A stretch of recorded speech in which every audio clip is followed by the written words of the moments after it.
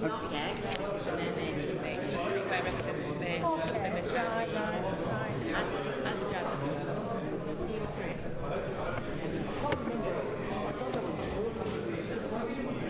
Is that me?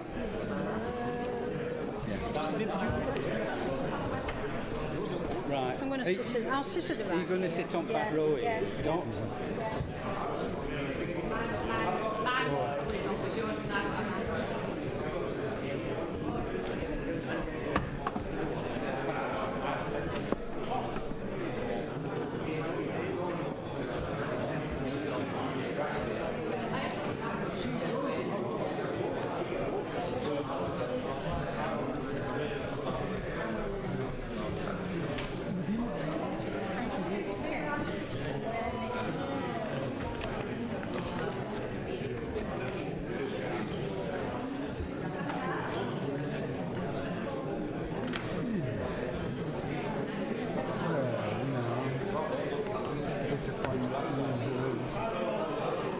And to be honest,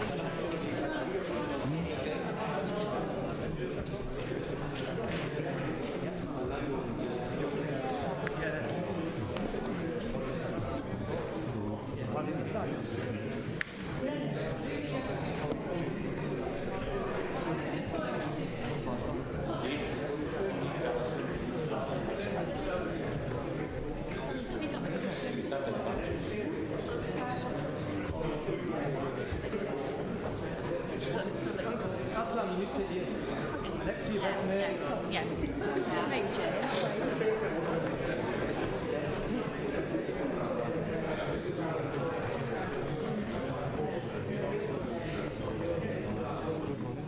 What was that?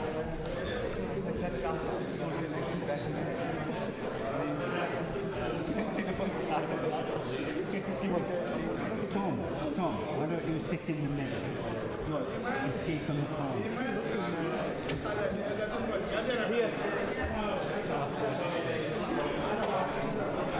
Just watch him. Right. Yeah, you're right. You can see. Yeah, you're right.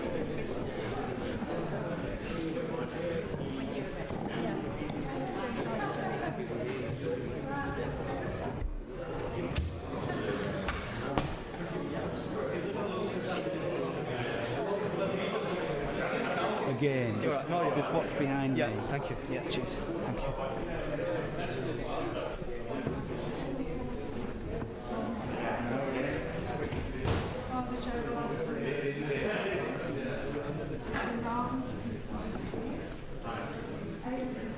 Lovely, thank you. We've got a second still here. Marianne.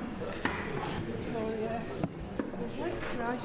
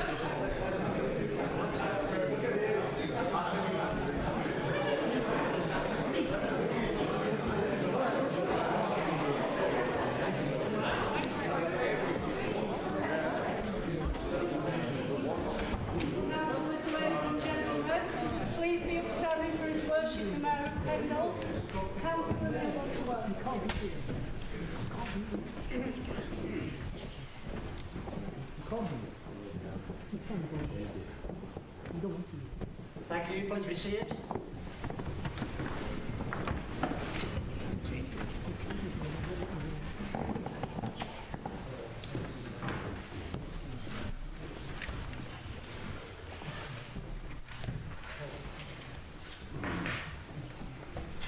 Okay, welcome everybody to the mayor making.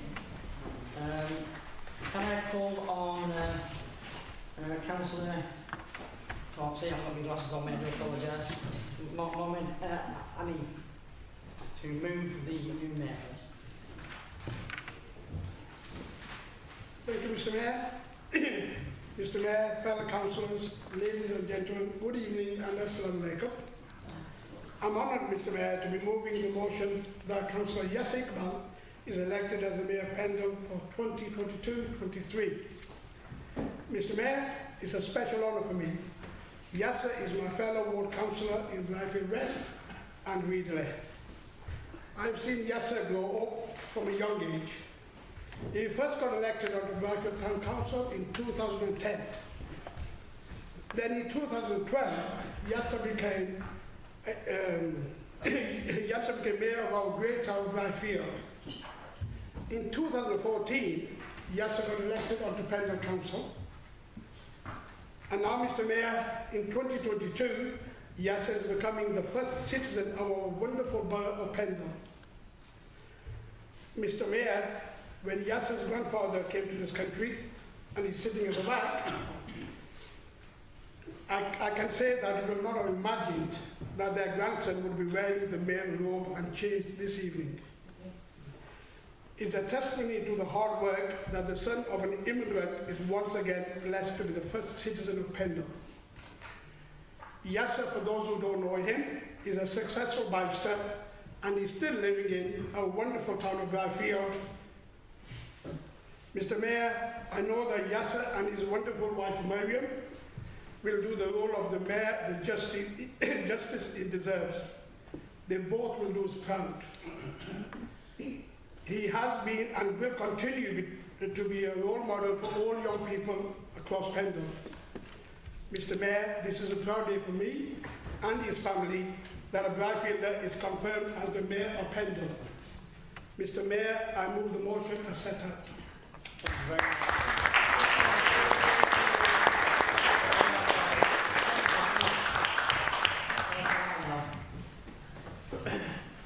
Thank you, Mr. Mayor.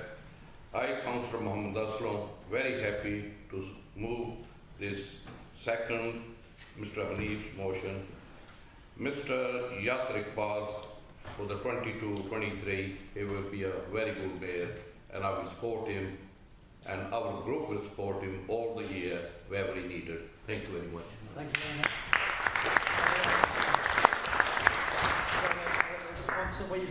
Councillor Conway. Thank you, Mr. Mayor.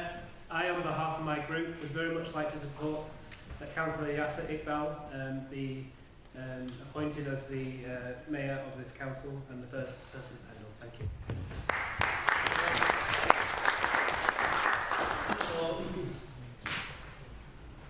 So all those in favour? Unanimous, thank you. So the motion is that the Councillor Yasser Iqbal be hereby elected mayor of the borough of municipal year of 2022-23.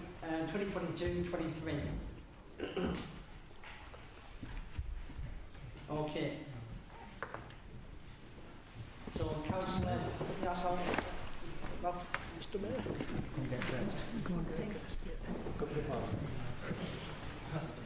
Leave you. Mr. Mayor, leave you on. Congratulations, Mr. Mayor.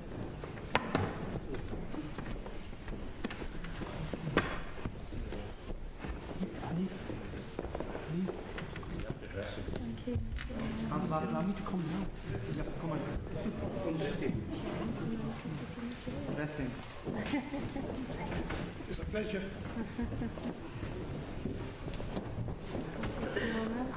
Right, you want to take a little bit each? Trish will help you. Thank you.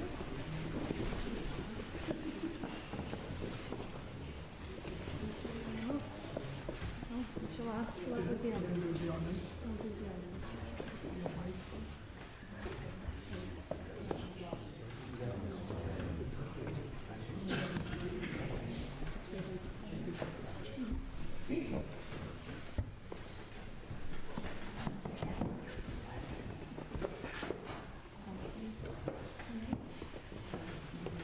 turn round, please?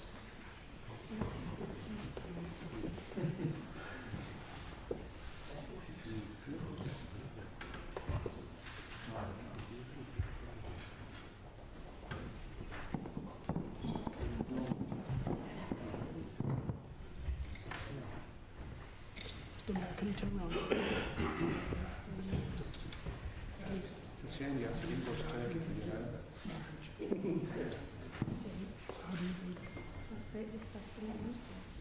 Underneath.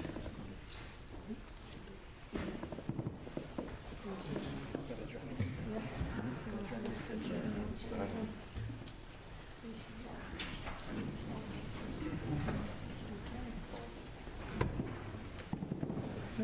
yes.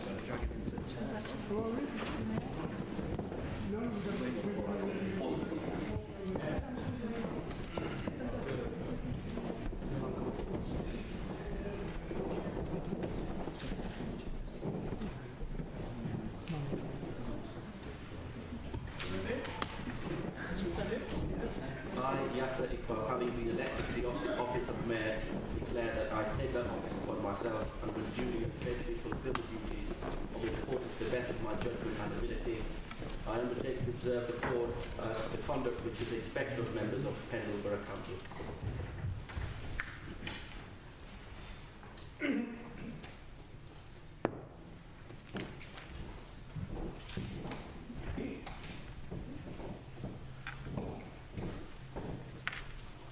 Bismillahirrahmanirrahim. Civic guests, fellow councillors, officers of the council, family and friends, welcome to you all and thank you for joining me on this special day. May I start first by expressing my personal thanks to the retiring Mayor, Councillor Neil Butterworth, who I can't see here. He has had a very successful year within the limits of recovery from the COVID-19 pandemic. Thank you to the 3 councillors who have moved, seconded and supported my nomination as Mayor.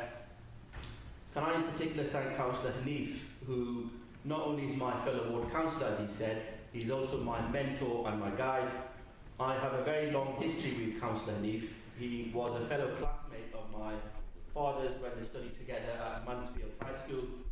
I've known him since I was a young boy. Can I also say a special thank you to my colleagues in the Labour group for their support.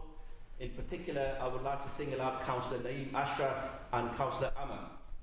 I'm going to miss sitting in that corner, and Councillor Neil Butterworth gave me one advice, and there was only one advice, and he said, you need to look out for them guys in the corner. And I think he forgot that I was actually one of the members that sat in that corner.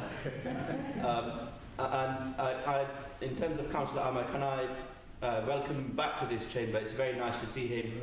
I know that Councillor Amma has had very late night calls and messages and visits from people, but he has always been my friend and supporter, and I will always be his. Nobody can break our friendship, and I'm looking to see if the message can be passed on, but they're not here. Thank you in anticipation also to the new Deputy Mayor and Deputy Mayoress, Councillor Brian Newman and his wife, Lynn Newman. I know that I will be able to rely on my experienced mayoral team, Fiona, who sat to my left, and Trish, my attendant, who's also sat where I was sat before, to guide me throughout the year. Taking on the role of first citizen of Pendle fills me with great excitement and pride. On occasions like these, as Councillor Hanif said, it takes me back to the time when my forefathers arrived in this country in the 1960s. And I wonder whether they could have imagined, like Councillor Hanif said, days like these in their wildest of dreams. My grandfather, Haji Gyas Ahmed, who sits in the corner, is the reason for my and my family's success, and I would publicly like to pay tribute to him.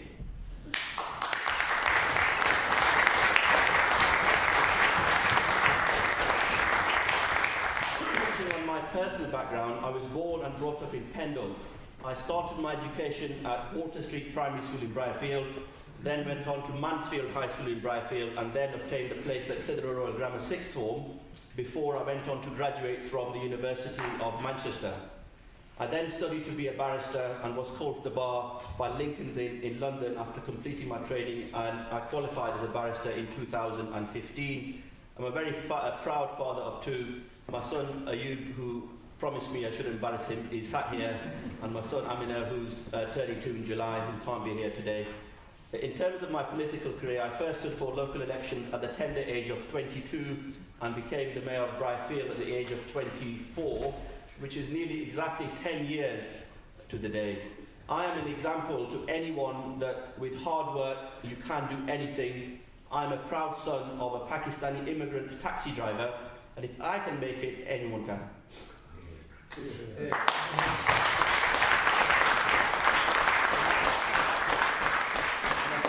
I have to thank the people of Briarfield and Reedley, who are the reason why I'm sat here today. My job role as a barrister takes me around the country, but I can honestly say that there is no better place than Pendle. It's where I live, it's where all my family and friends are, it's where I've decided to raise my family. Home is where the heart is, and my heart is very much here in Pendle. Part of the mayor's role is to raise awareness for local charities. I'm looking forward to highlighting organisations which are doing a fantastic job for the benefit of the community. Since I was nominated as mayor, I've learned that there are misconceptions about what a mayor's role or powers are. To answer my 7-year-old son's question, no, the mayor does not have the power to extend school summer holidays. And yes, even the mayor has to pay council tax. In terms of the charities this year that me and the mayor are supporting, we'll be supporting 5 charities. One is Pendleside Hospice, a very valuable organisation who have a base in my electoral ward of Reedley. The second is Nelson Community Masjid Food Bank. Arfak Khan, who sat here today, runs that organisation, and they do a brilliant job. Anyone that's heard of NCN will know that they do a fantastic job, and I can't wait to support them. The third is Curry on the Street. Again, that's a charity which looks after homeless people, again, I hope that I can do my part to raise awareness and support for them. Fourthly, a charity called Rise Support, run by a local person who created that charity in the memory of his late mother, and again, they do a fantastic job supporting local people. And fifthly, again, run by a local man, Hope for Mankind, again, do a fantastic service for the local community. Part of the mayor's duties is to raise awareness of those my chosen charities and raise money. And I would like to start with myself, and I'm announcing today that I will be donating all of my mayor's salary or allowance to my chosen charities. I will not keep a single penny of my mayor's allowance and will equally distribute the money to the charities.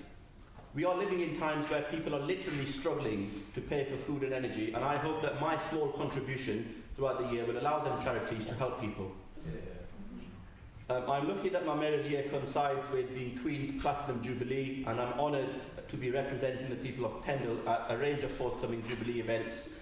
The Mayoress and I are looking forward to a very varied and constructive year of office. I am committed to engaging the people of Pendle in the work of Pendle Council and the office of Mayor. Thank you for your time.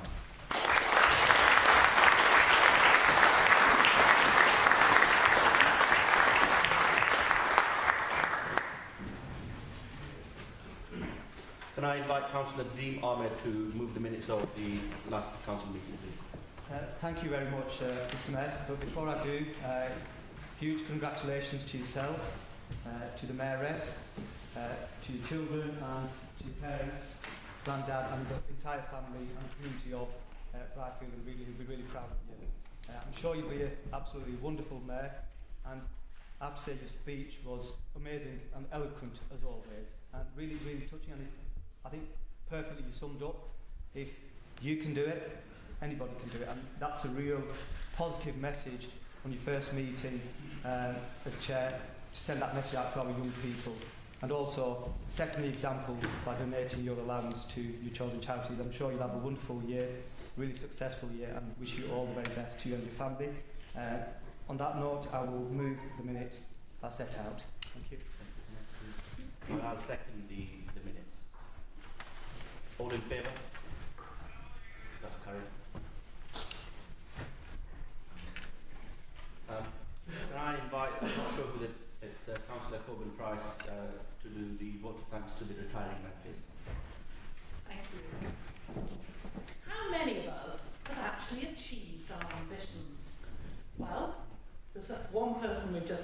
sat in the room, and there's another person. The outgoing Pendle Mayor, Councillor Neil Butterworth, has. He really, really wanted to fulfil his year as Pendle's first citizen. And here we are, all reminiscing about how it seems to have passed in a blink of an eye. We would all like to pass our sincere thanks to Neil and his mayoress, Victoria Fletcher, for their mayoral year, which above all is one of service to Pendle.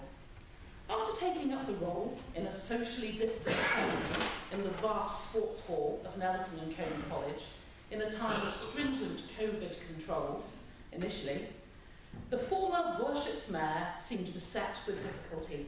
However, this was overcome with aplomb, though I never did get to fulfil that invitation to the Pendle Heritage Centre, sadly. Neil, being Neil, found ways round. So a film premiere was held in a park in Cone, and there was a big emphasis on the great outdoors, of which Pendle is blessed with so much. I suspect last year's Mayoral Sunday was the very first, and probably the very last, to have ever been held in a snowy scene redolent of a Christmas card. Afterwards, the lunch featured an emotional award ceremony for all our community volunteers from a wide range of organisations. This was something that had not been done before and was one of our former mayor's own devising. Yes, there were all the grand dinners and occasions that one would expect during a mayoral year. But this mayor continued as usual with his care for the elderly and of veterans in particular. As soon as the invasion of Ukraine began, it is typical that Neil would get stuck in organising transport and collections for those poor people. Mr. Mayor, former Mr. Mayor, we thank you and we salute you for all you have done for Pendle and further afield too.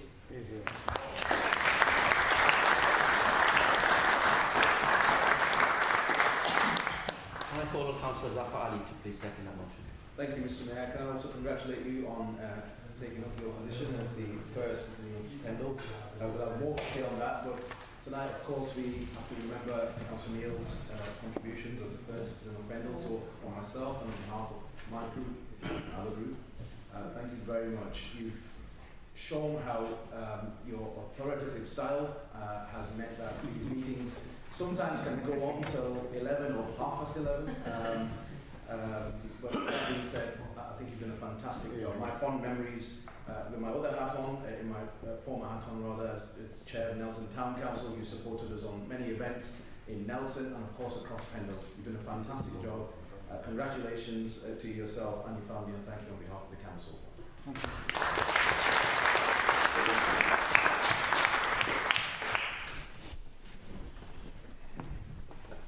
Councillor Newman, can I invite you to lead on or to the motion?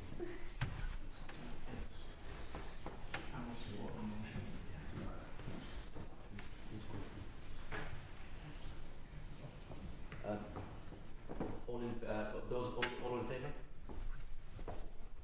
Carried.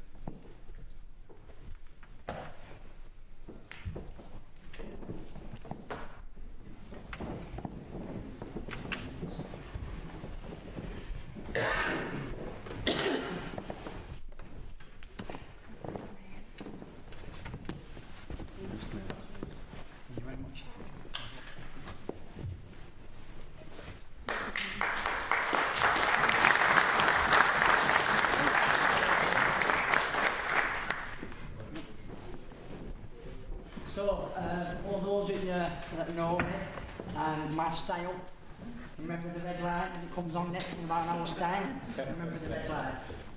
So, when I was first approached to be mayor, I had a difficult, difficult task. Who would fit my shoes of my late wife, she'd been so proud of me having a year.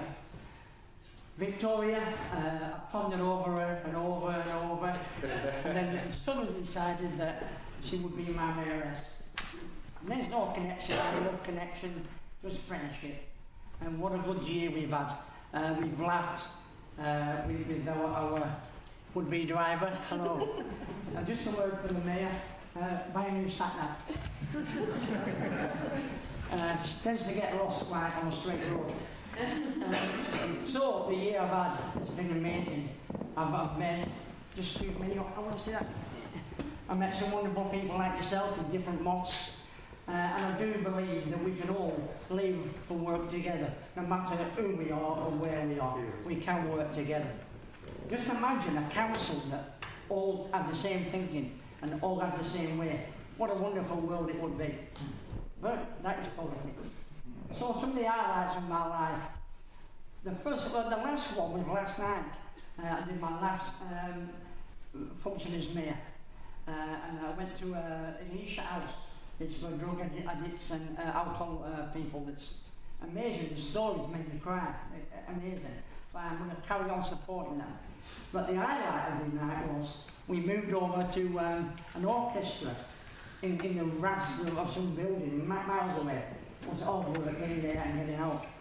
But as we drove away in the car for the last time, there were two children that had waited half an hour to wave at the mayor. And it made me so proud, so proud.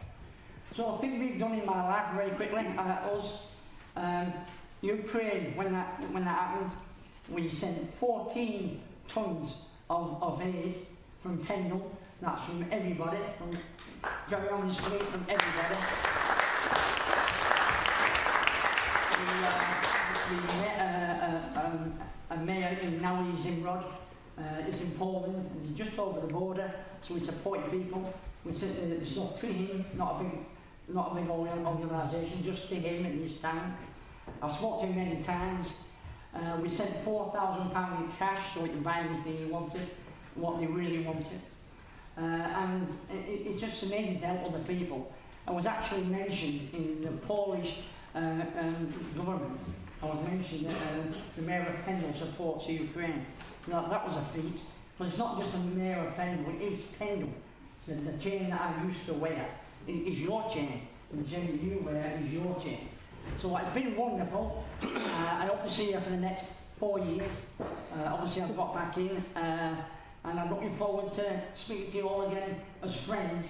I want to thank my mayoress for filling them shoes so well. Thank my would-be driver. And thank Tricia for all she's done for me. And thank for all the officers that have supported me. And obviously all of my team. Thank you very much.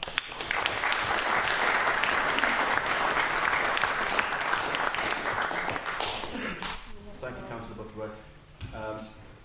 Turning to the agenda item 4, appointment of deputy mayor, can I invite Councillor David Wick to move that motion, please? Thank you, Mr. Mayor. Can I move that Councillor Brian Newman be appointed Deputy Mayor of Pendle Council? Tonight is not the time for me to make a speech about Brian's attributes or any embarrassing moments that we may know about. And I will save all the sheep stories until next year. And suffice to say tonight, I am delighted to move my colleague, Councillor Brian Newman, for the deputy mayoralty, if I can trip over that little phrase. And I hope that he has a successful year in supporting yourself, Mr. Mayor. And can I add my congratulations to those who have already paid their respects. I think you will do an excellent job, and I hope that Brian will be a tremendous support for you and your family in his deputy mayoralship. And I move. Thank you.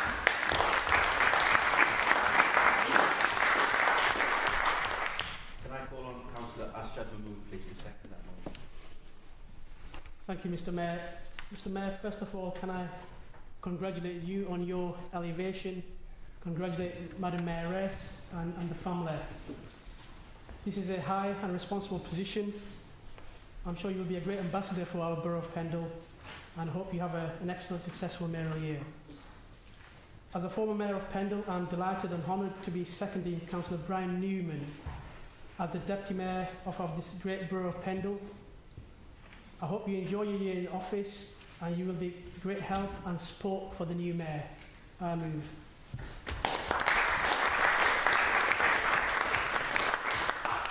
Councillor Newman. Thank you, Mr. Mayor. Absolutely delighted to support Brian Newman's nomination as Deputy Mayor. I'm sure he'll do a wonderful job. You'll make a brilliant team, and I hope both of you enjoy the next year. Thank you.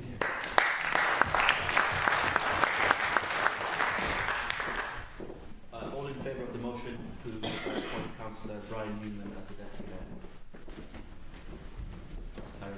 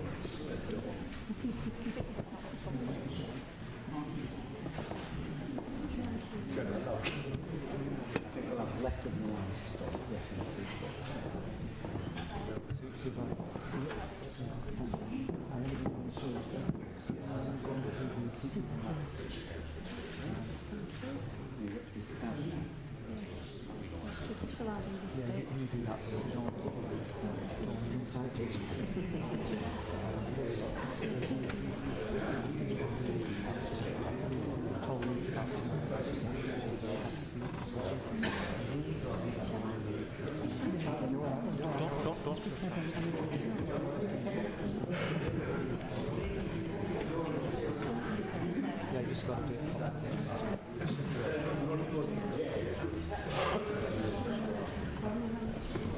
All the best, right?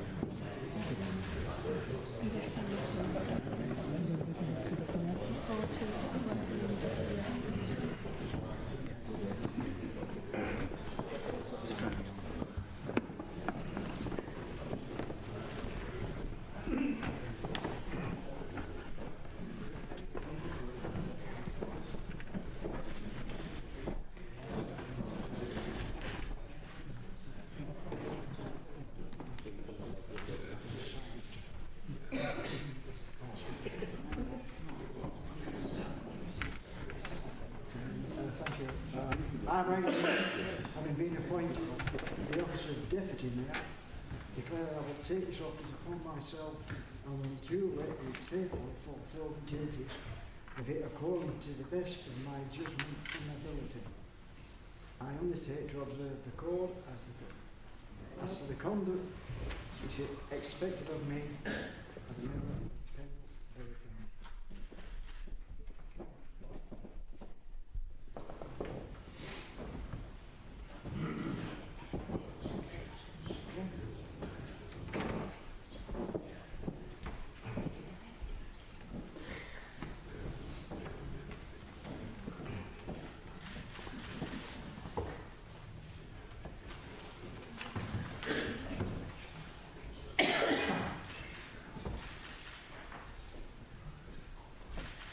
Okay.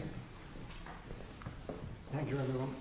Mr. Mayor, I would like to start by congratulating you on your appointment as the Mayor of Pendle, and I wish you well on this. I look forward to supporting you as your duty, and I know we'll make a good team over the memorial term of office. I give thanks to Councillors David Witt, Zad Mahmood and Nadine Ahmed, who kindly moved and seconded and supported the motion to appoint me as Deputy Mayor. I'm very grateful to my wife Lynn for agreeing to be my Deputy Mayoress, so obviously I will have to do as I'm told. And as a tradition for the Mayor, Deputy Mayor, I will keep my speech tonight short. I'm not noted for long speeches, so I will finish by saying that we look forward to supporting you, Mr. Mayor and Mr. Mayoress. And I would also like to say that my term as Deputy Mayor, I would, in conjunction with a great friend of mine who used to be at Pendle Council but sadly passed away, Mr. John David, who some of you know and some of you don't. He was my mentor and he is the one that got me here. Thank you very much.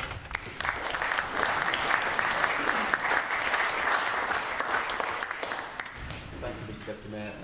Agenda item 5, the Mayor's allowance. Can I invite Councillor Dean Mohammed to move that? I move that allowance of £5,130 be paid to the Mayor for the purpose of enabling him to meet the expenses of office. I move. Do you have a seconder for that?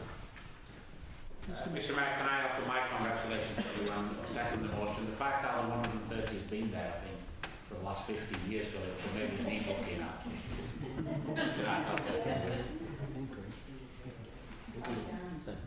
All those in favour? Carried.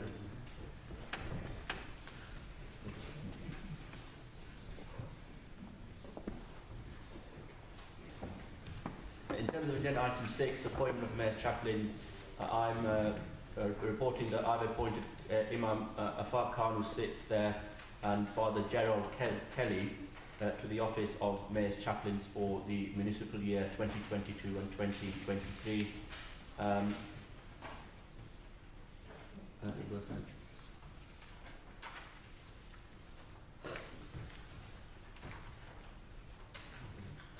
Yeah, so the meeting is now adjourned for 15 minutes, where the council will have a meeting before the guests are. Thank you. Councillors, ladies and gentlemen, please be upstanding for His Worship the Mayor of Pendle, Councillor Yasser Iqbal.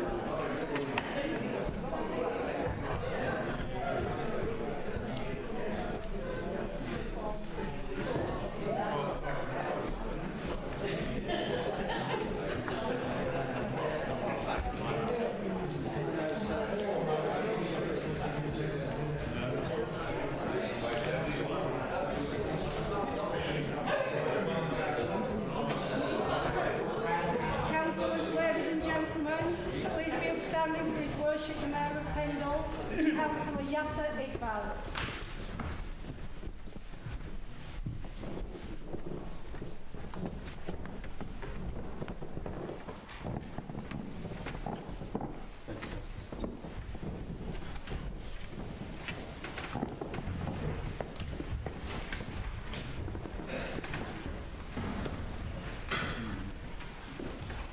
Are there any apologies?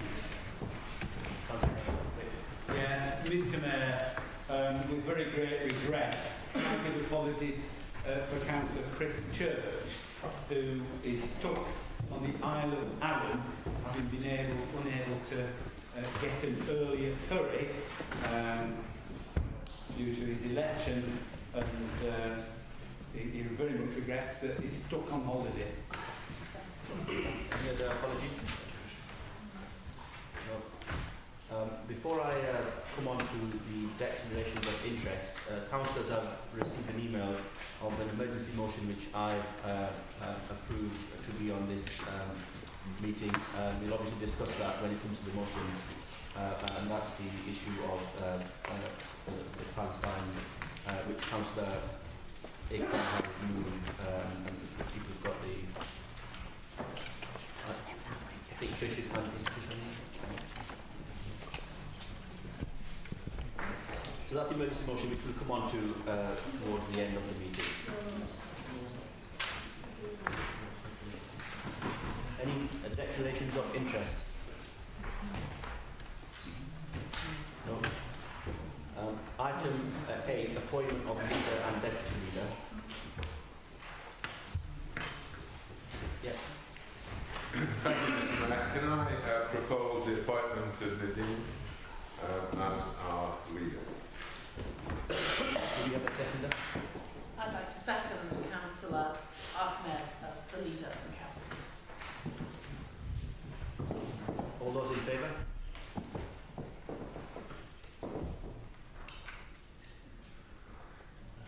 All those against? Any abstentions? Carried.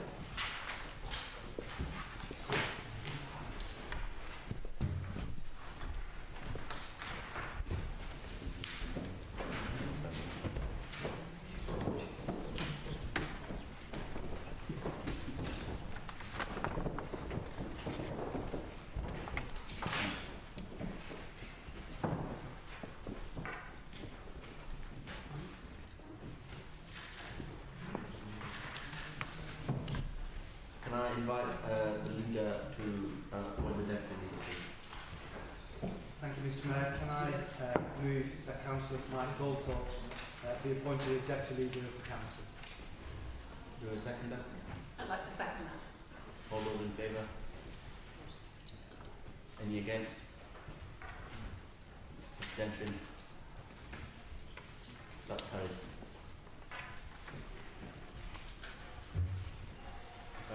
Agenda item 9. We have a report. That's agenda item 9. Again, I'll move to the report as set out on the sheet which is before us.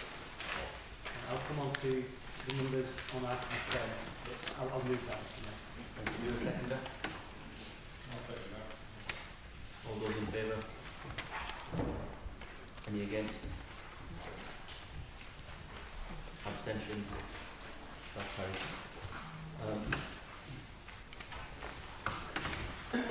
Can I invite the leader to move item 10, please? Appointment to committees. This is to consider the appointment of members to committees for the year 2022-23. The numbers and the list of committees is set out as on the pink sheet.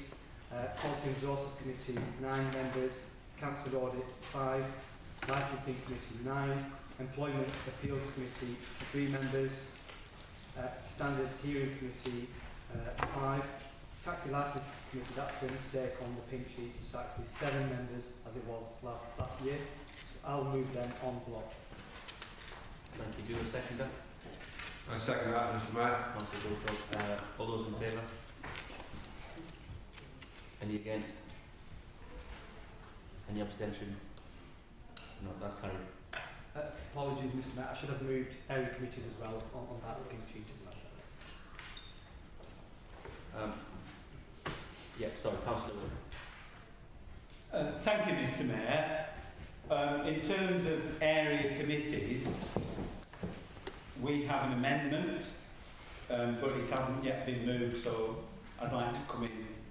I don't want you to rush through the vote.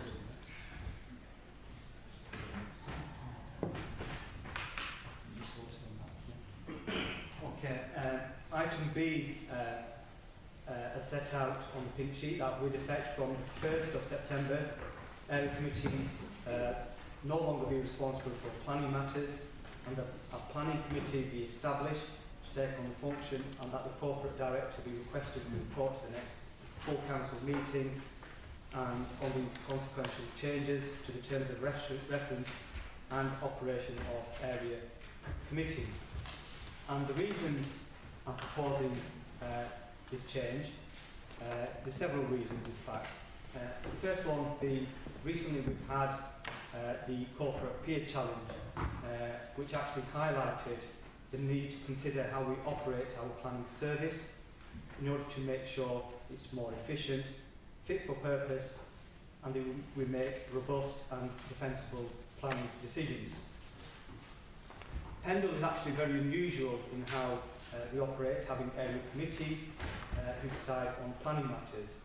All other Lancashire councils have single planning committees, which is also the general pattern across England. The way we operate as a council, in my view, is inefficient. We've got 4 lots of independent operation that needs to take place each month, with 12 members of staff involved in each cycle. Other councils do have area committees, and one of the examples is Sheffield, Bristol, but they don't have planning powers and are consultative only on planning matters.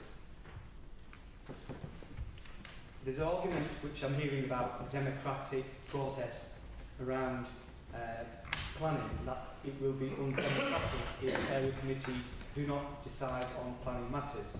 I disagree. The democratic process is exactly the same for area committees as for a single planning committee, with elected councillors making decisions in each, and members on each planning application, and members of the public being allowed to attend and speak as they do now. Looking towards a single committee is in no way undermines the democratic process. It can, in fact, make it more robust with consistent decision making and representing the whole views of the council. I touched upon the decision about consistency on planning matters. We clearly know, and people sat in this chamber may agree or disagree on this, but it's a fact in my view. Area committees are making inconsistent decisions, which undermines the overall process. It should be consistent because we have one council and one planning policy. And that's the council's policy, which we should all be following. And we've heard numerous times in this council chamber by members who say, well, if this happens in a certain area, we are setting a precedent. And this planning committee will stop that. Area committees, in my view, can lead to councillors making decisions under pressure due to local politics and lobbying. Not that there's anything wrong with lobbying, and nothing wrong with members of the public raising issues on planning matters and speaking with their councillors. But I feel people can be influenced. And the applications are required to be determined on planning merits, not on other non-planning issues. And the committee would be a politically balanced planning committee. We, as Pendle Council, are seeing an increase in the number of appeals we receive, an increase in both the number of applications for costs being made and awarded against the council. This points to the need to make sure decisions which are made are robust and defensible. And the money that we are spending on appeals should be spent on delivering services for our residents. Nearly 10% of appeals and major applications are allowed. If we reach 10%, we will be designated as a standards authority. There has to be improved decision making for major applications. The calling process needs to be reviewed, as many callings are not based on planning grounds. This is contributing to the reduction of our performance as a planning authority. Pendle has the third lowest level of decisions. Mr. Mayor, if I may, just a point of order. I understood that Councillor Ahmed was moving a resolution in respect of area committees. The Policy Resources isn't an area committee. That's the subject of a separate debate.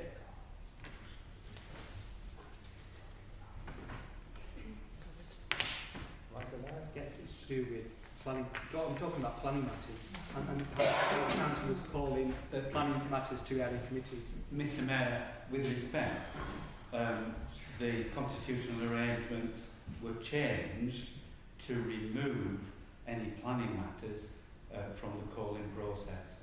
So it is not relevant. Yeah.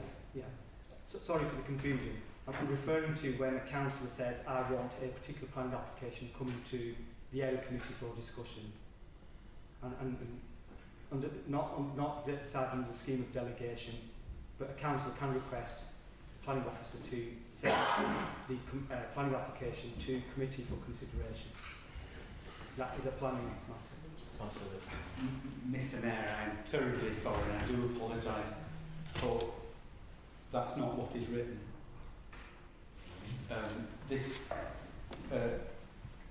little Roman numeral 7C clearly says that Philip is requested to submit a report on the possible to the calling procedure. I'm not discussing that. I'm discussing B.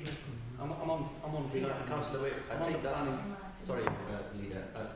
Councillor, I think that's not being moved yet. So I think if we allow Councillor Ahmed to finish, and then I can take the view with any objections. Yeah. The point I'm seeking to make, Mr. Mayor, is that that is a separate proposal. It is. Which will be moved separately. Yes, I think that's the assurance of the leader. Yeah. I'm just on B at the moment. Yeah. So when we're talking about the calling, I wasn't talking about the calling in that sense. I'm talking about when councillors ask for a request for a planning decision to come into the area committee for discussion. Pendle has the third lowest level of decisions made under its scheme of delegation in the country. 79% in Pendle compared to 96% nationally. Another point is around the members who are making decisions on planning. We've had tried to have training on for people on planning, which has been patchy, to put it politely, in terms of the training which people have attended. And a single committee will allow for a more comprehensive and focused level of training of those councillors who will be making decisions. We need expertise, skills and knowledge to sit on such planning committees, and it's important that the decisions are correct and based on the right planning reasons, and not for reasons which are non-political, non-planning, sorry, should I say. I feel the improved efficiency will safeguard us from becoming a standards authority due to our performance. Currently, our performance is dropping partly due to how the committee system and number of planning applications which are being referred to by councillors to area committees for discussion. So I would move the recommendation as set out on the pink sheet. You a seconder? Councillor. Thank you, Mr. Mayor. I'll second that. All those in favour? No, Mr. Mayor. There's an amendment. Sorry, There's an amendment. Sorry. Yeah. Still learning, councillor. Would it be saying something black, councillor?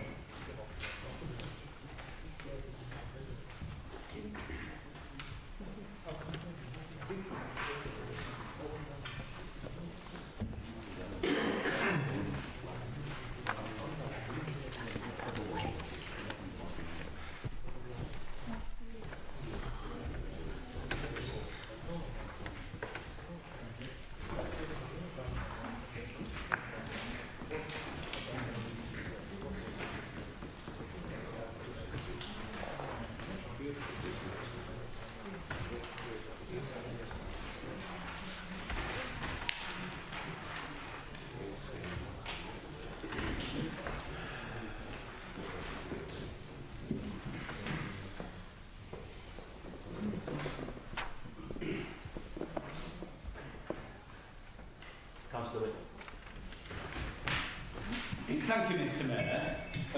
The amendment reads that Council welcomes the valuable contribution that local residents have in attending area committee meetings across Pendle and helping local elected members make informed decisions on planning applications. Council notes that many decisions have been made since the introduction of area committees, which have been upheld at appeal by the planning inspectorate. Council notes that there will be a democratic deficit by removing planning responsibility from area committees to a central planning committee, which will be a small group of councillors with no direct hands-on knowledge of different areas of the borough. Council reject any attempts to remove planning applications being determined by local elected area committees and instructs officers to arrange training for any newly elected members on planning matters. Council also encourages local residents to continue to play an effective role in lobbying local councillors on planning matters. Mr. Mayor, Pendle pioneered the advent of area committees back in 1995. I can't recall whether Councillor Ahmed, who was then, of course, elected a Liberal Democrat councillor, was a member of the council at that point in time, but the council as a whole came to welcome the introduction of area committees. It was indeed a breath of fresh air to actually have local people making local decisions on local matters. And the cornerstone of that is the planning process. And we're not here just talking about planning applications, but we are talking about planning enforcement, about the ability for local members to pick up and run with issues that affect their residents and get them dealt with at area committees. I think I'm the only member of this council who was a member of the old plan subcommittee, and I can tell you that we had meetings that began before 12 noon in the afternoon, and they lasted until 11 p.m. or even, I think, on one occasion, midnight. So I probably are the only one who's experienced that central planning process. But it's not at the moment that we haven't got a central planning process, because applications for housing developments, over 60 odd homes, go to the central committee. Used to be development management, is now policy resources. Any planning applications which are at risk of having costs on appeal are referred to the Central Policy and Resources Committee. Any applications that are against policy are referred to the Central Policy and Resources Committee. In each and every case, I cannot think of any decisions made at area committees that have gone to appeal that have not, within the local context, ultimately been made by a central committee. However, local area committees have been able to have that very great input into those decisions. But they're a tiny, tiny proportion of the planning applications as a whole. And the benefit of that local input, not only from councillors, but also from residents, has been so valuable in ensuring that area committees have made better decisions. And how many times, and these are people on the central committee, have taken decisions because they know that those are the right decisions and they've weighed in the balance the necessity of taking the right decision as not bowing to the pressure, financial pressure, of the threat of costs. It's about access to democracy, it's about local people being able to speak and get action on local issues, may not be a planning application. Political balance across the board, Conservative majority, a strength of the local area committees is they are made up, irrespective of political balance, they are made up of the people who live in that area. As for training, everybody gets training, everybody's offered training, and of course they should take it up. Your final minute, Mr. Mayor, I move this amendment. Please do not throw out the baby with the bathwater. Leave the area committees with planning responsibilities. Leave local residents the ability to influence those decisions. Councillor Wick, can I invite Councillor Mohammed to second? Thank you very much, Mr. Mayor. I'm rising to second the motion, but let me just pose a question. My group are quite clear in terms of how we're going to vote on this, and I assume the Liberal Democrats are as well. Let me pose a direct question to Conservative colleagues across the chamber. Why were you elected in the first place? Were you elected to actually serve your local residents, or were you actually elected to serve the bureaucrats and the current legislation imposed by the government? I know what I was elected for, and I hope many of you do as well, and that was to serve the public.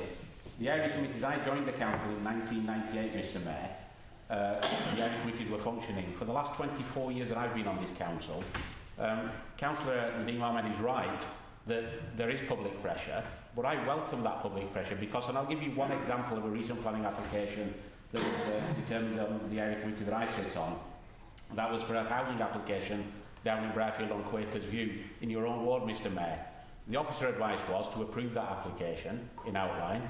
The residents en masse came and spoke against it. They lobbied every single councillor on that committee, irrespective of whether they were Labour or Conservative members. We went against officer advice, rejected the application, and let me tell the leader that the residents won that on appeal. The residents won that on appeal because we as local councillors listened to what they've had to say. Had we had a specialist planning committee, I can tell you here and now, because if you look at the track record of the Planning and Resources, the Policy and Resources Committee over the last 12 months, I can't remember which planning applications have gone in the favour of residents. Time and time again, bureaucrats and legislation have come to the fore, and the decisions have gone against what residents wanted. And residents will never forgive Conservative colleagues tonight if they decide to vote for this motion. I would urge them to vote for the amendment because I've asked you the first question, why were you elected? And if in deeper in your heart, if you think you were elected to serve what your leader wants you to do, or others, apart from the leader, have been elected to do, then fine, vote for the original motion. But if you were elected to serve the public, those public can come to, for example, in Barnoldswick, come to see Councillor Jennifer Purcell, they could come to Bradford to see newly elected Councillor Kaleem and say, I object to this planning application, or I'm in favour of this planning application in my backyard. He or she will have the opportunity to address those concerns and actually physically vote on those. If out of 33 councillors, only 9 councillors, and that's my understanding what would be a politically balanced committee, were the ones making the decision, then what is the point of the other 28 for a 25 councillors sitting on this council, because planning, and I know Councillor Sarah Colburn-Price in response to a resident who emailed all councillors and she emailed him back, actually says, and let me share with you, Mr Mayor, I'm not making a political point when I say that some councillors aren't interested in planning, that's fine. Well, I'm interested in planning, and I assume every single councillor on this committee is interested, on this council is interested in planning matters, because that is the #1 postbag that we get. We get other things, that's fine, but planning is the biggest issue that some of us campaigned on, have re-campaigned on, have been re-elected on, or some councillors have been elected new for the first time. Well, she then goes on to say that planning is a very serious business and should be treated with such people making decisions in line with the current legislation. Well, what's the point of having a planning committee if you're simply going to rubber stamp what government wants us to do? Yeah. And that's not a political point. That could be a Labour government, could be a Conservative government, could be a Liberal Democrat government. If we're simply here to rubber stamp what government wants us to do, well, the green fields of Pendle are the first ones that will be right for development. If you colleagues sat across there, both new and old, are prepared to do that, then stick your hand up for the original motion. If you believe in genuine democracy for people, for genuine people to contact you with planning issues, then support the amendment. It's not a political amendment at all. It's not having to go at anybody. I take the point about training.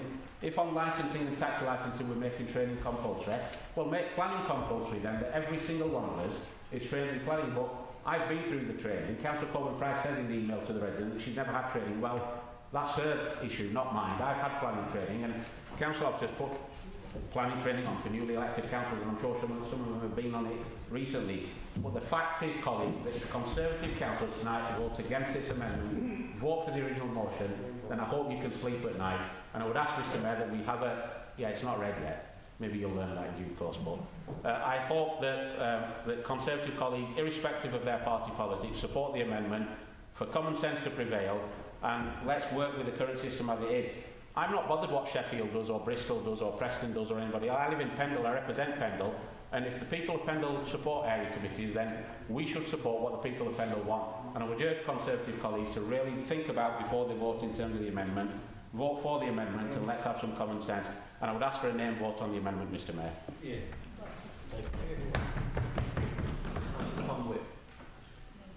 Thank you very much, Mr Mayor. First of all, I'd like to reference the opportunity that having co-optees on the area committees has.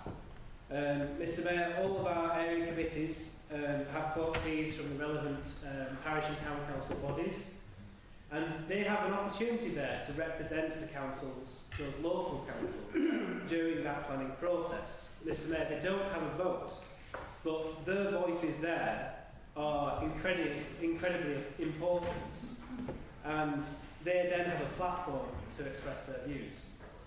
Mr Mayor, a central committee would not offer that platform. They would turn up, they would be treated as just a regular member of the public. They would not have the opportunity to table motions and amendments that they do now. Mr Mayor, the leader said that he supports lobbying, but he said feel people can be influenced. Mr Mayor, lobbying is the art of making friends and influencing people.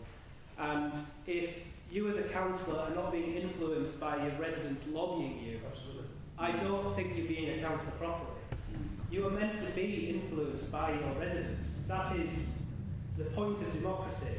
You are making decisions on behalf of them, and it is when they influence you that you're then acting on their behalf.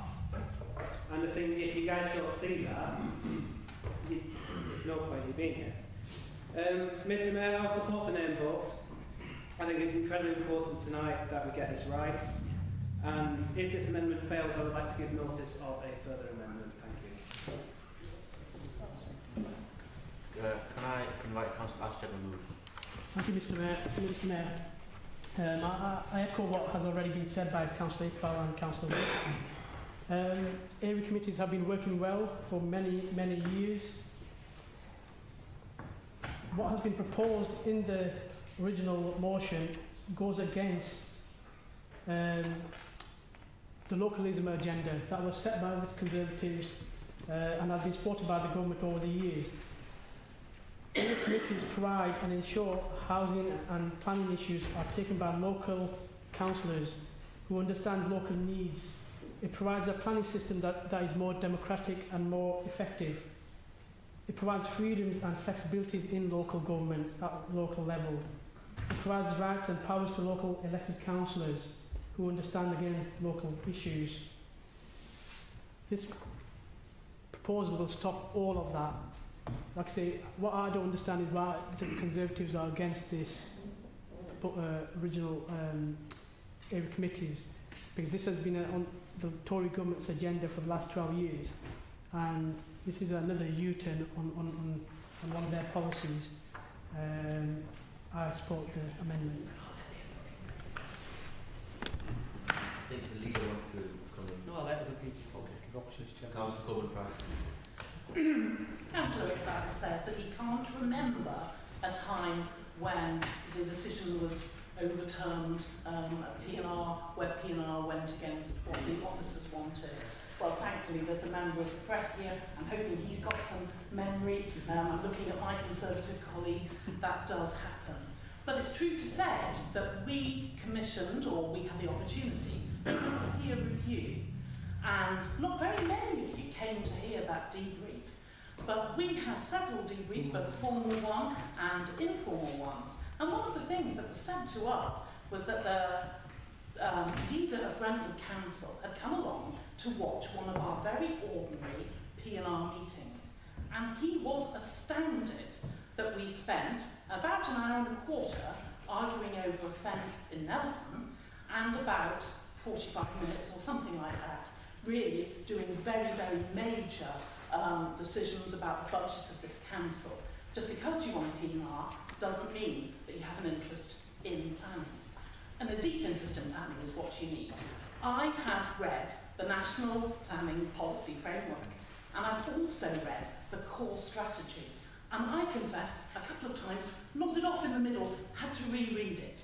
And I'm not going to ask any of you, I'm not going to ask for a show of hands, to ask which of you have read both those meaty documents. You'd have to set aside time to read the Pendle core strategy.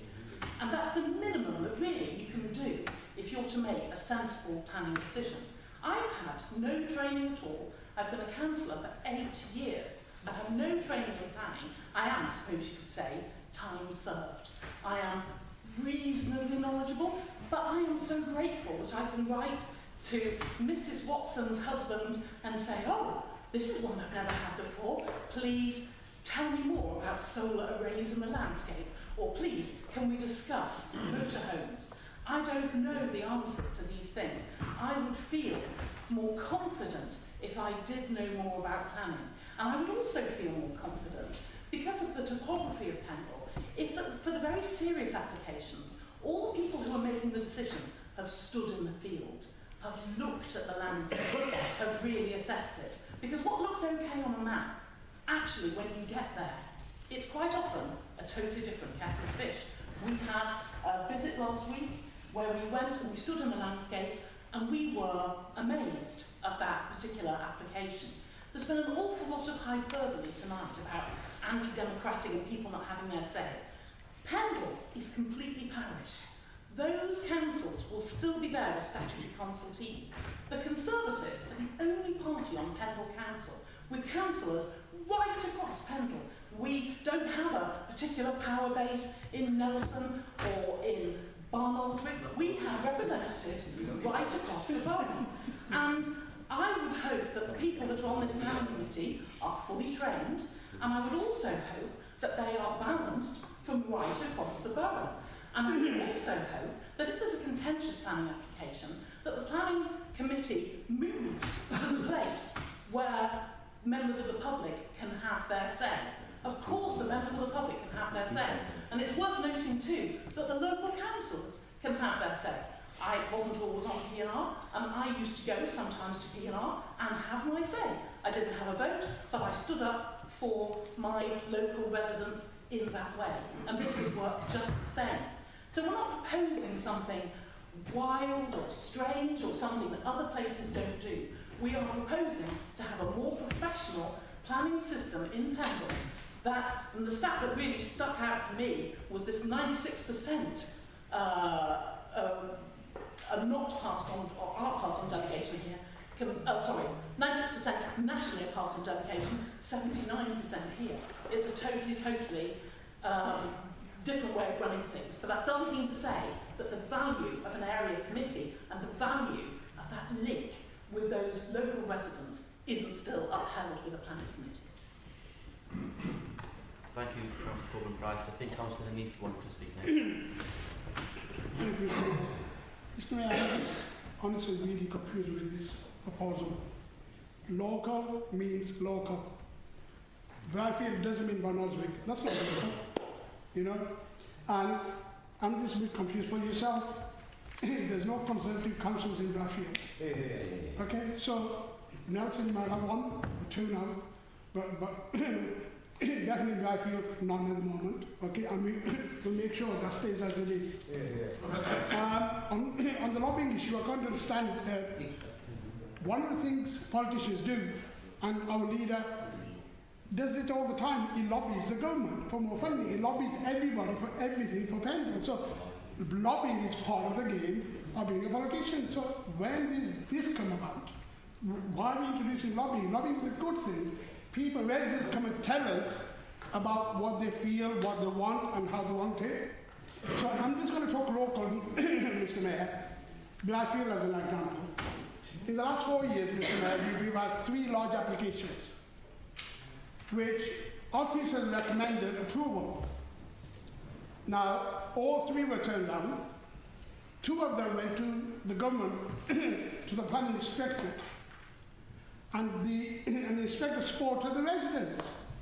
So doesn't that show that local knowledge, local persuasion has a massive influence, and it's a good thing when big businesses come in and just want to impose and take on green fields.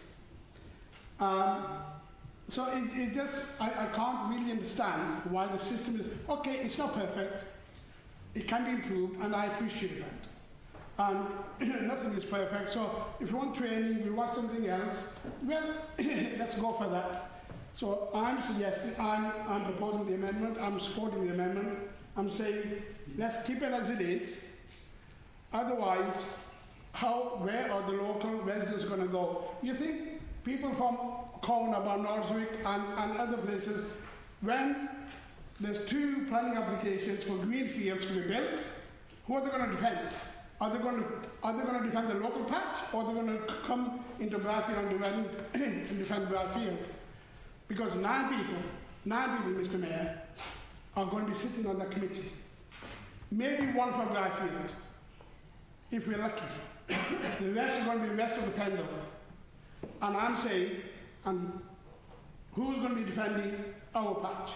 And who's going to be defending your patch when it comes to your applications? So it's not just about, single applications, it's about the larger ones as well. And Greenfields, Chair, Mr. Mayor, if we had followed this principle, those 3 applications would have been built. We would have had 194 new houses built in Bradfield by now. So, Chair, I'm supporting the amendment. Councillor Corbyn-Price, do you want to speak before the leaders? Okay. Defending local patches. We are borough councillors. We should be acting on behalf of the borough and our people. We're elected by our people, as has been pointed out, but our people will still be represented. Any planning committee, we would support the idea of representing it across the whole borough. So there are representatives from each and every borough ward. That's a given. We'd also suggest as well, if there's going to be a big greenfield application in Briarfield, perhaps we host a meeting in Briarfield. That maximises the chance of people being able to attend the meeting. Because councillors can come and speak if they're not on the planning committee. Co-optees can come and speak at a planning committee if they're not on it. And ordinary people can come as well. So where's the anti-democracy in that? Just as they do now. Co-optees, councillors can all get involved and speak on these matters. That is the key thing. Democracy. Democracy to me means actually having a choice of candidates in every single ward of the election. But I think there were a couple of places where certain parties were not represented. That's not very democratic, is it? Labour in Earby. Oh, where did they go? So, that's democracy. We would propose to have a democratic planning committee which is efficient and professional.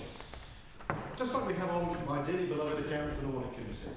I'm an accountant. I understand the accounts. I understand audit processes. I'm going to be joined on it by at least one, possibly two other people who know about it as well. Because they are the sorts of things that require some specialist knowledge. Planning is one of those. So that's why that's very important. So I think in terms of anti-democracy, nonsense. Democracy will still be contained, efficiency and professionalism, and also, why is Pendle any different from anywhere else in the North West and most of England? We get a lot of our residents complaining about inefficiencies in the planning department as it currently stands. They're not getting responses in time. They're not getting answers for things. They're not getting their applications or their pre-apps processed on time. All these things are the sorts of things that we want our planning department to be as efficient as possible. Not attending every single area committee with a whole bunch of different reports and a whole bunch of different stakeholders. Let's keep it as a borough. We are a borough. That's the key, and therefore I will reject this amendment and support the original motion. Before I call up the council, as I want to speak, and then you might want to give way. Before I do that, can I just ask members of the public, please? I know you're here to support me, and you're happy to see me in the position I'm in. But please, can you, if you want to have a meeting, please go outside. Councillor Aslam, do you want to speak first, or? Right. Thank you very much. Just to start, leave the Liberals out. I am a borough councillor and also a town councillor. I don't know, looking at the Labour group, as a town councillor, every committee, so they have 8 members. Why they haven't given one seat? Ask Neil, myself, Michelle. So I don't know why they're here. And the borough council as well. They'll, whatever suits them, they'll do that. And our councillors are always being neglected. And thank you very much. Councillor Armand. Mr Mayor, I'm just going to specifically talk on the amendment that's before us. We've heard a lot about democracy, about people being able to and having the ability to come and speak at the meetings, area committees. So let's just pause the question about, we've mentioned, a few speakers mentioned major planning applications. The major planning applications come before the Policy and Resources Committee. Where do them meetings take place? They take place in this chamber. So are we seriously trying to suggest all them meetings we've had, with all them decisions we are making on planning major planning applications are undemocratic? That councillors don't have the ability or the right to come and speak, or that members of the public don't have the ability or the right to come and speak? Clearly not. So I think that argument doesn't wash with me at all. There is no argument. These are local decisions, are being made by local people now, and will continue to be made by local councillors who are elected to represent Pendle. Secondly, are we saying Colne isn't local? Are we saying Bryfield isn't local? Are we saying Barrowford isn't local? We're a borough, and we are all local councillors representing our respective areas. The hysteria and the propaganda machine that's on social media about greenfield sites, we're hearing, oh, we're going to have a planning committee, all our greenfield sites are at risk. Come on. The greenfield sites, we've got 2 major planning applications currently, which are pending. We've got Pasture Lane, we've got Lenchers in Colne. Then 2 applications will be coming before the Policy and Resources Committee meeting. So are we then saying, as councillors, because them decisions are not being made by the Colne Area Committee or in Barrowford, the Barrowford Area Committee, that them decisions are undemocratic? Them decisions, what we're going to say? Are them decisions not right then? Is that what we're saying? Come on, that argument doesn't wash. These are local meetings, will be held locally. The suggestion that's been put forward is if there is a major application in any part of the borough, we can look at having them meeting in that particular area. which I think will be an improvement on the current system. It will give local residents, local councillors, the parish council to come and speak at his meeting and give them the right to speak. We're hearing, I'm having emails because of the misinformation that's being spread, that people won't have the ability, parishes won't have the ability to speak in planning matters. Members of the public won't. The system will work in the same way. People will have the ability to speak and comment and contribute to the decision making. We're hearing about the lobbying. Let me clarify what's said. Lobbying is a good thing. I've not suggested or said lobbying isn't a good thing. We are elected to listen to our residents. We will listen to our residents. There's nothing wrong with lobbying. What I'm trying to say is there are decisions, and councillors know from across the group, Councillor Witt will agree with me, there are decisions being taken by certain areas, certain area committees, which are not sound decisions. They are not being based on right planning reason. Everybody knows that. The group involved, the councillors, this is a fact. So let's look at the amendment itself. So the first paragraph. The council welcomes the valuable contribution that local residents have in attending area committees. Pendle is proud. We encourage our residents to come and speak at meetings, and they will continue to have that right. Are we saying locally elected members? It's saying to make informed decisions. Local members will be making the decisions. These are local borough elected councillors who are making the decisions. Second paragraph talks about appeals being upheld, decision made at area committees. So are we saying because we have a planning committee, decisions will all be wrong? Clearly not. Policy and Resource Committee consists of a politically balanced member of councillors, as would the planning committee from across the borough. Are we saying the P&R decisions are wrong or they're not valid?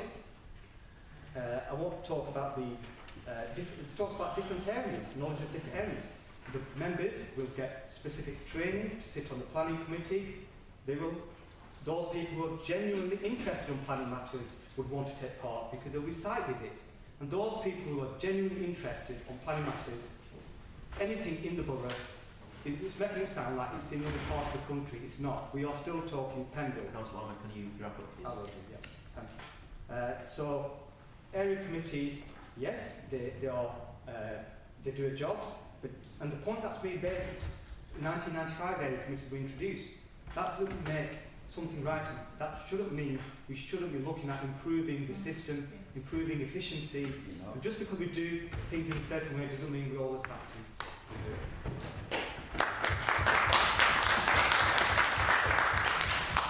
Councillor Witt, you have a right to respond. Thank you, Mr. Mayor. A huge amount to respond to. We should have more professionalism. We should be acting on behalf of the borough. That sounds like professional, obsession over and above the democratic norms which people in this borough expect. We were asked, why should Pendle be different? I urge members to look at the shield that we have in front of us. It has 9 roses representing the 9 constituent boroughs and townships that form Pendle. They are all different. We are polycentric. We are not a homogeneous whole. And we need to reflect and respect that difference and the fact that we have local representatives making lots of local decisions. And I stress, it is not just planning applications, it is planning enforcement, it is approving planning applications and making sure that the quality of those decisions is correct. Somebody said we're not making decisions fast enough, the proportion delegated is not enough. We had an item, a planning application that came to West Craven Area Committee last week, whenever it was. It was submitted in August 2021. And it took until May 2022 before it came to committee. Now, that's nothing to do with the area committee, nothing whatsoever to do. And I could ream off a list of them where it has taken months and months and months and months for it to get anywhere near a decision, whether delegated or not. We should be, it's a benefit to be politically balanced. I'm afraid, Mr. Mayor, there should be no politics in planning. The decision should be made on their merits. And I think it's this professional dictatorship that is going to undermine the decent decisions that we have made. We talk about, well, everybody will have an opportunity to come and say the piece. I told you in moving this, the old centralised planning committee, which met on a regular basis, it spent 12 hours deciding planning applications. Think about it. How are people going to be able to influence those decisions because they will squeeze out with those time pressures? You say, oh, well, we'll meet in different areas. We've got bigger applications, we'll go and meet there. Well, of course, that's what we have always done until we got a Conservative administration. We used to have separate meetings of the centralised committee so that there was adequate time, and then when we had Greenfield Watts, it met in Barnoldswick. In fact, we went to a venue which was close to the application site. It's what we used to do, but the Conservatives scrapped all that. And indeed, Sarah Coven-Price said that you know, there's nothing better than going and standing in the greenfield and assessing what is happening. Well, under my chairmanship, West Craven Area Committee, every single application I made sure that a site visit. Irrespective, but no, under the chairmanship of the Conservatives, no site visits, and we had to fight to get site visits actually done. Hysteria about Greenfield site. Councillor Ahmed, leader of the council, I am disappointed. That was completely and utterly uncalled for. Mr. Mayor, I think there are Conservative colleagues in this chamber tonight who, in each of their areas, and I can speak about West Craven, have seen the value of people who know the area being able to make those decisions. If we have a planning committee of, say, 9, can I remind you that Coruscant Resources Committee last year had 2 councillors from 2 wards, 2 bought the Coburn-Prices from Booths and Falridge, myself and Councillor Gulford from Avian Courts, and then there were several wards where there were no representatives whatsoever. Can you start summing up, please? Mr. Mayor, thank you very much. I've not responded to all the points. This is desperately important for local people, and it's one of the most crucial decisions that we're taking tonight. Thank you. Councillor Wynne, I think, has called for a name vote with the conflict on, but if you're doing a name vote anyway. So we're now doing the names of councillors. I'll read out your names in alphabetical order. If you're in favour of the amendment, you say for. If you're against, you say against. If you abstain, say abstain. Councillor Adnan. For. Councillor Ahmad. For. Councillor Nadeem Ahmed. Against. Councillor Sajid Ahmed. Yes. For. Councillor Alvin. Against. Councillor Ali. For. Councillor Anna. For. Councillor Anwar. For. Councillor Ashraf. For. Councillor Aslan. Against. Councillor Butterworth. Against. Councillor Carroll. Against. Councillor David Colburn-Price. Against. Councillor Sarah Colburn-Price. Against. Councillor Goulthorpe. Against. Councillor Hamid. For. Councillor Mohammed Iqbal. For. Councillor Yasser Iqbal. For. Councillor Kaleem. Against. Councillor Leonti. Yes. Councillor Law. For. Councillor Kieran McGraddery. Against. Councillor Paul McGraddery. Against. Councillor McGowan. Against.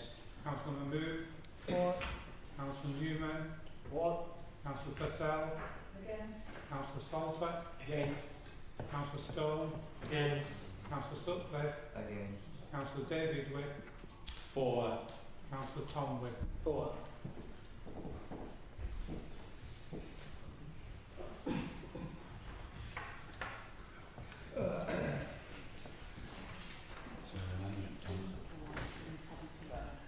That's 15 for and 17 against. That means the amendment is lost.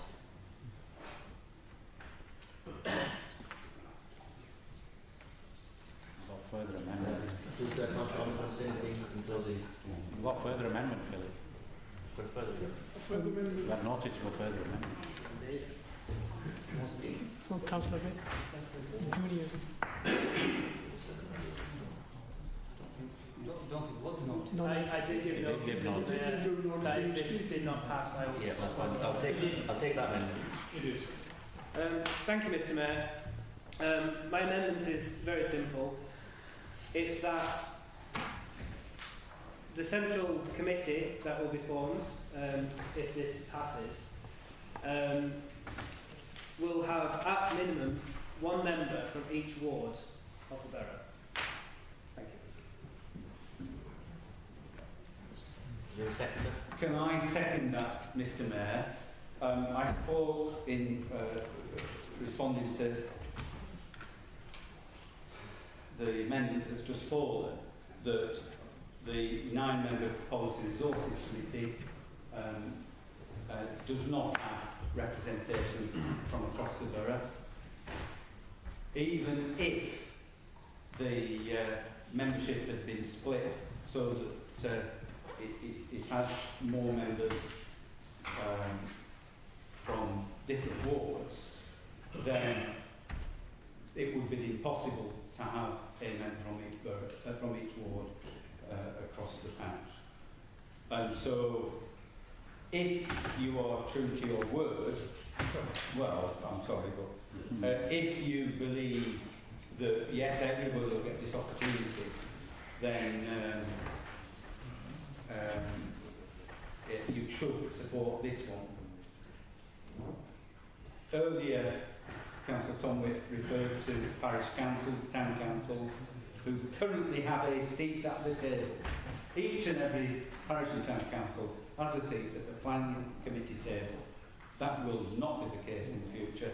So at the very least, you need to ensure that there is a local representative on that body. If you're imposing, a political majority that applies across the borough, then it's a very sad and sorry state of affairs. And I urge members, and I call for a no vote. I don't think any other speakers. Sorry. Just very briefly, I'm probably repeating what I've said earlier on, but some of the major planning applications or planning decisions made by area committees which are substantially against council policy or put the council at significant risk of cost do come before the Policy and Resources Committee meeting. That committee consists of 9 members. I'm not for 1 minute suggesting the planning committees will have 9 members.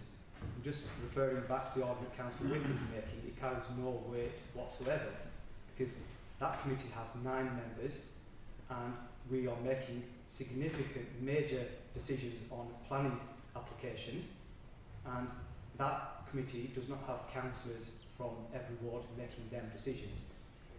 I'll repeat what I've said, but I'm not prejudging what Philip's report is going to say coming to the next full council meeting. I would suggest that we await that report and we can have that discussion at a later stage. Mr. Mayor, my understanding has always been that the politicians run the council. If the leader is not prepared to prejudge how many are going to be on this planning committee, then clearly is he fit for purpose to sit in that chair, because he's saying as leader of the council, and I want to listen to him as leader of the opposition, how many people he's proposing on this so-called, how many people he is proposing as leader of the council on the planning committee. No disrespect to Philip or any other officers, or to Rose. The officers will deliver a political agenda, unless I'm mistaken that Philip and Rose now run the council, and the leader of the council is leader of the council by name only. If he's not prepared, I asked Philip the question the other day, and the likelihood was that it would be 9 members from the officers. So if the leader is now saying that he's not aware of how many people he's going to have on the planning committee, then clearly that calls into question his competency in terms of being leader of the council. His job title is leader of the council, i.e. lead the council. The officers answer to the leader of the council. It's not the other way around unless things have changed in the last 12 months. But Mr Mayor, in terms of the further amendment moved by Councillor Tomwick, my group will support that. But, I mean, the officers are not allowed to speak at this meeting, but if they were, I'm sure they would agree with me that planning is a quasi-judicial role. You do not sit on it as a political group. And my group, and the training that I had when I became a councillor from senior officers of this council, was that you sit in that chair and make an individual decision as a council, as an individual. You do not make it on the basis of Conservative, Labour, Liberal Democrat, Monster Ravy, Looney Party, or whichever party you want. But if the Conservatives are now tearing up the rules, then clearly the speeches that I've heard from the leader tonight especially, well, when I say the leader in inverted commas, clearly reflect that political neutrality has been thrown out of the window. And if that's the case, then that is a very dangerous step to take. And anybody will watch this video later, anybody that's planning application is rejected, I think will have legitimate grounds to sue this council and question the integrity of councillors if they're going to vote along political lines. So I'm curious, and I'm genuinely curious, that if the leader can't tell me tonight how many people he's going to have on his report at the planning committee, then maybe he needs to vacate that chair and make Councillor Philip Morsdale leader of the council. Thank you. Before I put Councillor Moore, please can we come to Mr Mahmood? Councillor Mr Mayor. I can't hear anything with all the riffraff that's going on upstairs, Mr Mayor. Can you please ask him to be quiet or leave, please? Yeah, I think it's the second time, please, if you can. Mr Mayor, I do find it slightly disturbing to keep nodding along when the Labour Party make a point. I really feel you should be above that. With regard to P&R, I think it would be interesting to do a statistical analysis of the Conservative votes on P&R. Quite often, the Conservatives are split on P&R. They vote with their hearts and their consciences, whereas the Labour Party could never put anything between them. They always agree. And that is either that they are people who are united by having one thought that they share passionately, or that they've discussed it beforehand. And I don't know which it is, but the Conservatives, by their voting records, prove that they are people of passion and integrity. You can never trust at all. That's how it would be, right?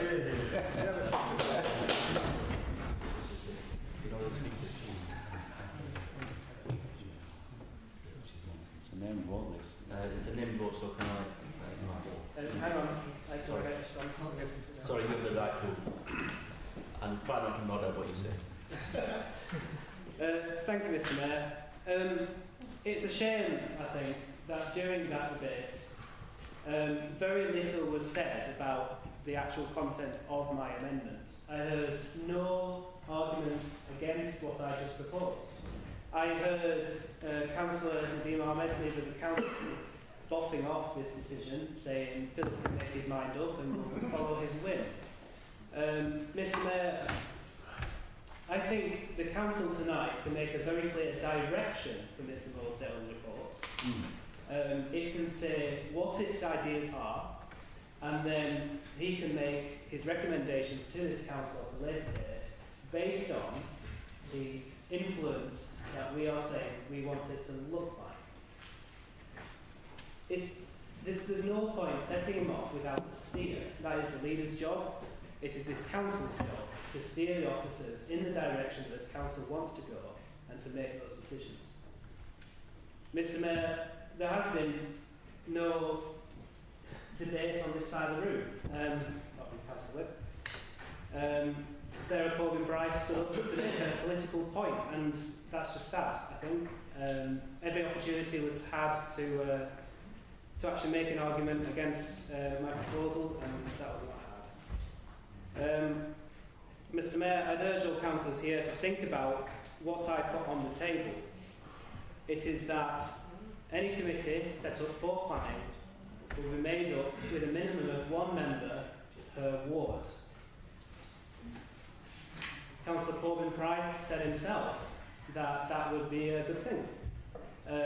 And he aspires for the committee to be like that. Okay, maybe not in those words, fine.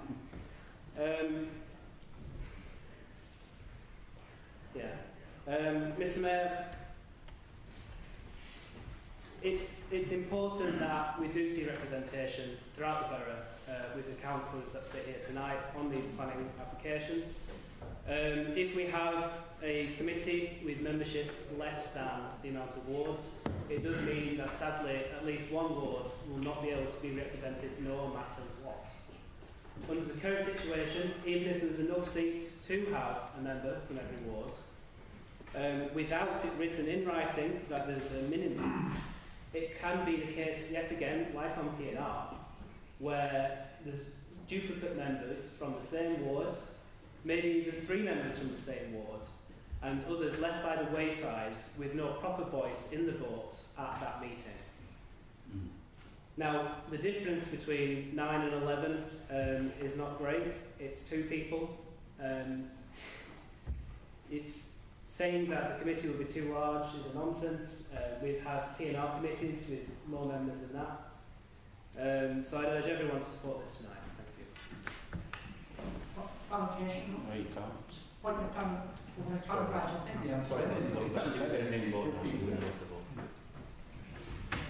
Councillor Agnew. 4. Councillor Armour.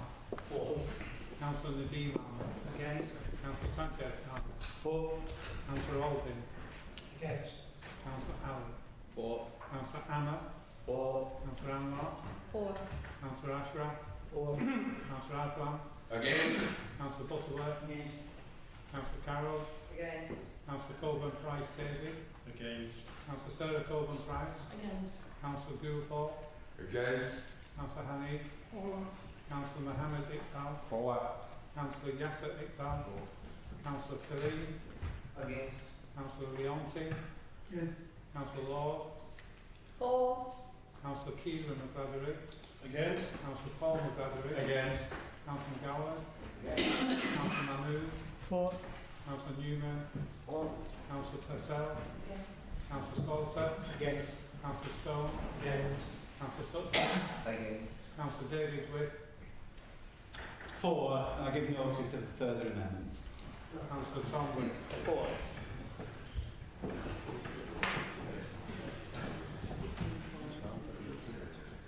That's 15 for and 17 against. That amendment is lost. I think Councillor Witt for a further amendment. My further amendment reads, Mr Mayor, that a representative from parish and town councils be co-opted onto the centralised planning committee whenever a planning application in respect of their parish or town is considered.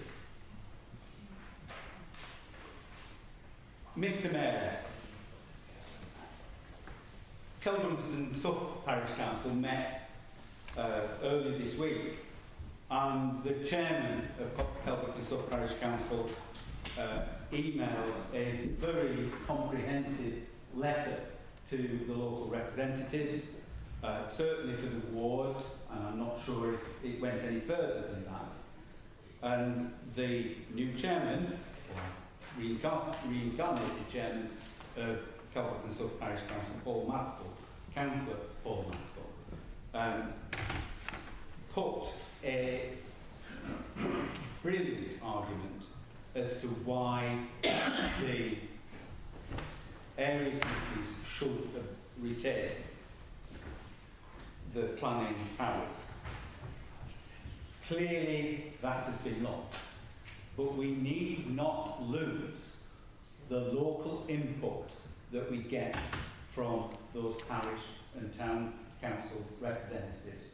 We can actually value that input and respect that input by asking them to sit at the table as a member of the committee when applications are considered for their area. And they could do so on the same basis as those representatives currently sit on the area committees. It would require them to be able to move and second things, but because of the planning law, they would not be able to vote. Councillors Coburn Price, both of them, earlier on, said that it needed to be professional.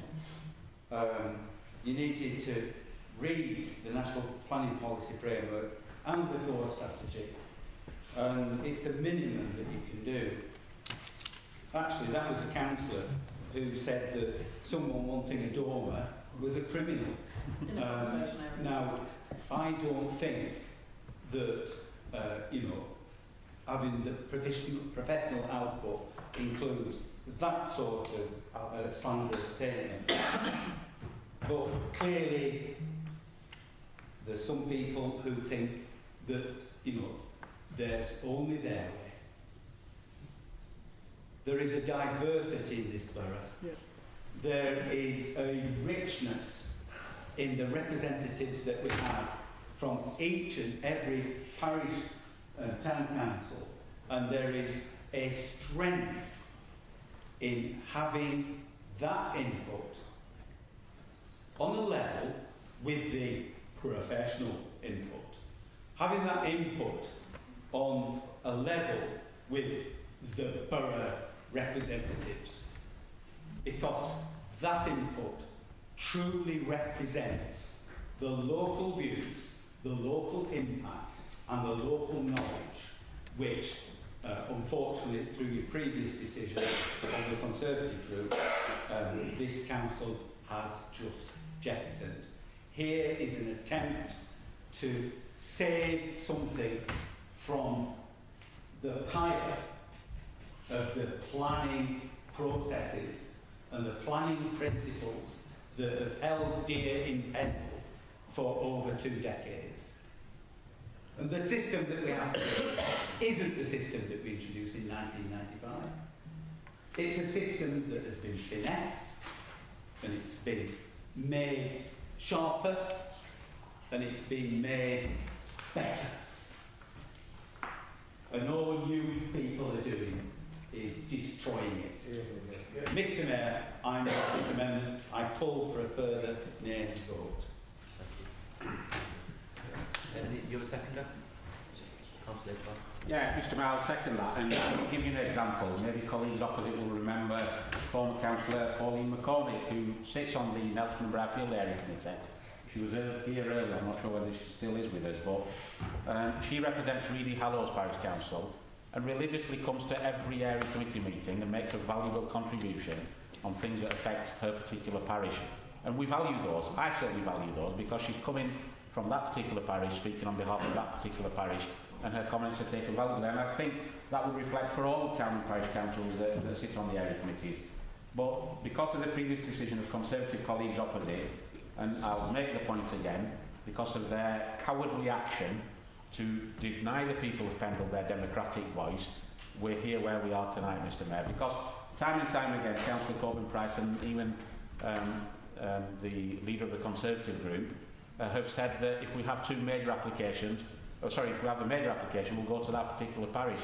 So how are we going to operate this fantastic planning committee, or whether it's whatever Philip decides now, or whatever that committee will be made up of? Will that committee, if they've got an application in Briarfield, a major application, and one in Barnoldswick, will they meet for the first hour in Briarfield and then decant all the way to Barnoldswick? Or will we do on a town-by-town basis of planning meetings? Because the backlog in the planning department is huge, and it's of no concern to the politicians that have run the council for the last 12 months as to why we're in that predicament. They've done absolutely nothing in terms of addressing that. Yet senior officers in that planning department have left this council to go and work for local authorities over the other side of the hill. So it's not the fault of the officers, in no shape or way or form. It certainly won't be the fault of Mr Mosedale or Rose as the chief executive if they bring a report in July, which will be painted as their report, but with no political leadership tonight from the Conservative group. and it'll all be the fault of the people of Pendle, because this is an ill-thought, back of the fag package scheme, thought out by the Conservative group, and I can actually hazard a guess which one or two it will have been, and I'm surprised that the other rank and file members of the Conservative group who haven't got the guts to speak up tonight or actually vote with their heart instead of being whipped, no doubt, into voting in a certain way. But, Chairman, it's a dark day for democracy in this borough. We will see what Mr Morsdale's report now says in July, because clearly the leader of the Conservative group is the leader of the council, because he's not in a position to do that anymore. And we will have that debate in terms of what the fine arts are of this so-called planning committee. But parish and town councils have played a valuable part in terms of our area committees. Long may that continue, but the Conservative group tonight, by voting previously, but I hope one or two of them change their mind tonight, will have the opportunity to have that local voice represented.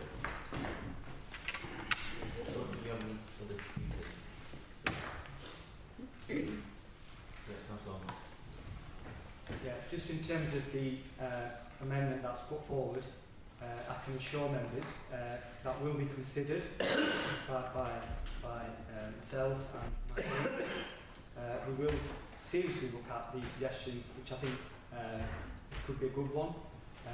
We can't make the decision tonight, but I can assure you we'll have these discussions, and when the report comes forward at the next full council meeting, our proposals regarding that will be in that one way or the other. But I'm not willing to give that commitment yet, but I will seriously consider that that proposal.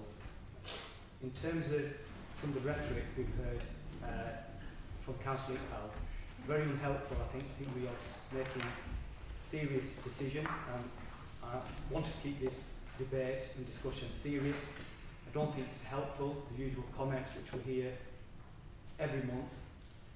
Let's get serious. We are looking at making this council more efficient, moving forward with the times. And I'm not suggesting for 1 second it's going to be a perfect system, and neither was the area committee system a perfect system. There's something which we believe will work and can work if councillors work within the system properly. And I think part of the area committee is because certain members, sorry to use this word, but have abused the system. And that clearly needs to stop. Comment we keep hearing about democracy. So are we saying all the Labour-run councils across the country, all the Liberal Democrat councils across the country, all of them have got planning committees which are politically balanced? Are you leaders of both your groups seriously saying these councils from your party are making politically biased decisions? But that's the implication of all your debate. Mr Mayor, a point of personal explanation, which I'm entitled to. Mr Mayor, I'm entitled to do that. Point of personal explanation, Mr Mayor, I'm not concerned what other Labour leaders are doing across the country or any other party. I represent Pendleborough Council, I represent an area of Pendle. So I in no way, Mr Mayor, he has no right to stand up and tell me to be quiet. He needs to sit back down. Calm down, love, sit down. The fact is, Mr Mayor, I've never insinuated that comment, and it's wrong for the leader to say that. We'll come on to this item and following on, and this is precisely the reason we have rules for a reason. And councillors cannot simply just stand up because they disagree. I had to listen to your rhetoric. I didn't agree with what you were saying, suggesting about the planning committee, etc. You've been the leader for many, many years, Councillor Iqbal. And so trying to pin this on our administration, we are looking into the whole system in the council, why certain departments are struggling, and that is part of the transformation process. And we're doing that precisely because of the decisions of previous administrations. So trying to suggest for 1 minute that this is on my shoulders, I'll take responsibility for partly in terms of timescales, but to say this has happened overnight is just basically blaming others for your own failures. So I think, let's be fair, I'm open to criticism where it's due and I'll accept it. But on this point, I will not tolerate such criticism. So in terms of the suggestion, on a serious note, I will consider it, Councillor Whip. Our group will look into this. It could work. but I think I need to give it more thought along with my group, and we'll give our feedback to the officers, and that will be within the report at next full council. So, but for that reason, we won't support it at this stage, but we will look at it before that next meeting. Yeah, Councillor. Mr Mayor, I welcome the words from Councillor Ahmed up on the top table there. I just wonder what the outcome may be of consideration and dictatorship by his group as to what should actually happen. I think if there is merit in this suggestion, and it's accepted that there is merit in this suggestion, the sensible thing to do is to actually vote for the amendment. Councillor Ahmed has just said we're making a serious decision. Well, you've just made a very serious decision, a very serious mistake on the fly. On the fly. You've destroyed the area committee strengths at the stroke of a pen. You can salvage a little bit by voting for this amendment. And I think I've called for a name vote. If not, I do so at this point. Do we have a second for the name vote? Councillor Adnan. For. Councillor Armour. For. Councillor Nadine Armour. Against. Councillor Sajjad Ahmed. For. Councillor Albin. Against. Councillor Ali. For. Councillor Anna. For. Councillor Anwar. For. Councillor Ashraf. For. Councillor Aslam. Against. Councillor Butterworth. Against. Councillor Carroll. Against, sorry. Councillor David Colburn Price. Against. Councillor Sarah Colburn Price. Against. Councillor Gulthorpe. Against. Councillor Henny. For. Councillor Mohammed Iqbal. For. Councillor Yasser Iqbal. Councillor Khalid. Against. Councillor Leonti. Yes. Councillor Lord. For. Councillor Keelan McGladdery. Against. Councillor Paul McGladdery. Against. Councillor McGowan. Against. Councillor Mahmood. For. Councillor Newman. For. Councillor Sell. Against. Councillor Salter. Against. Councillor Stone. Against.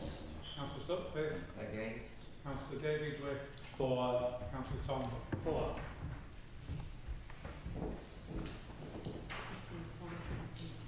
That's 15 for and 17 against. That further amendment below.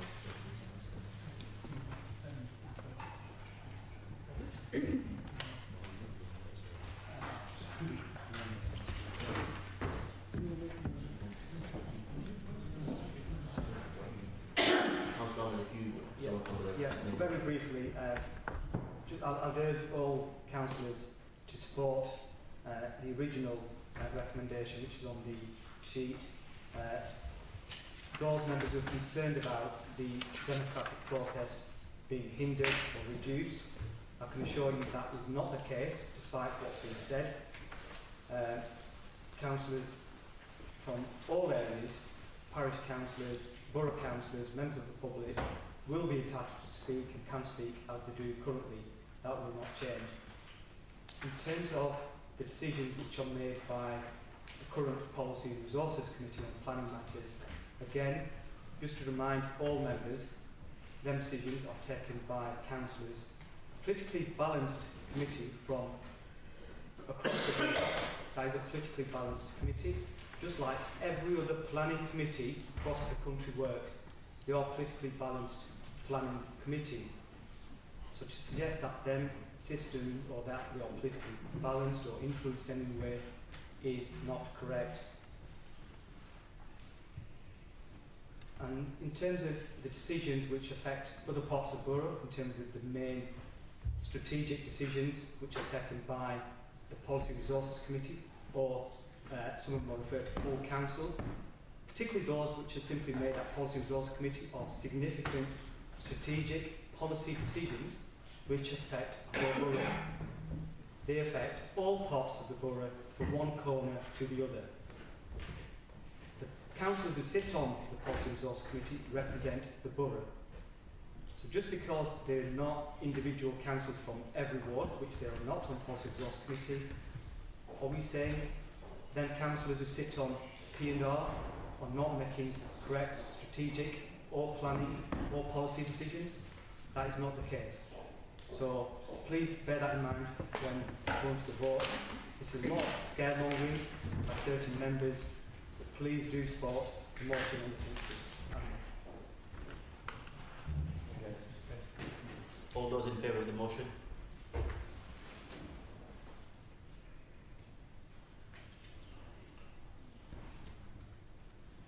All those against?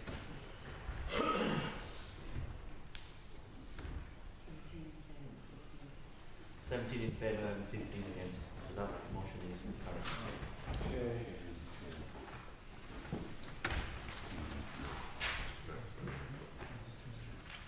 Can I invite Councillor Ahmed to move 10C? I move that a report be requested at the next meeting on possible improvements to the calling procedure for decisions of the Policy and Resources Committee. The calling procedure is compatible and ties in with an executive arrangement, doesn't really tie in with a committee system. That item is later on in the agenda. But having said that, the calling procedure is there for a reason. If it's used correctly, it is a good thing in my view to have. But I think we can look at, for the current year at least, looking at possible improvements to that process. So I will move the recommendation. You will second that? Thank you, Mr. Mayor. I second that. Councillor Whip. The further this meeting goes on, Mr. Mayor, the further we sink into an Orwellian nightmare of truth speak.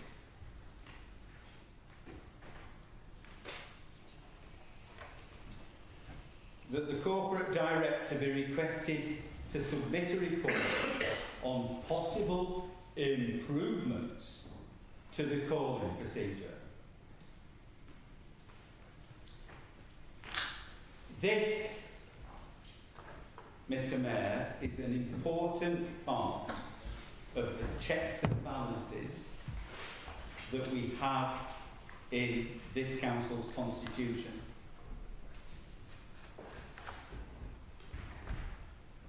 In having the ability for decisions, some decisions, not all decisions, but some decisions, to be reconsidered and scrutinised and evaluated, leads to better decisions being made. And I quote the example of the West Close Lorry Park. Now, not everybody might have heard of the West Coast Lorry Park. It's the only lorry park that we've got in Pendle. We're very proud of it. And it is in a poor state of repair. Considered by the esteemed and valuable area committee, which resolved, I think it was unanimously, but resolved to ask Policy Resources Committee to get work carried out.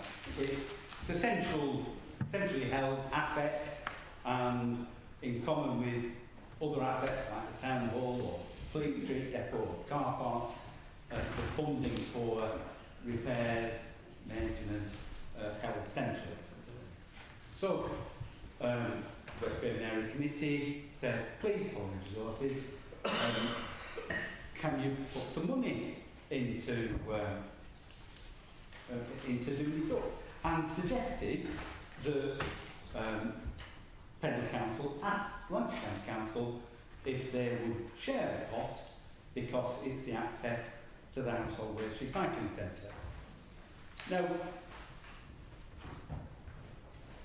it was considered, it was thrown out by the majority, on the Policy Resources Committee, and Councillor Sarah Corbyn-Price commented,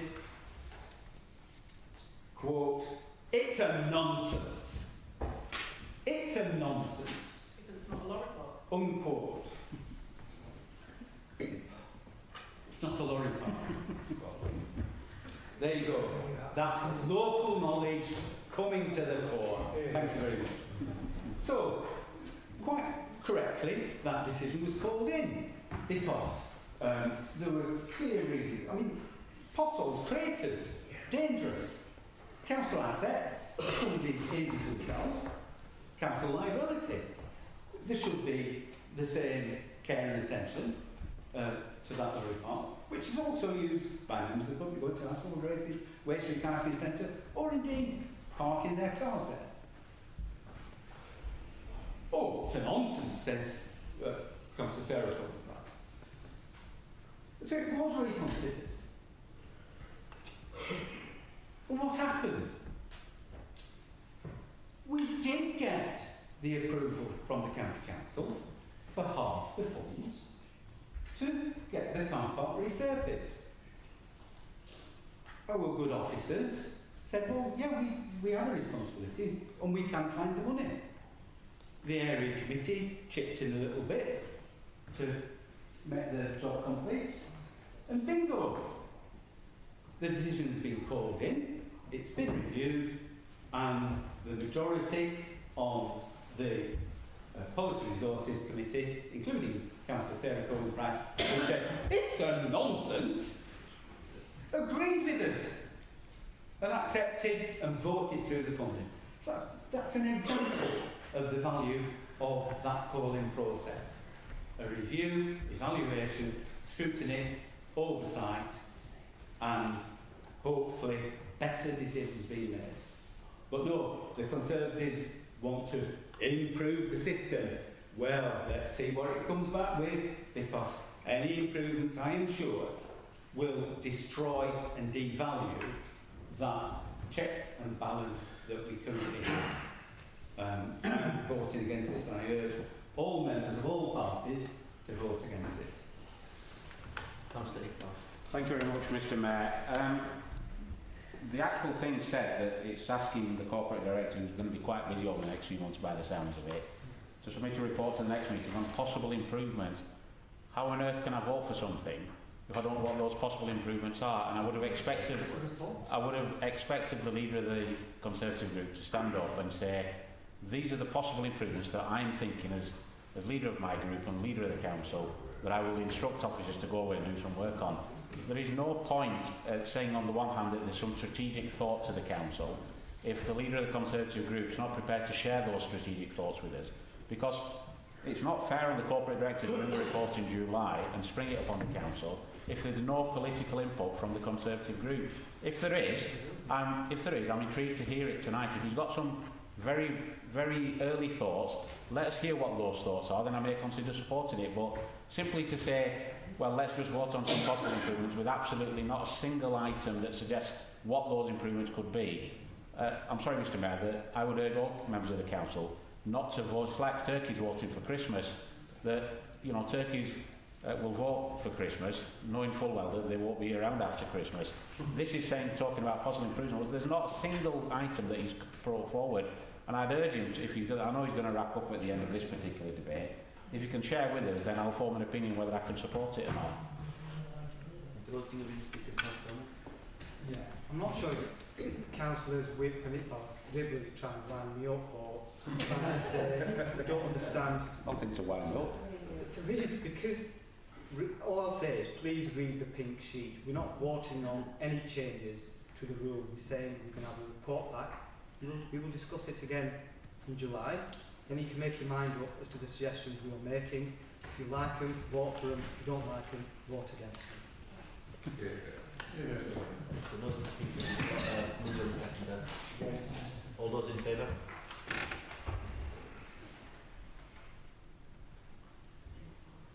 Against?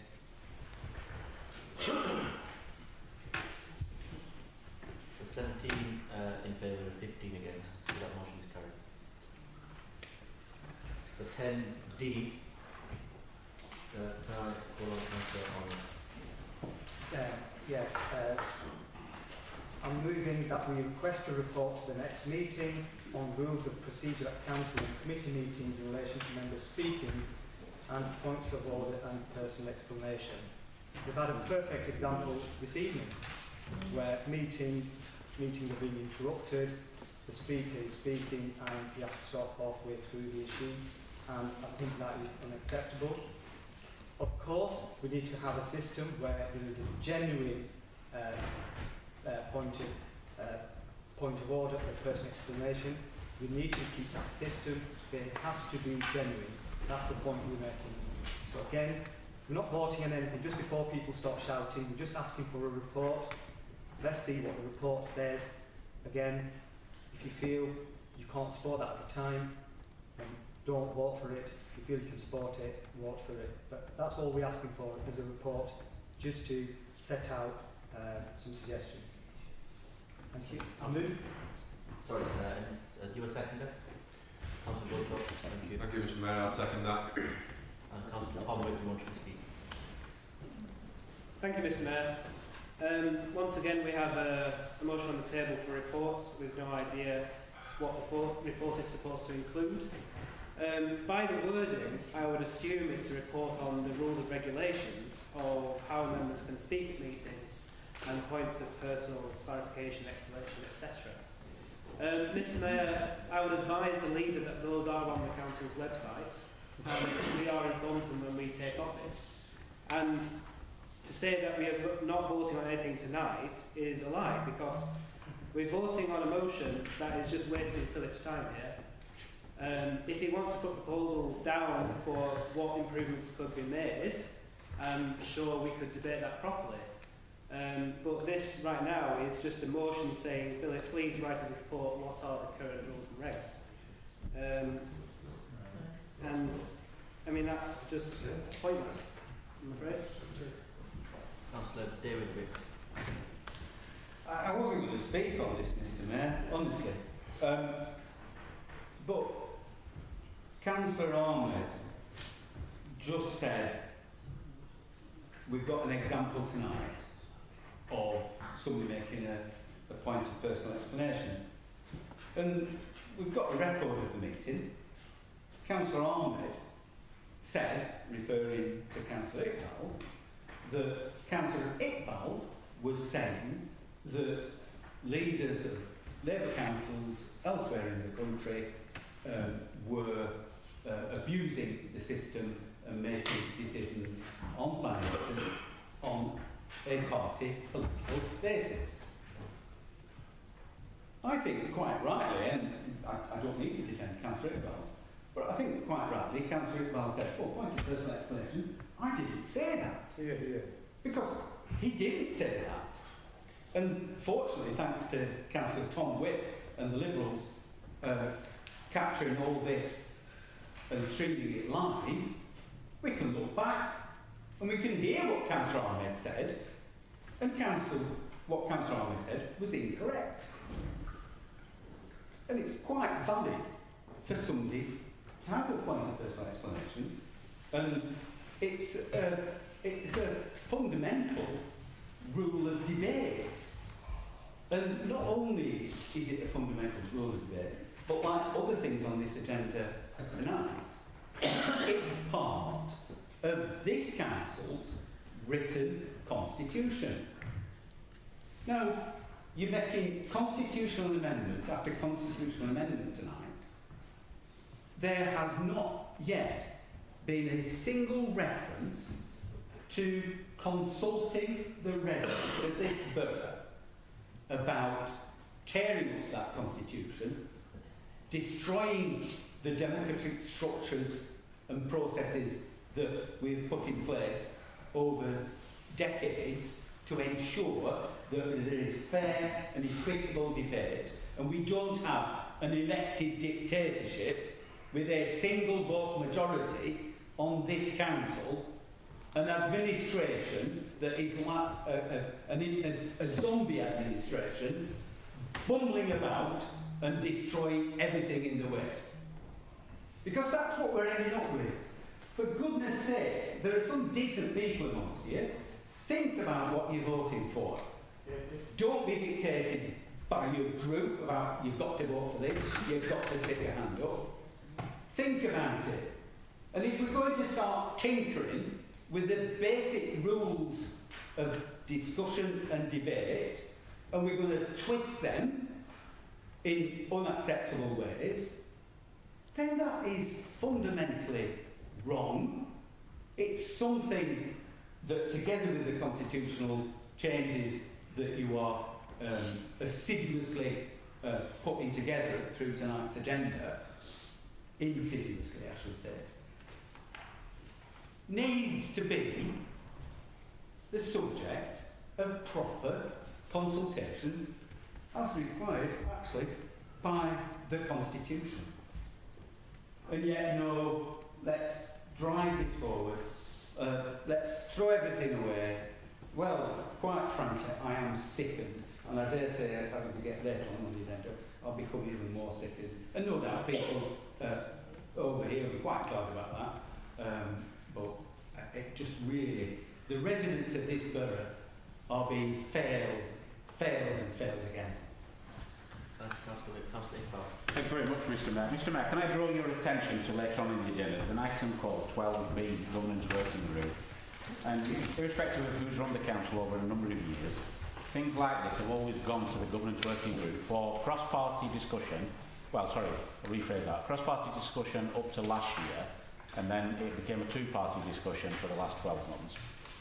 On issues like this, and there was a discussion and the detail was thrashed out there, and the report was brought back to this council. That was done by political councillors. Again, not by officers. Officers were there to provide the support that was asked of them. But Mr Mayor, I'm, as you're aware, I'm an LGA peer mentor, and virtually every council that I've gone to over the last number of years that I've been a peer mentor has a constitution like us, and I usually bring my copy of the constitution tonight, but I forgot it tonight. So that constitution is quite clear. And if the leader is saying that he needs a report on the rules of procedure, I would ask him to withdraw this particular bit and simply ask Philip to lend him his copy of the Constitution that he can read tonight before he goes to sleep in bed. Because that explains the rules of procedure, the points of order, the points of clarification, the points of personal explanation, how meetings are chaired, blah, blah, blah. And simply to say that can we have a report to the next meeting on the rules of procedure is simply wasting the time of Mr Morsdale. And again, if he talks about being strategic, he needs to share with us what he wants to change. It's not good, and the way that that particular bit is written doesn't talk about possible improvements. It talks about nothing actually. It simply says, Philip, can you bring the copy of the Constitution to the next meeting for discussion? Well, he could have done that today. We could have had a discussion on the Constitution today, but again, there's no ideas coming forward from the leader of the Conservative group, unless, Mr Mayor, the hidden agenda here is that he wants to try and gag council members from raising points of order and points of personal explanation, and in fact trying to gag yourself, because as a colleague opposite said earlier, why were you nodding when something that you agreed with? You should sit there as a statue, not simply nod your head, nor shake your head, because that's the way the Conservatives want to run this council. But if you read the way that this is written, there's nothing there, Mr Mayor, absolutely nothing. All it's saying is bring a copy of the Constitution, Philip, and Philip can pull that copy out of the Constitution here and tonight.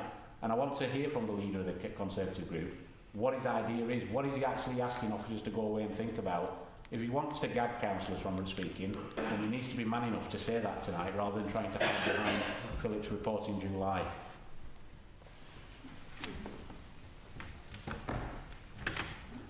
No other speakers?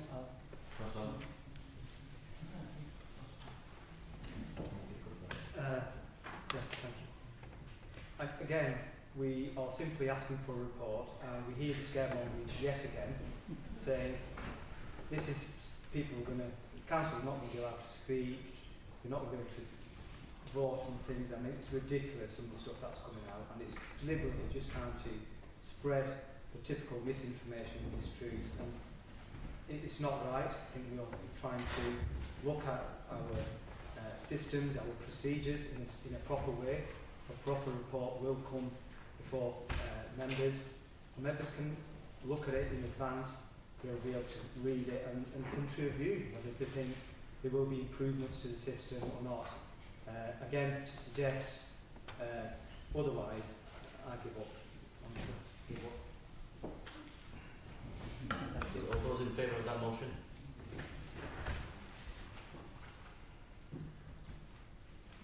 And all those against?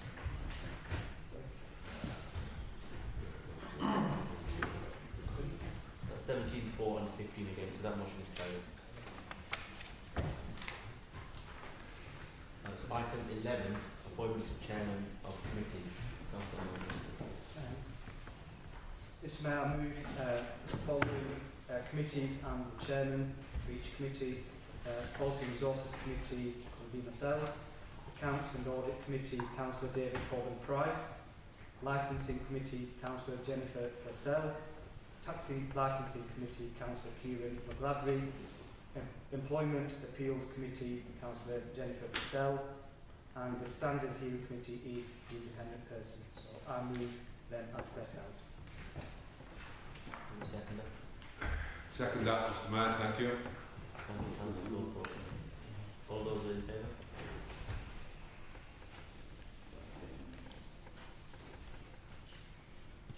Any against?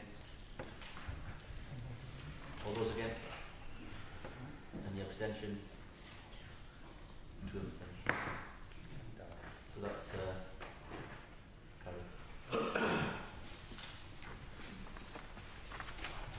Item 12.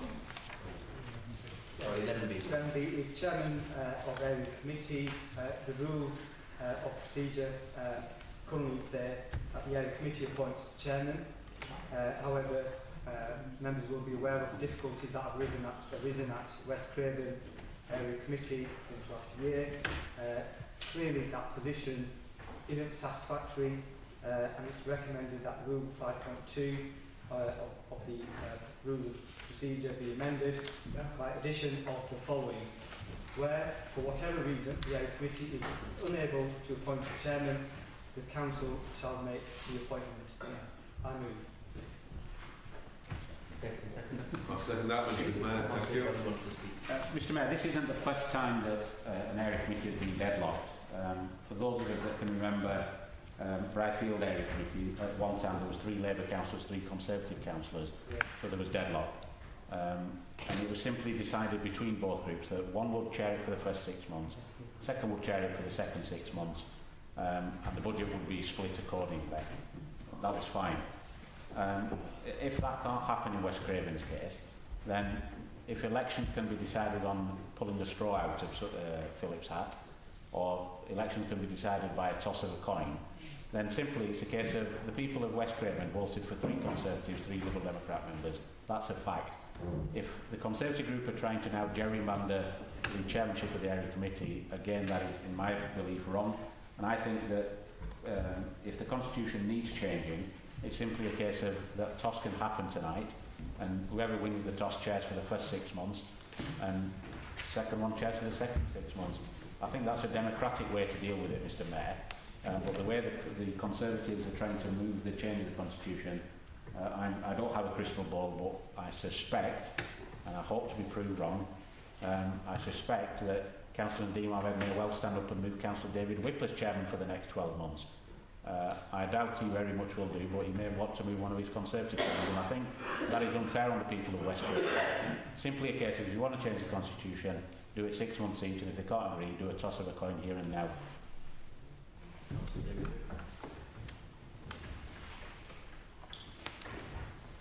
Thank you, Mr Mayor. Councillor Iqbal referred to a previous occasion when there was equivalence within an area committee at Brighfield and Reedley.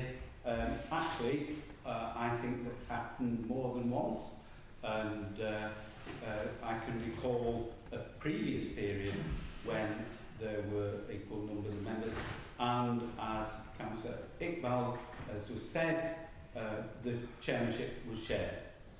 Now, we are all elected, and when we sit in the council chamber, when we sit in the area committee, we're all equal.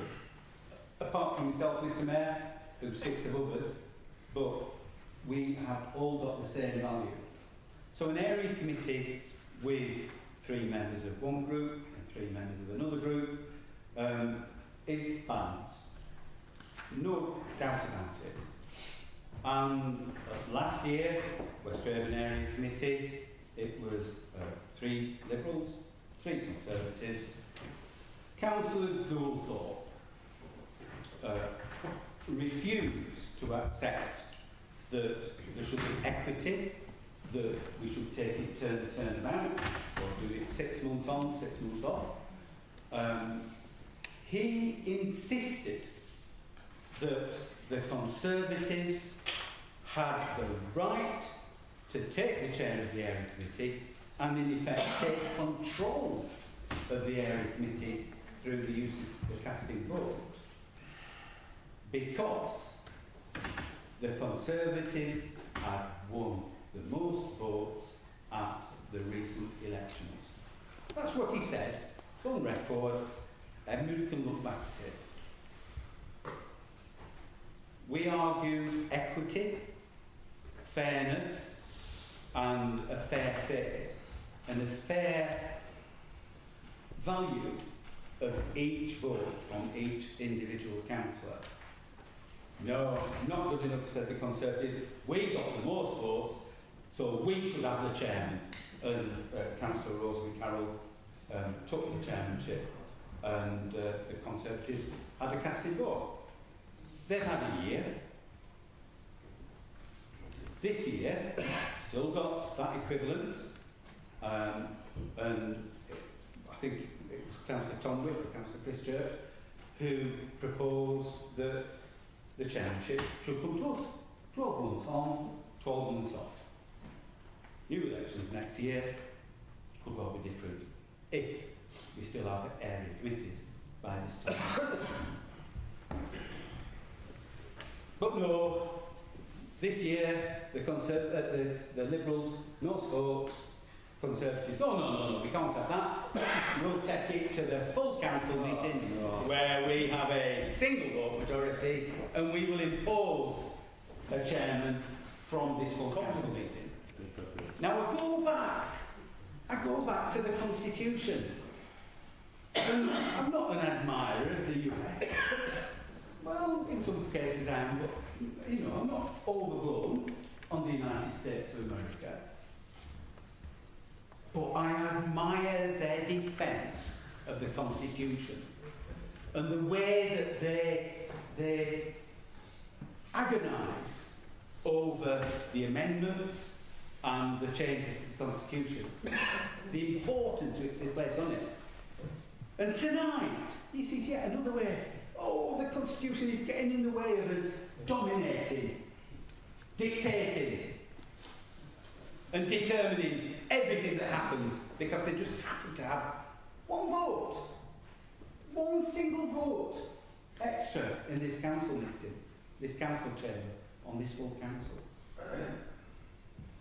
Now, where's the equity in that? Where's the sense in it? Where is the consensus? Where is the working together? Last area, just last week, there were 3 votes for, 3 votes again, 3 votes this way, 3. We said, let's have an adjournment, let's talk about this sensibly outside the meeting, come to some agreement.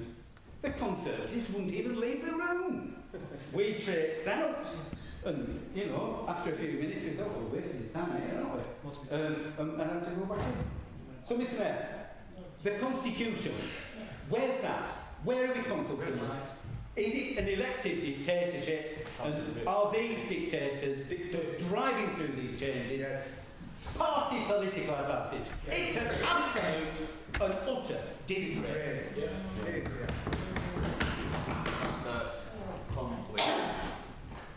Thank you, Mr. Mayor. I am a bit confused why this is just on here with no reference to any consultation. It should be that if we're making constitutional changes, that we do consult residents about those changes. And therefore I'll put an amendment forward that we do a consultation, public one, on this change. and that name vote as well. Yeah. Mr. Mayor, we tried every conceivable way to find amicable solution. We offered power sharing. We offered a third party who had no affiliation either way, who wouldn't have a casting vote but would act in the position of the chair to direct the meeting in a fair way. I mean, we don't mind. We didn't mind at that point if we had the chair, as long as it was fair and equal. But no, that was not good enough at any point during the course of that meeting. So, Mr. Mayor, I move my amendment, and I think people should just vote against this anyway, no matter which way the amendment goes. Thank you, Councillor Whitman. I think you asked for a name vote. I did as well. You were seconded for it. That's a name vote on the original motion and on my amendment. You were seconded. Second. Councillor David, you were seconded.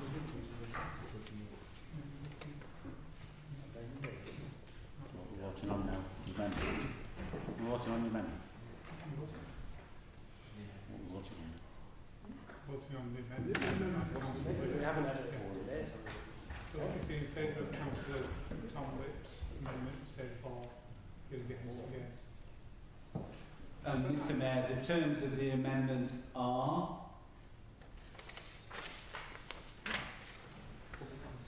Public consultation. there should be public consultation on the constitutional changes. Yeah.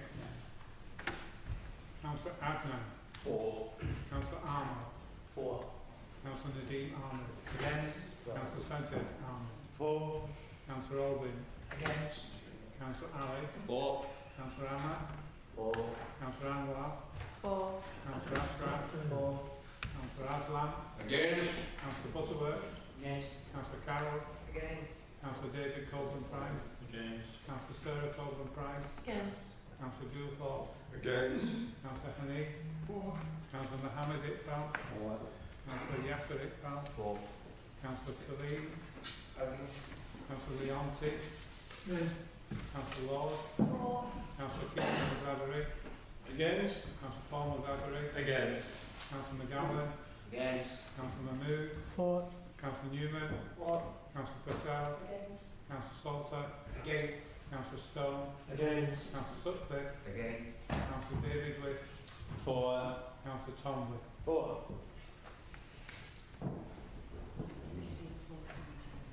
It's 15 for and 17 against. So that motion. Sorry, the amendment failed. We're voting on now the substantive motion. All those in favour?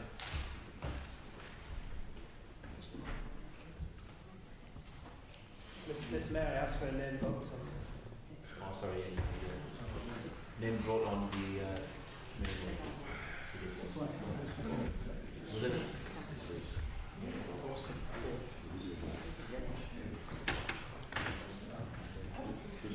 Councillor Adnan. Against. Councillor Armour. Against. Councillor Nadeem Ahmed. Councillor Sanchez.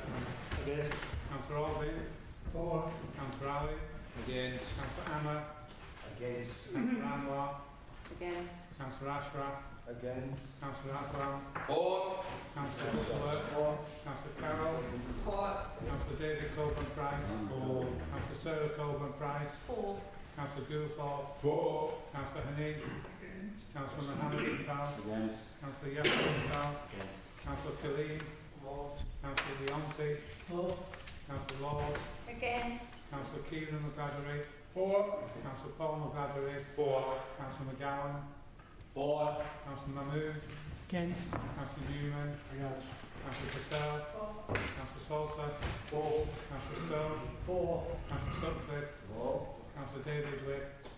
Against. Councillor Tomley. against.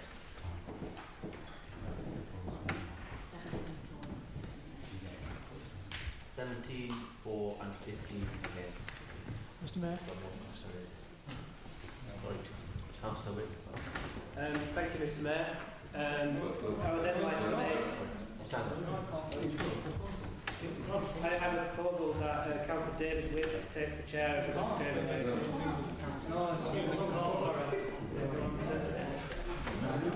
We then go on to appoint. So the leader of the council to move. Mr Mayor, since when was the constitution changed? Mr Mayor, since when was the constitution changed to prevent members of this council putting motions forward on items where no notice is required? There is no... we all have equality within. We are each of us in our individual rights able to put forward motions where notice is not required. That is what's in the constitution and the standing orders. It's not allowed to speak. So the advice is that it's for the leader to move. Obviously, if you want to move an amendment, then there's nothing stopping you doing that. But Mr Mayor, that's the advice. Mr Mayor, Mr Mayor, so the standing orders are quite clear that where notice is not required, any member... That's the advice I've given. That's what the ruling is. So That's going to be matter council. this is... Obviously, we don't know the constitution.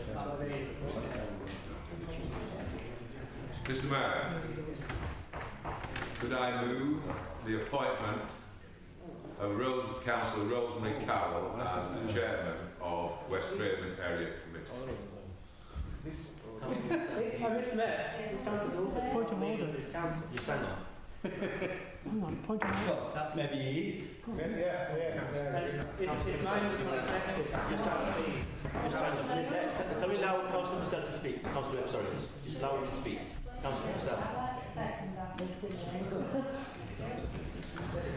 Mr Mayor, standing orders, quite clearly, Councillor Tomwick was first to indicate, put a proposal on the table which the leadership of the council refused to accept on the basis that it was for the leader of the council. Just allow me to... And yet you're allowing another member of the council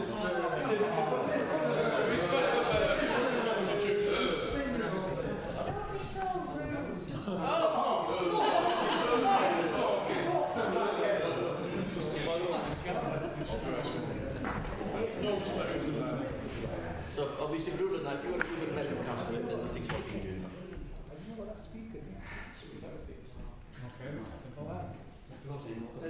Mr Mayor, was that directed at me? I have already... Move an amendment. Mr Mayor, I have already put a proposal on the table, which I did announce first. So I assume that Councillor Goldthorpe is an amendment to that. No, it's not. Right, in that case then, I will propose an amendment that Councillor David Wick is appointed as chairman of the West Craven Area Committee. Councillor David Wick was chaired it for many years. In addition, the West Craven Area Committee has had equal councillors for the last year and will have equal councillors for this next year coming. To be fair on the residents of West Craven who have voted the way they have in such a way that we've had a balanced committee between the parties, it is only since the chair has been held by the Conservative Council for last year that over this next year the chair should be held by the Liberal Democrat group on the West Craven Committee. Mr Mayor, I move that amendment. You a seconder? A seconder for that amendment? I'll second that. Councillor Iqbal.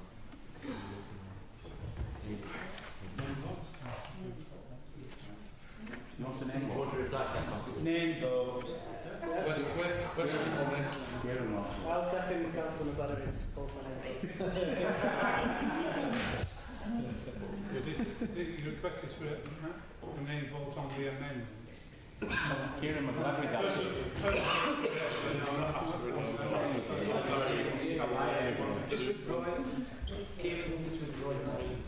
a request for an amendment? No, I was only seconding what I thought was The guy who requested the name vote on the amendment on the motion.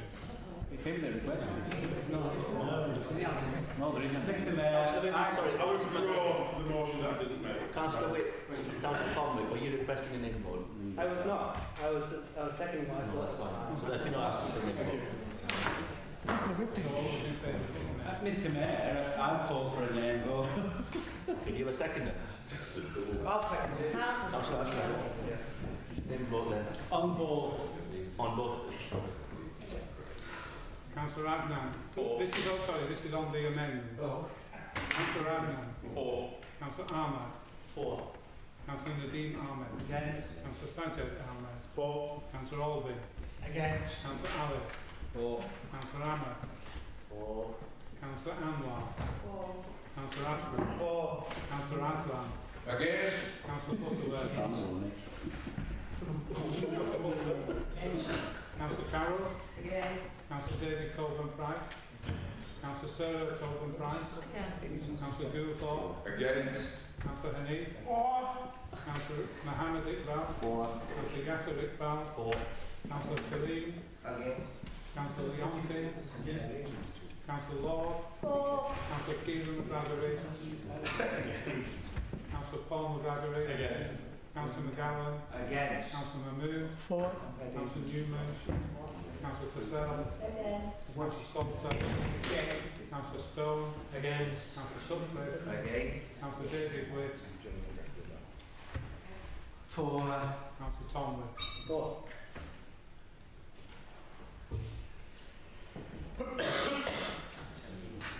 Amendment's carried. 15, 4 and 17 against, so that amendment is lost. Could I move for another amendment? I would like to propose that Councillor Jennifer Purcell is appointed chairman of the West Craven Area Committee. Why not?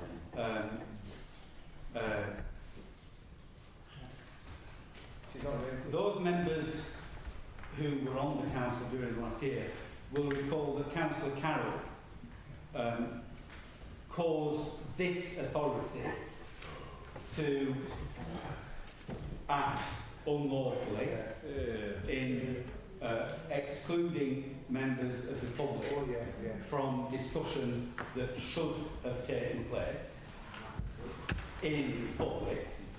She attempted to prevent items being discussed, and she attempted to truncate a meeting in order that she could just go home rather than discuss the issues that were actually on the agenda. Subsequently, she acted in such a way as to prevent items going on to the agenda. Chairman, Mr. Mayor, she also obstructed requests for site visits to be taken and held. And as a chairman, I think she failed the residents of West Craven. Councillor Purcell had to chair, I think it was one committee meeting. She made a good job of it. She was fair and equitable, and I think if there is to be a Conservative chair, and I don't think this council should be determined in that matter, but if there is, then Councillor Purcell will make a far better job of it than Councillor Rosemary Carroll. And so I will move that. Priscilla, I think you... No, she doesn't. I'd like to say to everybody, thank you for trying to put me up as chairman, but I feel that Rosemary Carroll can do the job right. She has done this fair and square, and I don't want to do it. That's the end. No, it's not. Just change the constitution. So the advice is that if Councillor Purcell rejects that nomination, The council. then It's not her decision. then that's the end of the matter. Mr. Mayor, can I challenge, I know it's not your ruling, it's the advice that you've got, but if an amendment is moved or a motion is moved and it's seconded, it becomes a property of the council, and the council is entitled to vote on that particular motion. It's not the choice of you as the mayor with advice from Philip. to ask that person, if something is moved and seconded, there's a vote that takes place. And if it's not, can I see where in the Constitution it says that that particular person can withdraw? Because my understanding from reading previous council meetings, going a number of years back, is that it becomes a motion of the council. And if not, can I ask you to direct me to where in the Constitution it doesn't allow that? Which standing order doesn't allow you to do that? I'm asking for the particular reference.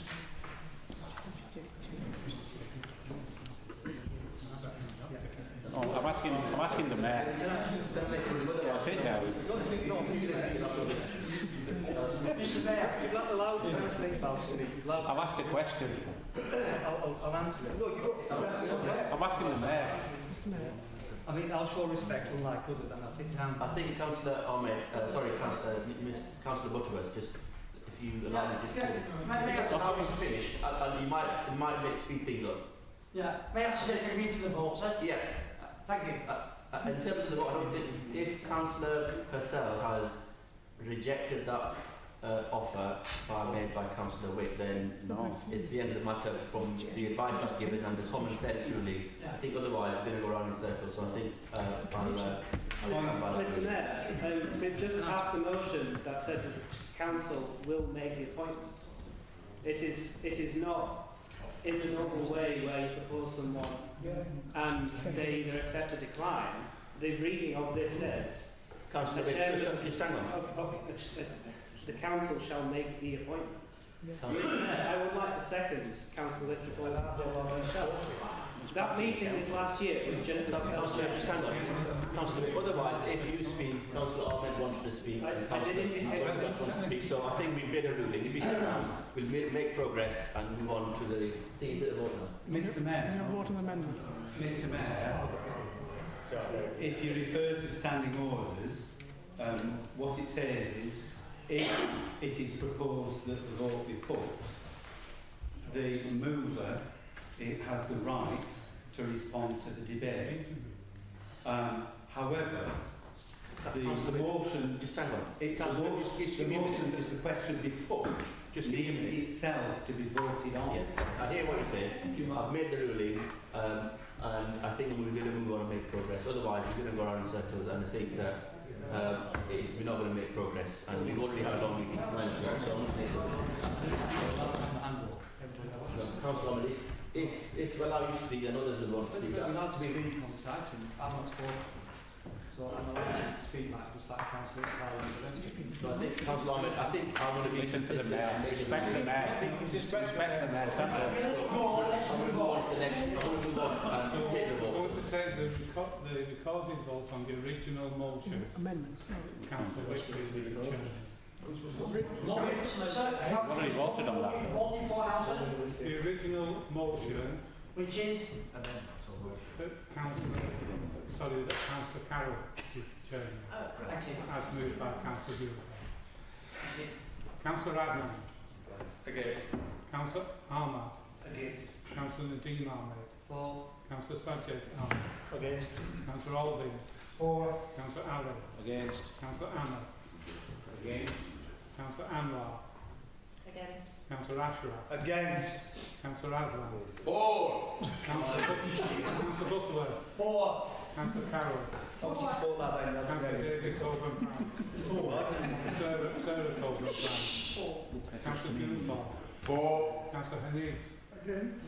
Councillor Mohammed Iqbal. Against. Councillor Yasser Iqbal. Against. Councillor Khalil. What? Councillor Leonti. No. Councillor Lord. Abstain. Councillor Keegan.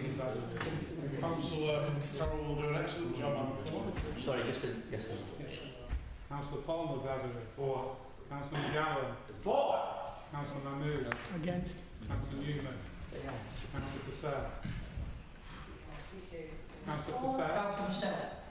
Councillor Salter. Councillor Stone. Councillor Sutcliffe. Councillor David Wick. Abstain. Councillor Tomley. Abstain.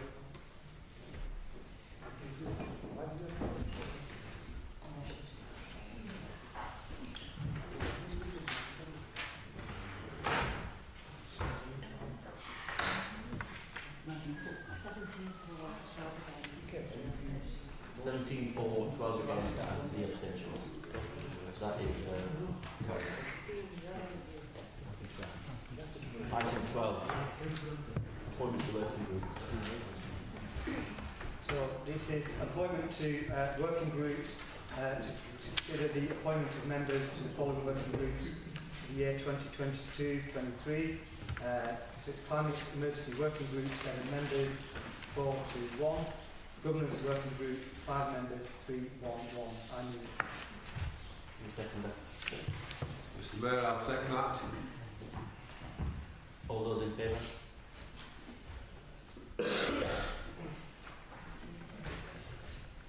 Any against? Abstention? That's carried.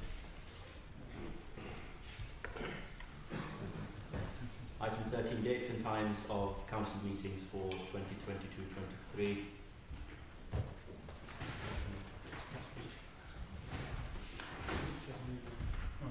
Sorry, yeah, I move that. I second that. All in favour?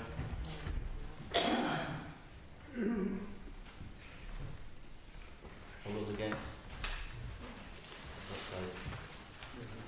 Item 15, appointment of representatives on outside bodies.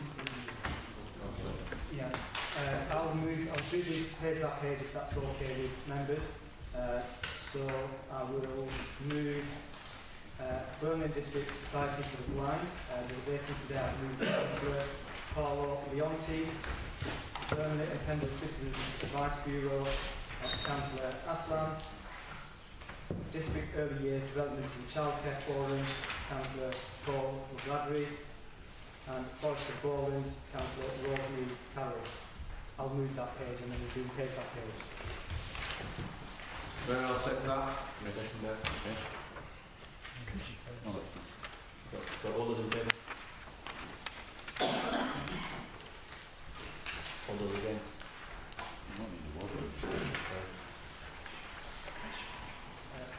Page 2, Mr Mayor. Lancashire County Council Health Scrutiny Committee.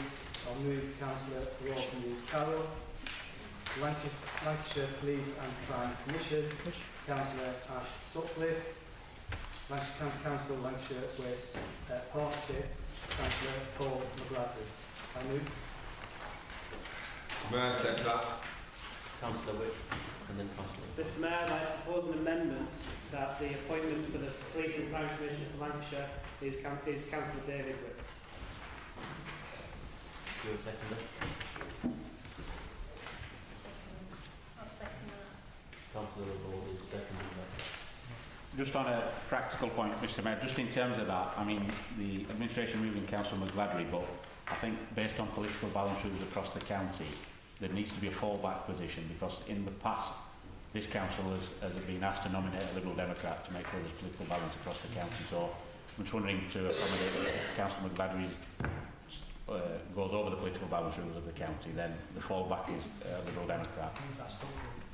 Sorry, Ash Sutcliffe, sorry.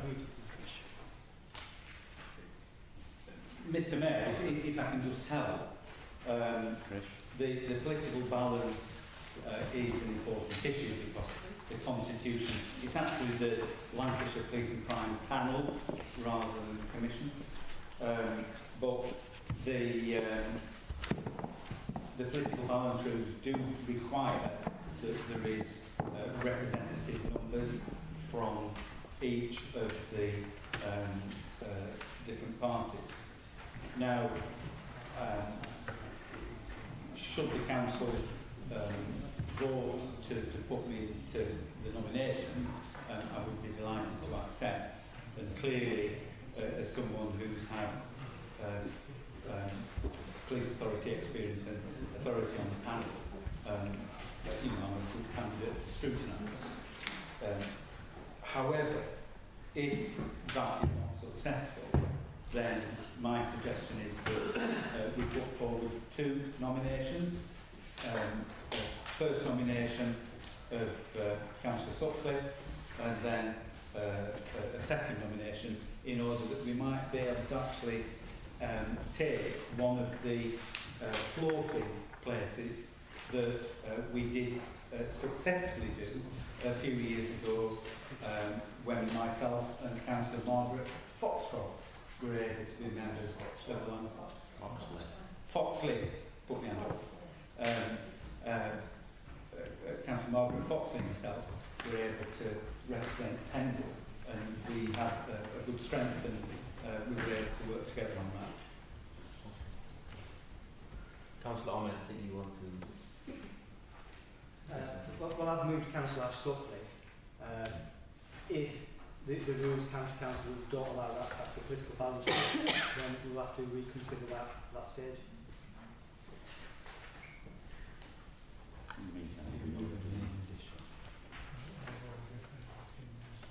So all those in favour of the amendment? All those in favour of the amendment?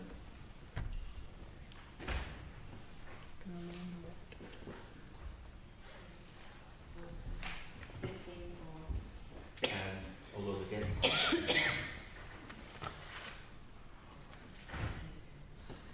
So, Mr Mayor, further amendments on that item then, that the council nominate a second nomination from the Liberal group, and see whether we can get one of the balancing places on the Lancashire Police and Crime Panel. Do you second that? Second that, Mr Mayor. Makes sense. There's no point wasting time there. Yeah, so all those in favour? Sorry, Sorry, and it's a positive suggestion, Mr Mayor, that I know the leader has said that if the political boundary reject Ash Sutcliffe, then Pendle in effect have been not represented on that panel for at least until July. And I think if we're fighting for two places, if for example Ash gets on and there's a floating place, I'd much rather we have two reps than have none for the next few months. So Ash in effect is the first rep, sorry, Councillor Sutcliffe is the first rep, and then if there's a second seat then it's offered to Councillor David Witt. Just common sense. You might as well have two for battling for Pendle. Yeah, if that is possible, but Ash Sutcliffe obviously would remain. If the rules don't allow that to happen, then... Yeah, that's been agreed.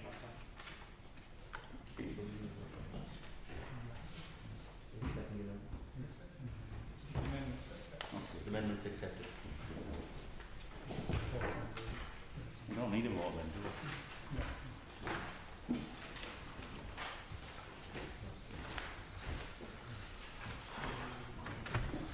Yeah, so on the final page, Pendle Hill Landscape Partnership Board, there's one vacancy. I'll move Councillor Sarah Price. Yeah, just that one. Mr Mayor. Yeah, in terms of the Pendle Public-Private Partnership, can I replace myself with Councillor Mohammed Amma, and then the Pendle Vision Board replace myself with Councillor Zaffaraya? Do you have a second for that? We don't need a second, it's our nomination.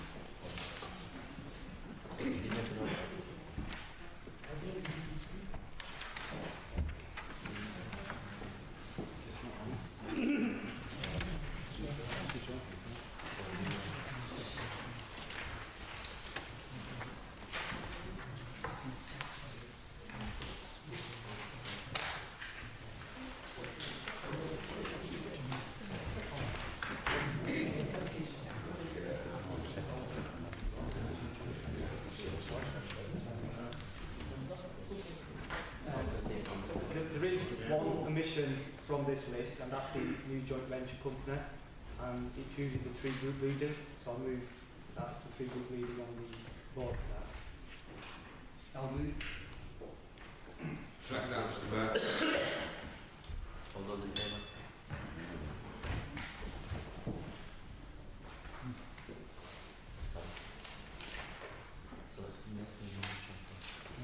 Yeah, Members Champion, Councillor Ahmed. Member Champion, Armed Forces, it's Councillor Neil Butterworth, supported by Councillor Salter. Dementia, Disability and Mental Health, Councillor Rosalie Carroll. Health and Wellbeing, Councillor Jennifer Purcell. Older People, it's Councillor Neil Butterworth and Councillor Carlo Leonti. Young People, including Every Child Matters, Councillor Paul McGladby. I'll move. Mr Mayor, I second that. All those in favour?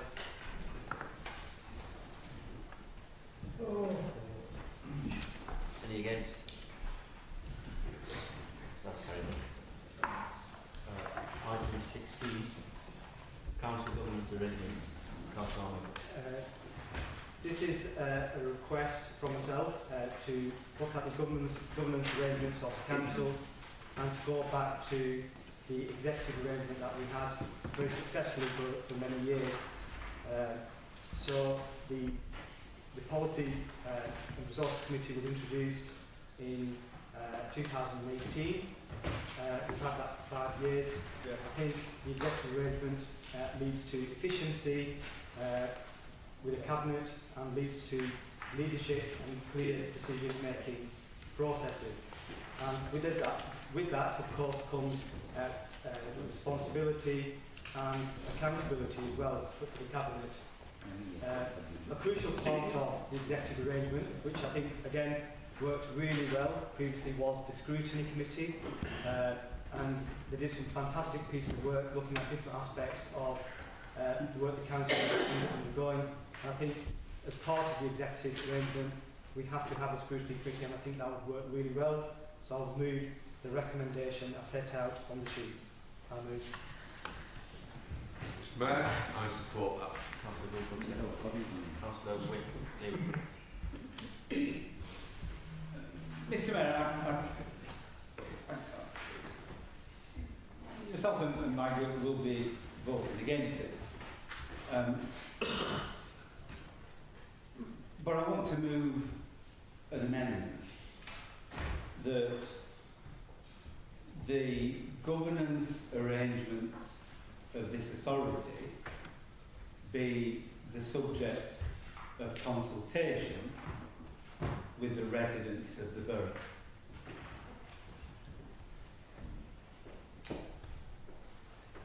Tonight, the Conservatives have been wielding a wrecking ball through the democratic structures of this authority. We have seen several votes where they've popped a snook at the Constitution, they've torn up the rules of debate, and here they are wanting to have a fundamental alteration in the structure, the governance structure of this council. And what's on the agenda? At the request of the leader of the council, a report of the corporate director is attached on a change in the council governance arrangements from a committee system to an executive system.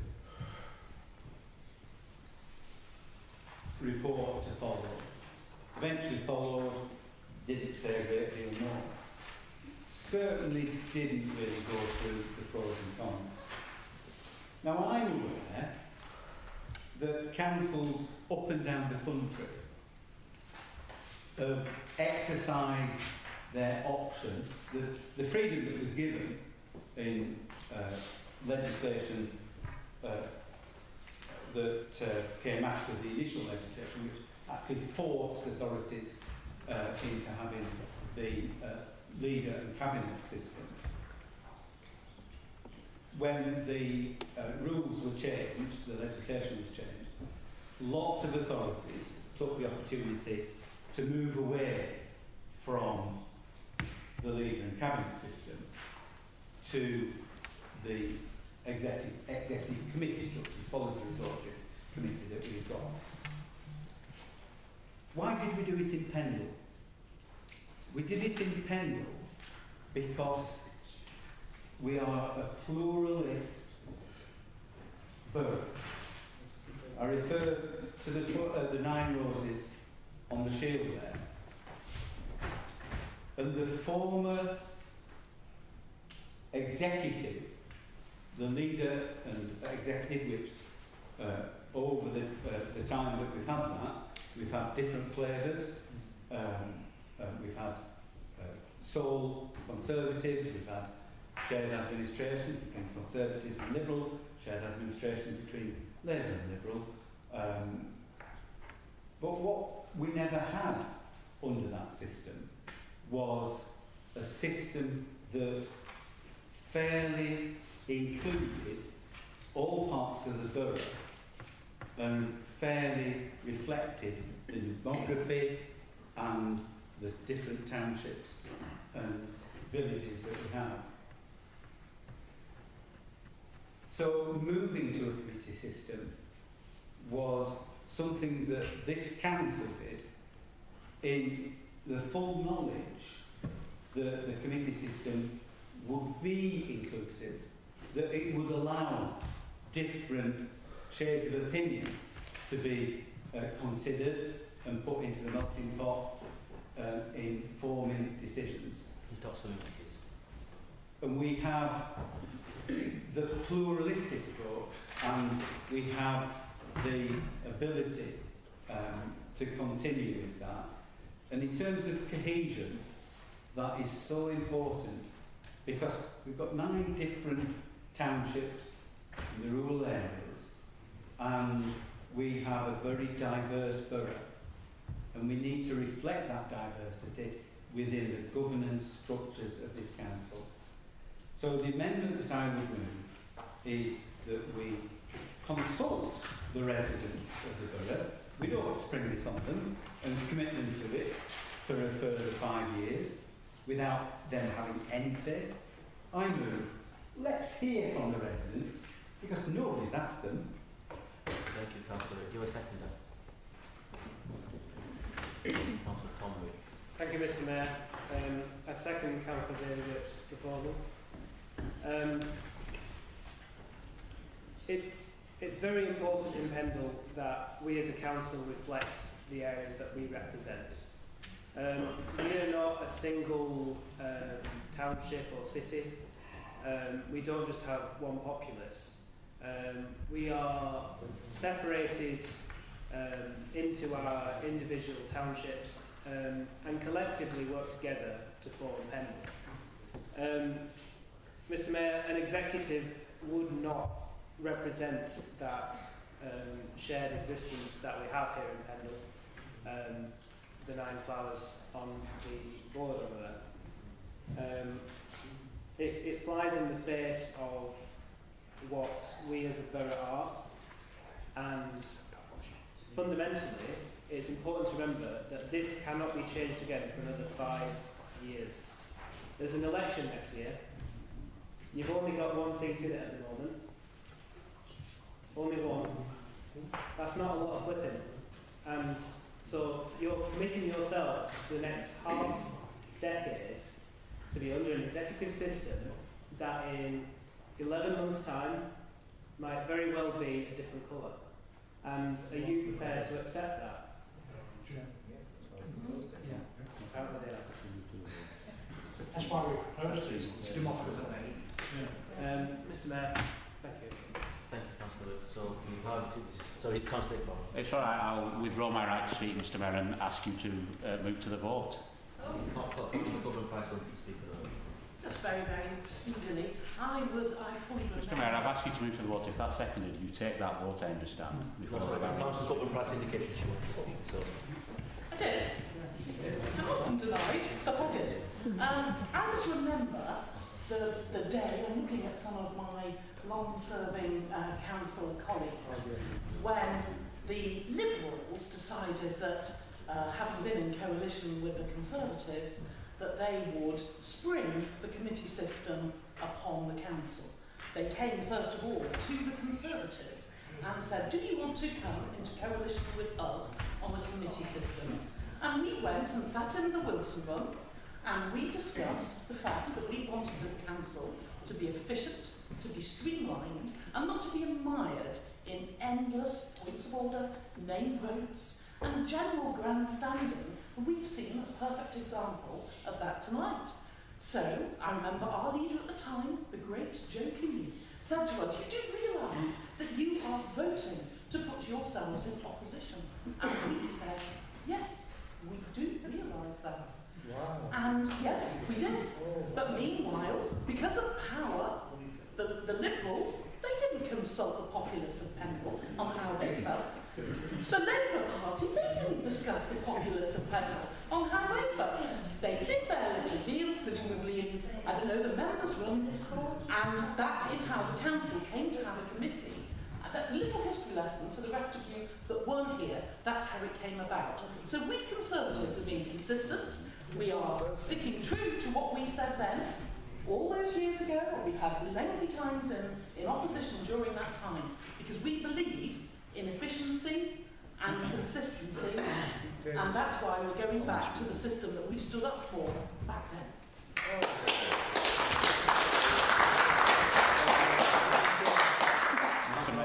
Were you told then, or Liberal? Councillor Iqbal. Chairman, now the debate has progressed, let me just correct the record for Councillor Coburn-Price's benefit.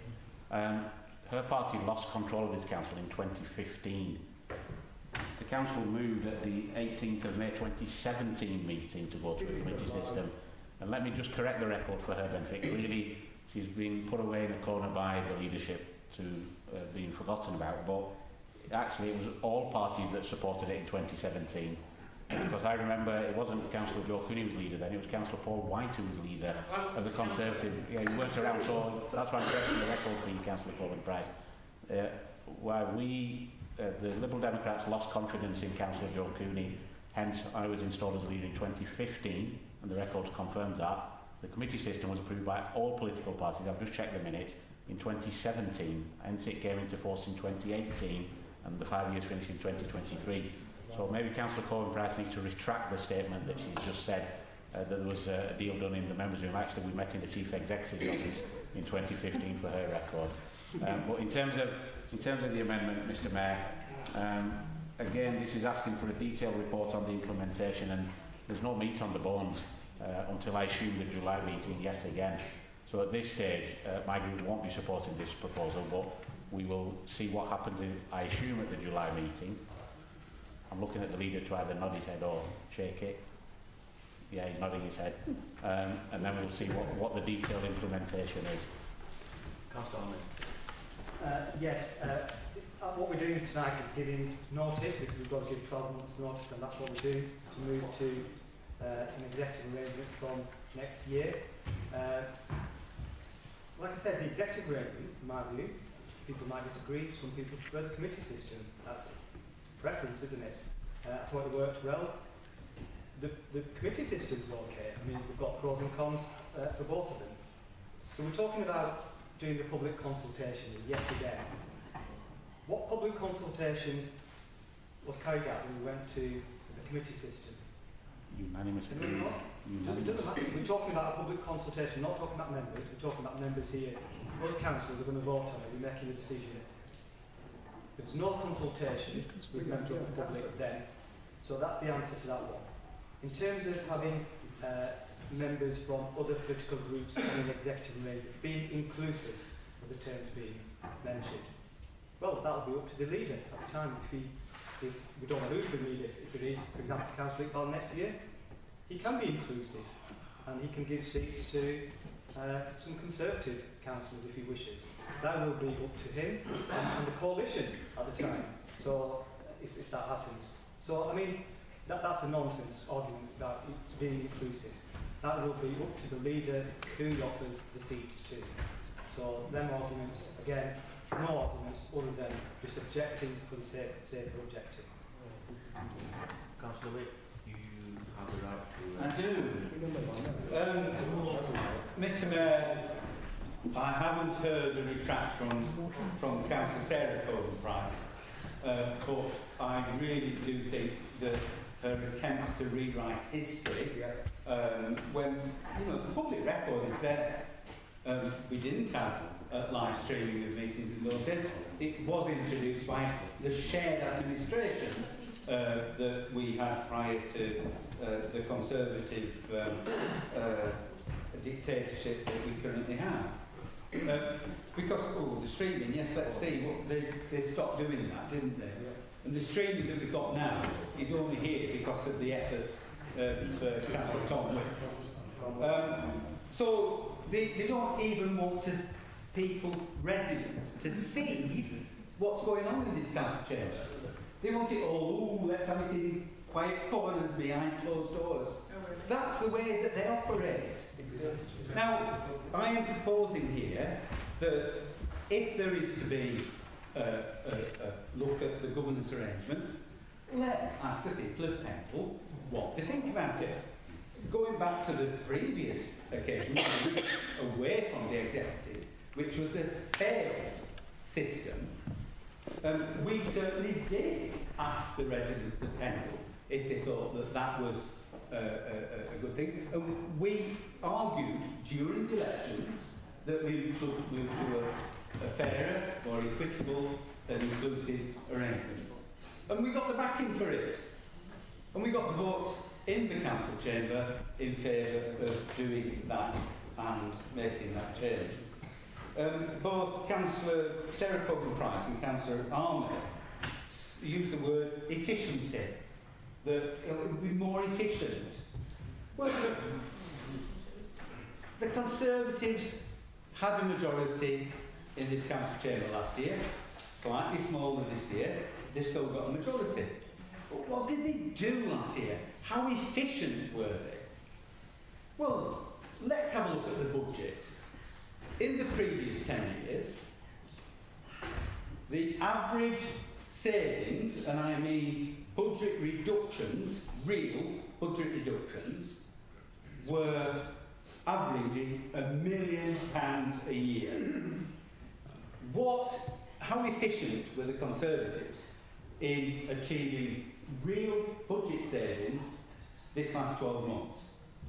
Well, if they managed £100,000, of real savings, that is all. And do you know what they did? They actually voted through last December a cut to street sweeping, yes, which is now impacting. They reduced the number of mechanical sweepers. And what they didn't know was that they were so efficient, but they didn't know that actually they were tied into a 7-year contract for the full complement of sweepers, and by axing one of those mechanical sweepers, there's £20,000 penalty to pay to actually buy that contract out. So that's efficiency for you. That's the elected dictatorship. That's the sort of executive arrangement that the Conservatives want. It's not efficient at all. And it's not effective. Effective is when you're actually taking decisions that work, that are good for the borough, good for the residents, and actually get results.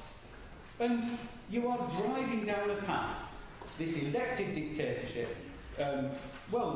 Do be careful what you wish for, but we will continue to argue. And Mr. Mayor, Councillor Iqbal said, well, we're only calling for a report. No, be quite clear.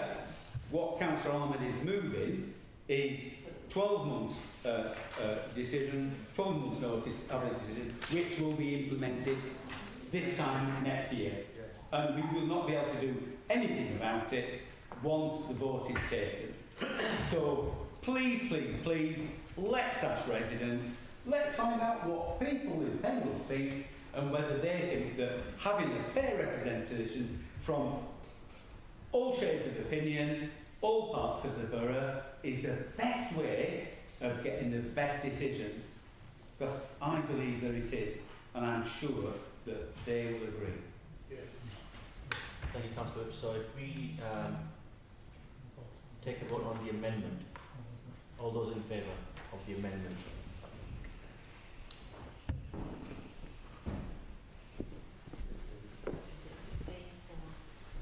All those against?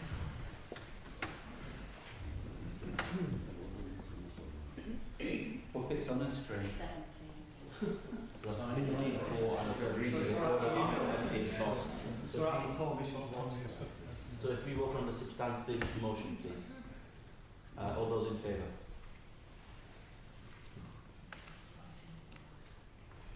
And all those against?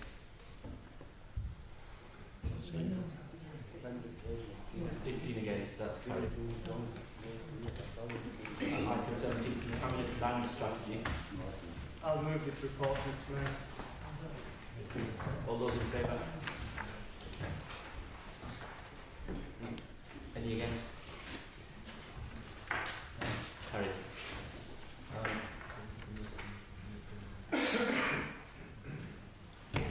So in terms of notice of motion, what I'm going to do is take on the emergency motion first, because I know that some members of the public have suffered already waiting for that. So thank you. The emergency motion is going to be taken first. A bit more focus. Thank you very much, Mr. Mayor, and I'm grateful to you for allowing this emergency motion. The motion is as set out, and I'll read it for everybody's benefit. This council believes in the freedom and protection of media reporting both across Pendle and the world. Number 2, council believes that any human deserves a respectful funeral and a burial free from any attack. The council condemns the assassination by the Israeli government forces of a prominent journalist in Palestine and the unprovoked attack on the funeral procession by Israeli government forces. Consequently, the council calls upon Her Majesty's government to publicly raise the above matters with the Israeli government and call for an independent, urgent investigation into the assassination with criminal charges brought against those involved. And council agrees to fly the flag of Palestine alongside the Ukrainian flag from council buildings to show solidarity with all those innocent victims of these conflicts. Mr. Mayor, there's one thing I think that as human beings, whether we are in this chamber or outside or as Pendle residents, we would insist on, is that when either we, I, you or anybody else passes away, that we have a decent burial which is free from any attack from anybody. And what the scenes that were witnessed by everybody in this chamber and outside of what went on with the funeral cortege of Shireen Abu Akleh, who's a prominent Christian Palestinian journalist who's worked there for 25 years, I think was abhorrent and a disgrace to society. Yet the reason and the excuses given by the Israeli government are preposterous. In fact, I understand they arrested one of the guys that was carrying the funeral cortege of this prominent journalist for obstructing their forces. Mr. Mayor, the fact is that if we look at the Ukrainian conflict, since that started, and I condemn the Russian government, in particular Vladimir Putin, for the attack on innocent civilians in Ukraine. 14,000 people have lost their lives in Ukraine over the last few weeks. And you indeed spoke quite eloquently 12 months ago at the full council meeting in the college, where you said that if nobody spoke up for that one person, ever, there'd be nobody to speak up for us. And you were right. 14,000 people have lost their lives in Ukraine since this conflict started. 32,000 people have lost their lives, innocent people have lost their lives in the Palestinian conflict over a number of years. Yet the world remains silent, Mr. Mayor. I think the fact is that our government is quite right, and I agree with Boris Johnson. I don't want to agree with anything that he's done, but in terms of imposing sanctions against the Russians, I fundamentally agree with. But there has to be a fair level playing field on issues across the world, whether that be in Palestine, Kashmir, Ukraine, Yemen, and a number of other conflicts that we're all aware of. I think that if our government imposes sanctions on the Israeli government, then they should come to the table with a two-state solution option, which the United Nations has said, which this council has previously said, and a number of members of parliament have said in this country. But Mr. Mayor, the fact is that the journalist who was assassinated by the Israeli government, our small actions, I think, will send a message to other councils across the county and across the country. And in fact, I'm aware from speaking to other colleagues across the country that they've tabled similar emergency motions at their full council meetings tonight and in future days to come. But the fact that we're asking, or I'm asking, Mr. Mayor, all colleagues in this chamber to support flying the flag of Palestine alongside the Ukrainian flag, I think is a positive, important gesture that we as Pendle residents do not believe in the way that this particular journalist and other people have been assassinated by governments across the world, but in particular the Israeli government. And number 2, that we stand in solidarity with the victims, innocent victims of all conflicts. In this particular instance, it's Palestine. It was Ukraine, I think, 2 or 3 months ago as a council, and no doubt there'll be other future motions that come forward. Well, Mr. Mayor, I would urge all colleagues to support this. This is not a politically motivated statement. It's not attacking our government. In fact, it's asking our government to use its good officers, and we have, as a government, good relationships with the Israeli government. we should apply some pressure because it's wrong. And what I saw was wrong, what you saw was wrong, what other people in this chamber will have seen was wrong. And Mr Mayor, I move the motion as set out and would urge colleagues across the chamber to support it, and to that extent I think it would send a really good message if there was a unanimous agreement to this, and to that extent I call for a name vote. Thank you, Councillor Zafar Ali. Thank you, Mr Mayor. Can I also congratulate you, actually, Mr Mayor, for utilising your powers as Mayor in bringing this very important emergency motion on a topic, as you have heard from Councillor Iqbal, very eloquently on in the past. We are at a crossroads. We've been at this crossroads before, Mr Mayor. Shireen Abu Akleh was a dual Palestinian-American national, so not only a Christian Palestinian, but a dual national. She was therefore a US citizen. She was iconic as a journalist and as a reporter, and according to Al Jazeera, 2 United States Democratic congressmen are actually pushing for an FBI investigation into her killing, and quite rightly so. On Monday, the United Kingdom and members of Parliament here called on the UK government to demand an independent investigation into the killing, whilst the UN called for an independent investigation too. Point being, we are at a crossroads, and we have been here before, Mr Mayor. As of today, the situation in Israel is that the governing coalition actually has lost its majority due to a minority coalition supporter pulling her support. And she explained that the violence against worshippers at the Al-Aqsa Mosque and during the funeral procession of this innocent Palestinian journalist last Friday, they were amongst the events that led to her decision to pull support for the government. Here in Pendle, on the other hand, we have a decision to make. It's a decision of right or wrong. Whilst the plight of Palestinians continues to deteriorate, Mr Mayor, do we stand with the innocent people of Palestine in sharing our discontent like the rest of the world? I've just cited numerous examples, Mr Mayor, of this one particular event where people have stood out. Just like we stood with the innocent people of Ukraine. As Councillor Iqbal pointed out, 14,000 innocent lives have been lost due to the conflict in Ukraine. Mr Mayor, the leader earlier on in tonight's proceedings referred to Sheffield Council when justifying his proposals for committee change. I'd also like to urge colleagues to hear that Sheffield Council participated in a flag-raising ceremony for Palestine once upon a time. For most of us, this decision is an obvious one, and I will support, while seconding this motion, I urge members across all parties to support the motion as set out. It isn't a political one. It's a decision of right or wrong. Where do we stand on that? Thank you, Mr Mayor. Any other speakers? No. No. Someone want to speak? No, no. Okay, I'll speak. This motion, we had a motion on a similar issue last year, Palestine. I think the simple question we need to ask ourselves is, which I would ask myself, is if it was one of our loved ones, a family member of ours, how would we feel then? If it was my son, my loved one, would we tolerate such behaviour? I think the answer would be no. This isn't about the Israeli people. The Israeli people are good people. This is a small minority of people within Israel and the government who are inflicting abuse on innocent people.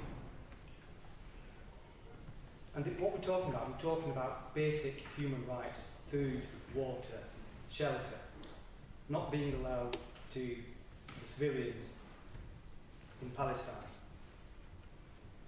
And the question again I pose is, if this sort of behaviour happened elsewhere in the world, would it be tolerated? I'll let members ponder on that thought. And I think this isn't about, again, it's not about religion, it's not about race, it's not about colour, gender, age. This is about human beings, no matter where they are. We passed a motion a few months ago, Ukraine, they also mentioned other countries where there are conflicts and innocent people are suffering. And I think it's right and proper that we support this motion in its entirety. I think it sends a clear message to the public, raises awareness about the conflict, and I think we have a duty in that regard to raise awareness of human rights abuses wherever they may be. And it's a small thing that we can do is to show solidarity to the people of Palestine. And I think I would want to go a stage further. Yes, we are here, we're having a discussion and a debate, and rightly so. We are discussing people who are suffering. But we discuss this once a year, and we discuss this when something happens in Palestine and there's a conflict. And I think we should be taking a more proactive approach, something practical and long-term. And it doesn't necessarily have to be councillors who lead on this. It can be a group that's set up, a working group. There used to be a Kashmir working group set up by the council, which did some fantastic work. And I think something similar needs to happen. It doesn't, like I said, it doesn't have to be the council, but councillors are here present, we can participate. If a committee will set up a group and set up a working group on Palestine, there's other organisations out there already, and I think maybe those who are interested, who really care and passionate about this issue, get involved in the existing organisations which do support the suffering and the plight of the Palestinian people. And then the organisation exists here in Pendle. And I would urge people, I know there's members in the gallery, and I would urge them, and I would get involved, and let's get involved with this group. And it's about raising awareness, it's about lobbying. It's okay, don't get me wrong, it's okay for us to stand here today, but this needs to be a regular occurrence, a regular theme, regular meetings, a professional setup. Then we can start making a little bit of difference in raising our voice and raising our views and trying to reach our politicians across the country, here in Pendle included, and to the government, and raise genuine concerns of human rights abuses taking place. And lastly, I think when I saw the funeral taking place, and people may or may not have seen the footage, I've seen the full version on social media. It wasn't so clear on our mainstream TV, but what was I saw on social media was an absolute disgrace, and it should not be tolerated in Palestine or anywhere else. Thank you. Councillor Ashton. Thank you, Mr. Mayor. We saw the most incredible outpouring of emotions last week in Palestine. At the funeral of Shirin Abu Akleh, there were people as far as the eye could see. Jerusalem never looked more Palestinian on that day. During this funeral procession, Israeli forces unleashed violence against the mourners and the pallbearers. If you do that with the world's gaze upon you, it's because you believe there will be no consequences, no action, no justice. Shirin's death has united Palestinians of all political affiliations and persuasions. What has made it worse is the Israeli propaganda machine, which swung into action as soon as the news broke of Shirin's killing. Israeli officials know the weight of this news by spreading misinformation and false propaganda. They hope to muddy the waters and obscure the truth of what happened in Jenin on that day. To be honest with you, I don't expect any justice. I think the Israeli record speaks for itself. I support the motion, especially the independent investigation. It's an apartheid state. We saw that in South Africa. The similarities there. You know, I mean, like I say, it speaks for itself, and it's the international community that needs to take action, especially at a government level, from our point of view. Thank you, Mr. Mayor. I support the motion. Thank you, Mr. Mayor. Some people, and perhaps even some in the council chamber, listening to the debate, will say, well, what has Palestine got to do with Pendle? And they're entitled to that opinion. But we are representatives of our communities, and what happens in Palestine, what happens in Ukraine, affects people who live here. And I used the word cohesion earlier on. Communities getting on together. And what is happening in other parts of the world is affecting how we, as different, diverse communities in Pendle, get on with each other. And I think that there is that direct link between the Middle East, Ukraine, and residents of our towns and villages, our communities. Speakers have already commented on the awful scenes that we have seen, and rightly those actions should be condemned. As Pendle Council, as representatives of people in our borough, we should not be silent. We should speak out. Our voices might be weak, our voice may not carry, but we have a voice and we should use it. There's been reference to Ukraine, and I want to draw another parallel between what's happening in Ukraine, the aggression that's coming from President Putin, the disinformation that is being spread, and I have to say the disinformation that is coming out of the Israeli government.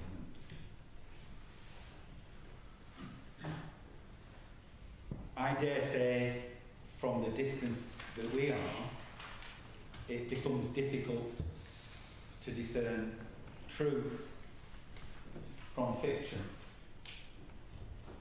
truth from fact. We need, nevertheless, to acknowledge that the scenes that we witnessed on our TV screens are very real, and we as a council should respond. And however we may be ignored, we are one voice against one voice amongst many, and we should say what we think. And I think it's a free vote on this, but I certainly will be voting for it, and I would urge all colleagues in the council to support it as well. Thank you, Councillor Butterworth. Good evening. Let us not forget every nation has terrorists. Hezbollah, as we all know, in Palestine. But that is not Palestine. I won't be voting for this motion. I think it's a really good idea. I look at the fact of my 8 tours of Northern Ireland, my injury 3 times, and I'm going back next month to walk the streets where I carried a gun with my friends. So I think it's a good idea to show solidarity with all nations. There are terrorists in every walk of life, even in our life, there are all terrorists. So I agree we should fly the flag and fly it high. Thank you. Councillor Hanif. Thank you, Mr. Mayor. Mr. Mayor, I don't want to repeat a lot of the things. Obviously, I don't know how many people have seen the video. Just seeing the video, it says it all. Words don't describe what you see there. And I know the motion is asking the government to do a lot of things. Will they do it? I don't know. Question is, what can we do? And that's the issue to everybody here. And I know last year, when you put the motion on, there were quite a few people who abstained. And that said a lot of things. Okay? The motion was carried, but it wasn't about the people who voted for it, it was the people who abstained. And I think what the thing we can do, Chair, is fly the flag. That shows Pendle is with not just Parliament, anywhere in the world. In the past many years, we've had peace vigils, wherever things have happened in Paris, in Iraq, wherever they are, we've always, supported the people. We're not interested in what the governments do, we're not interested in the politics, and the flag is all about supporting the Palestinian people, the Ukrainian people, everything else. So I'm obviously supporting this motion. I'm asking all colleagues to what they can do as Pendle residents, supporting some of the people living here and showing the international world that we are against violence of that nature. Councillor Neef, I don't think there are any excuses. Councillor Nick, I think you said you want. Thank you very much, Mr Mayor. I'm grateful to those colleagues that have spoken in terms of hopefully supporting the motion unanimously. But let me just address some of the points. Councillor Butterworth talks about terrorists across the world. One man's terrorist is another man's freedom fighter. That's a political debate, and I don't agree with what Hezbollah stand for, or other terrorist groups, but if you talk to them, they will say, well, we're freedom fighters against whichever government's in power. Well, the fact is, Mr Mayor, that what's going on in Ukraine, Palestine and other areas that I've mentioned reminds me, and I barely passed my GCSE history at school, but many people in this room will remember what justification Hitler had for what he did to the Jews in the Second World War. And there are a number of governments across the world at this moment in time, I think, trying to do the same to their parts of their population. I think that's wrong, and I'm sure people will agree with me.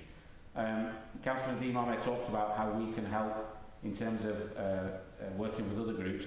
Obviously, everybody's aware, and everybody meets people like Richard McSween from the Pendle Palestine Twinning Committee. I know you're aware, Mr Mayor, that there's a delegation coming from Palestine in the next few weeks, and I'm sure you will use your good officers to show them our town hall and encourage them to do whatever. But I know there's a member of the public sat there, and and I'll call him out by name, is Abdul Shazad from Briarfield, who tirelessly over the last 2 or 3 years has raised a significant amount of funds for what's going on in Palestine to help those people have those things that we take for granted every single day. Me standing here, we take for granted. But if you're in parts of Palestine, in other countries across the world, you won't have the opportunity to stand in this chamber. In fact, we won't have a chamber. But people like him deserve a mention because they're going about their duties, not expecting any credit or anything from us. But I think it's important that the council recognises those things. I want to make clear, and I hope the other speakers have made quite clear, Mr Mayor, that I have nothing against the Israeli people. What I have a disagreement about, and I'm sure every other councillor does in this room, is the actions of the Israeli government and the way that they're going about things, especially in Palestine. And I think it's our duty to speak out as publicly as possible and take on board some of the things that have been said. And then finally, Mr Mayor, I've asked for a name vote, and I'd asked for somebody to second that, but just going back to the motion that was approved last year, simply by the abstentions being noted, my own view is, and I would urge colleagues to publicly tonight stand up and support my motion that's been tabled, because I believe that abstention will be a neglect of duty. Yeah. I so believe this. Second for the name motion. The name vote, yeah. So the name vote on that motion. Councillor Abner. 4. Councillor Ahmed. 4. Councillor Ahmed Nadeem. 4. Councillor Ahmed Sajad. 4. Councillor Albin. 4. Councillor Ali. 4. Councillor Ahmed. 4. Councillor Anwar. 4. Councillor Ashraf. 4. Councillor Aslam. 4. Councillor Butterworth. 4. Councillor Carroll. 4. Councillor David Colburn-Price. 4. Councillor Sarah Colburn-Price. 4. Councillor Goulthorpe. 4. Councillor Hani. 4. Councillor Mohammed Iqbal. 4. Councillor Yasser Iqbal. 4. Councillor Cream. Vote. Councillor Leonti. Vote. Councillor Lord. For. Councillor Kieran McGladdery. Forward. Councillor Paul McGladdery. Forward. Councillor McGowan. Vote. Councillor Mahmood. For. Councillor Newman. Vote. Councillor Purcell. For. Councillor Salter. Vote. Councillor Stone. For. Councillor Sutcliffe. Councillor David Glick. For. Councillor Tomwick. So that's a unanimous decision.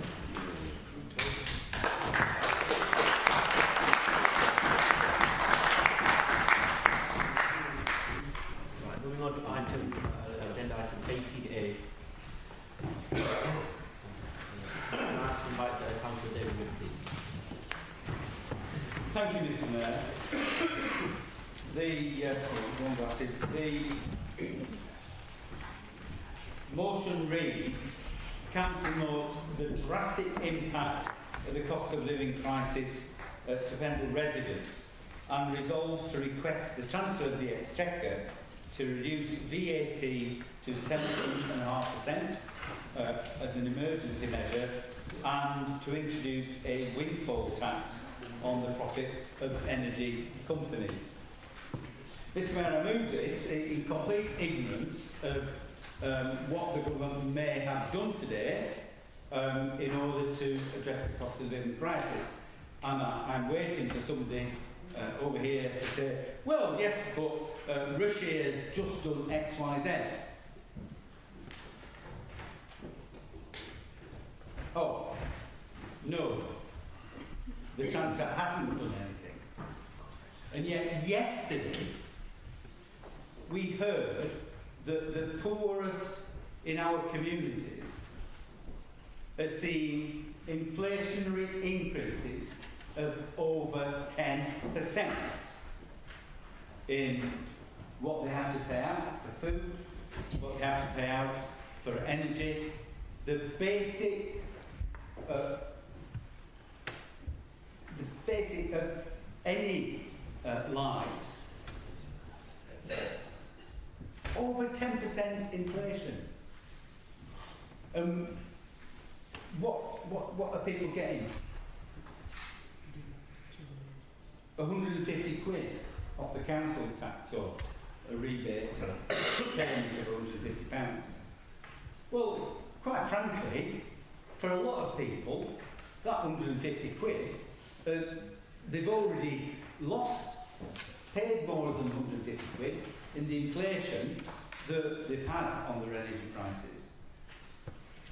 And yet, the government dither about doing anything effective about the suffering that people are having. And it's not something that's just affecting the poorest, it's something that is affecting the whole gamut of people, middle-income families, who are really struggling now, not what managed before, and now tipping into despair. So there are things that can be done.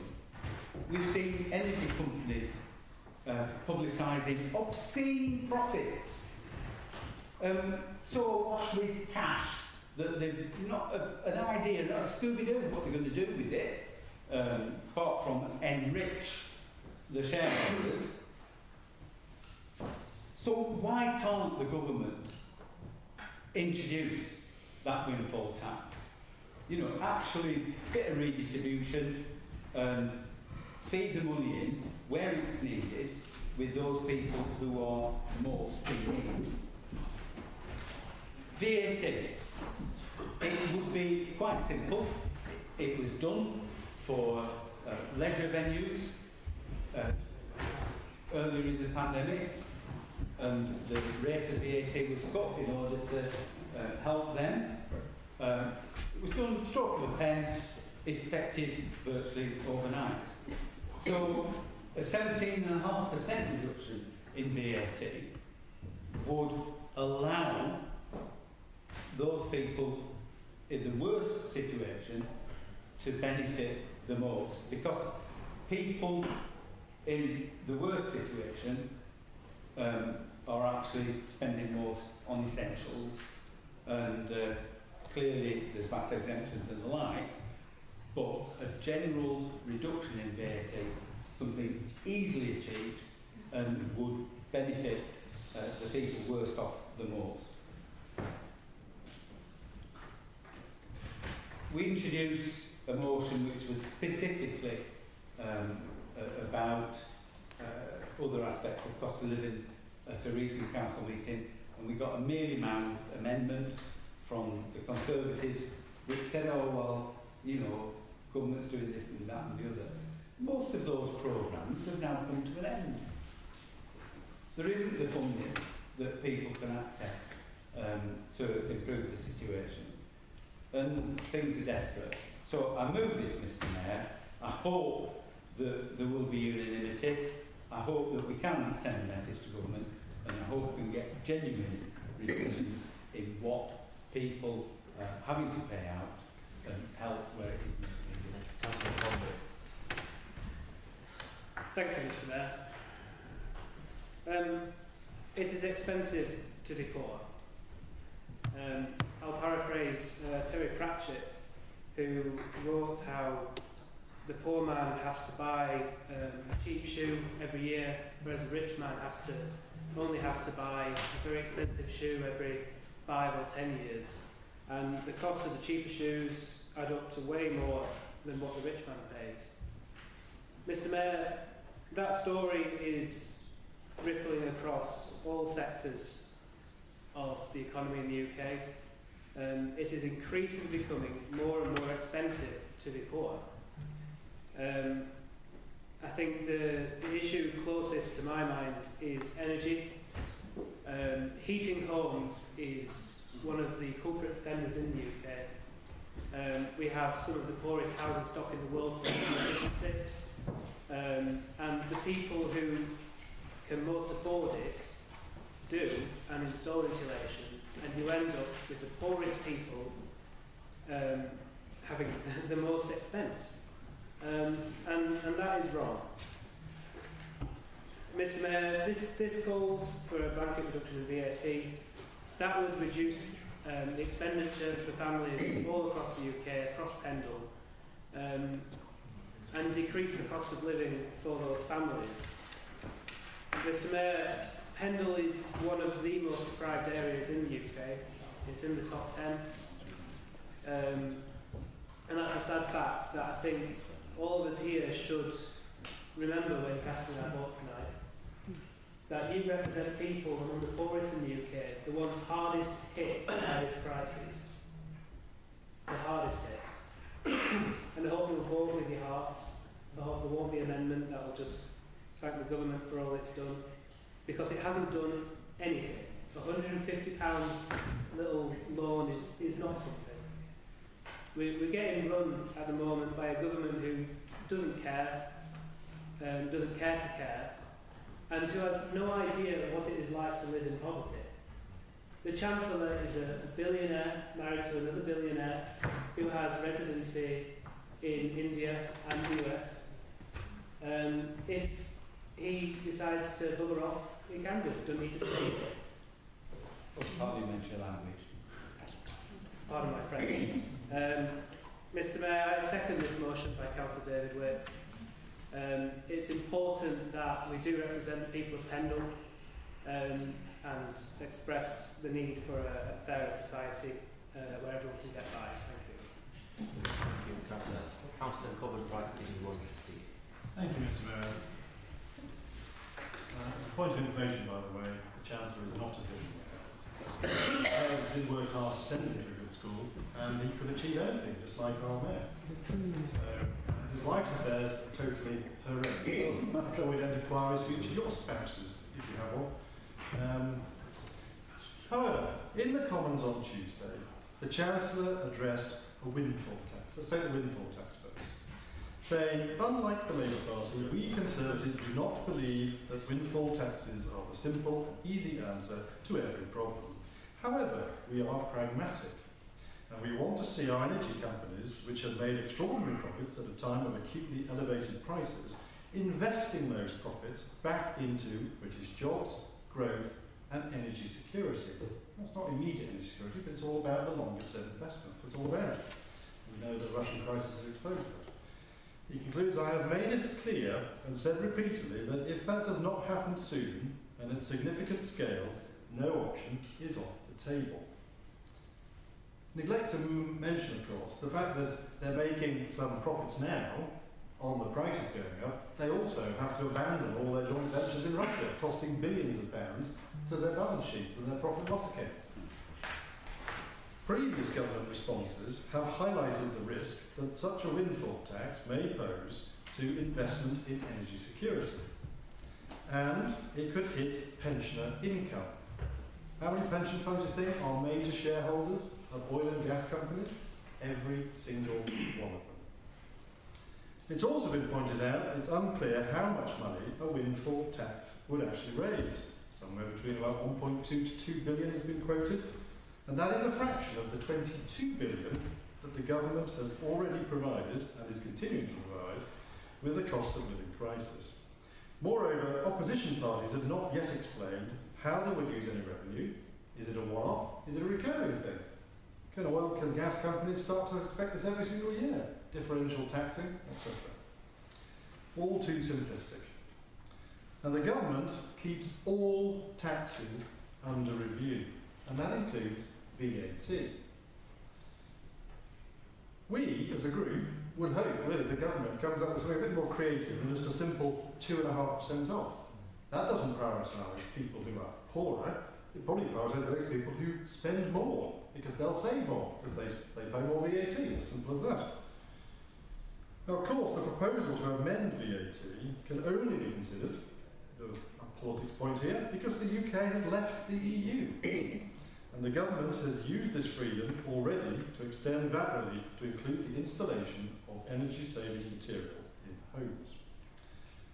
Therefore, I do not support the headline-seeking motion from Lib Dem head office. The arguments are far too simplistic.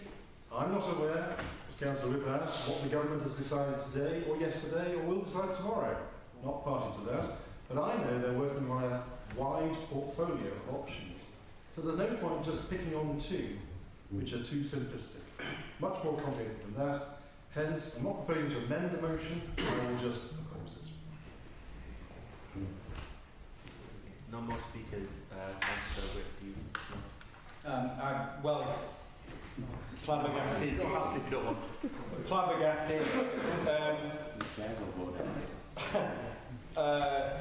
I think Councillor Coburn Price revealed his sympathy when he said that the hard-pressed energy companies, obviously, quote, had to abandon their assets in Russia. Well, hang on a minute. Those sanctions are seeking to save the lives of thousands of Ukrainian people. Today, a Ukrainian lady came into the office in Bonalswick, arrived in Bonalswick on Monday this week, speaks no English, abandoned, well, no, that's not the right word, had to leave her 2 children in Ukraine, made it into Poland, and is now living here in Pendle. And quite rightly, this country is imposing sanctions on that aggressor in Russia. And Councillor Coburn Price, accountant exemplar, all he has to look at is, oh, well, they had to abandon their assets in Russia. For goodness sake, get your priorities, get your sympathies in the right place.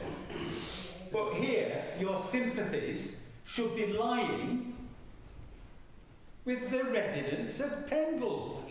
And it isn't. I said it in movie. It isn't only the poorest people. It's middle-income families who are really struggling. The people who, the person smirking over there, as a Conservative, should really be thinking, well, I need to look after them best I can. But no. And as for, quote, proposing a headline-seeking motion that's come from Liberal HQ, we're a load of codswallop. We're a load of codswallop. I mean, the bad grammar in here is all my own. It's not something that's been, sent through to us. It is actually, it's incorrect. It's a motion I wrote and sent in. Nobody influenced it apart from colleagues within my group. So I'm sorry. I've lost all faith in the sensible people in the Conservative group voting for the right thing. I absolutely despair. Thank you, Councillor. All those in favour of the motion?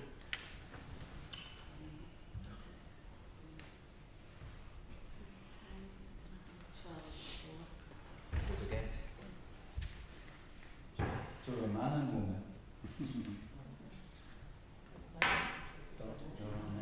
17 against and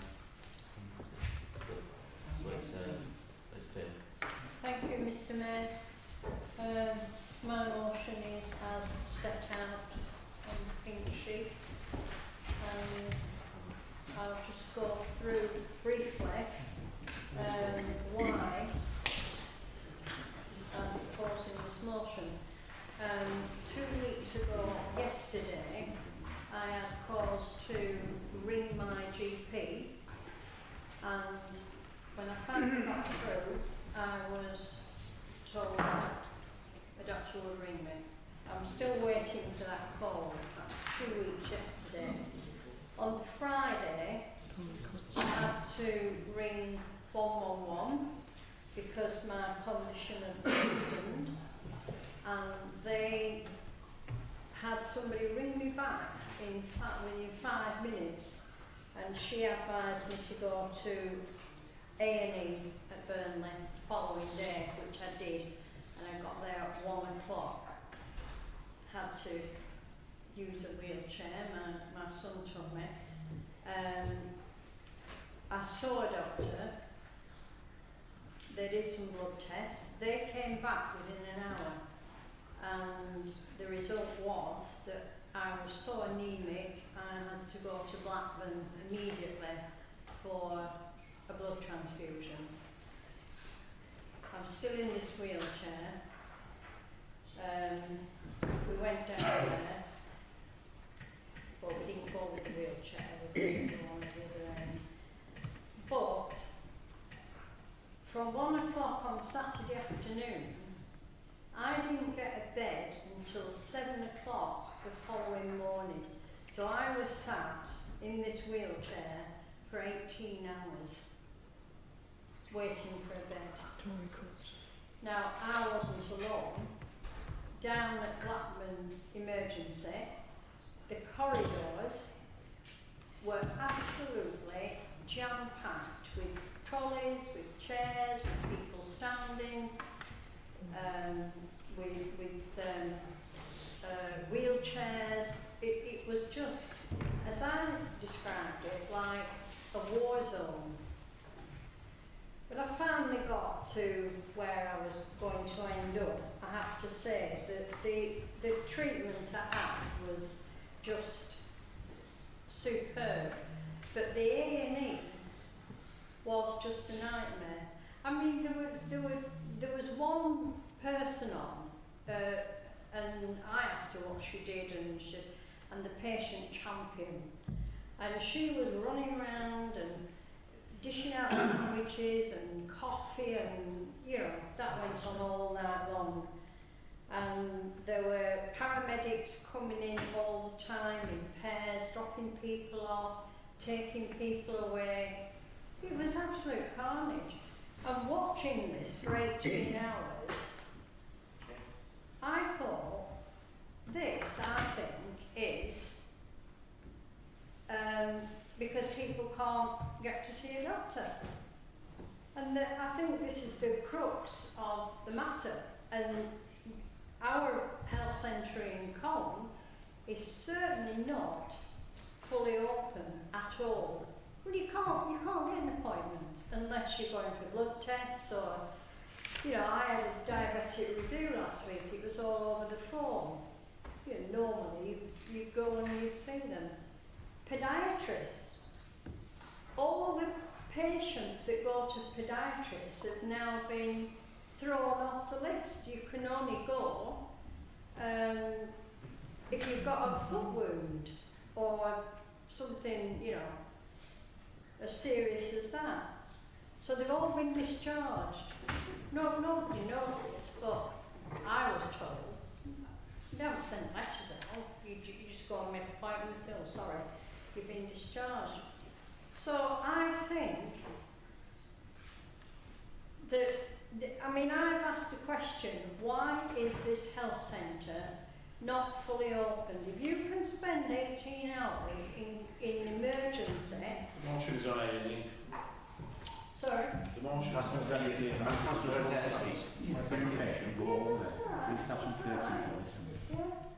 Councillor Lord, you can continue. I feel I have to explain the situation as it is and as I saw it. So if I'm digressing slightly, I apologise, but I'm trying to get the picture across. So I think the A&E department is suffering because the GP surgeries are not fully open. If you can sit 18 hours, one lady told me she'd done 21 hours. If you can sit in a massively crowded place for all them hours, almost a day, why can't you sit half an hour in a doctor's surgery? It just doesn't make sense anymore. So I hope that you all support this motion and let's get our GP surgeries open so that the A&E system doesn't suffer anymore. And let's get this town hall open as well. Councillor David Wick. Thank you.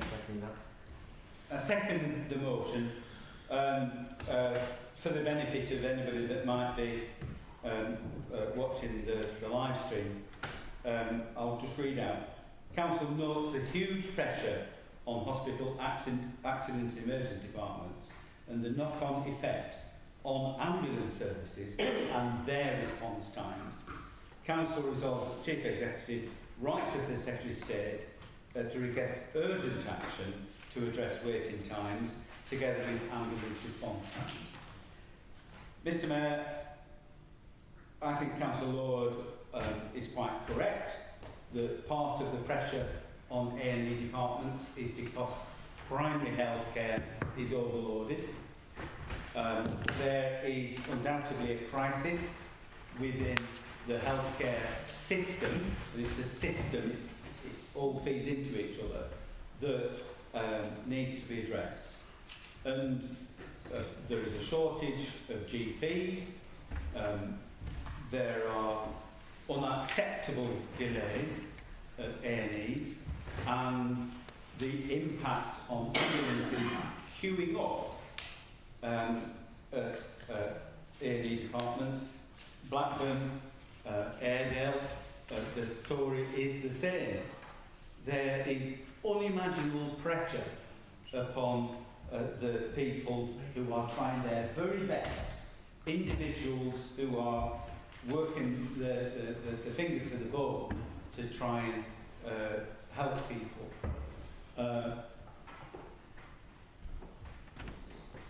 As a council, we need to be shouting for our residents.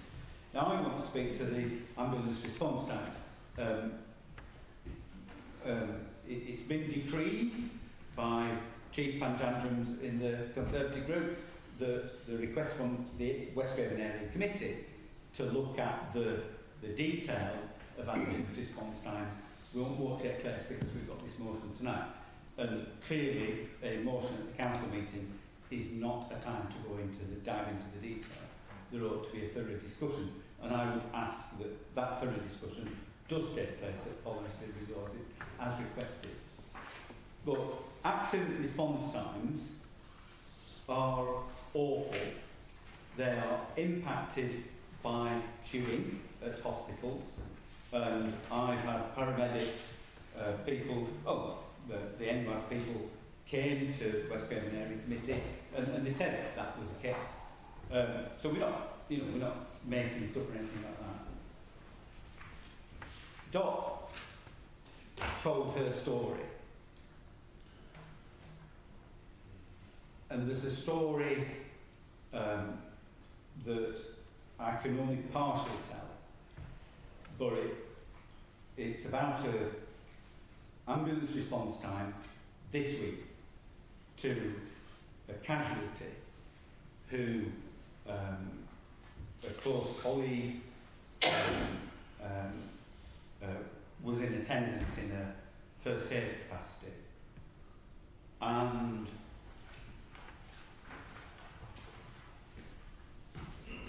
there was around about a 40-minute wait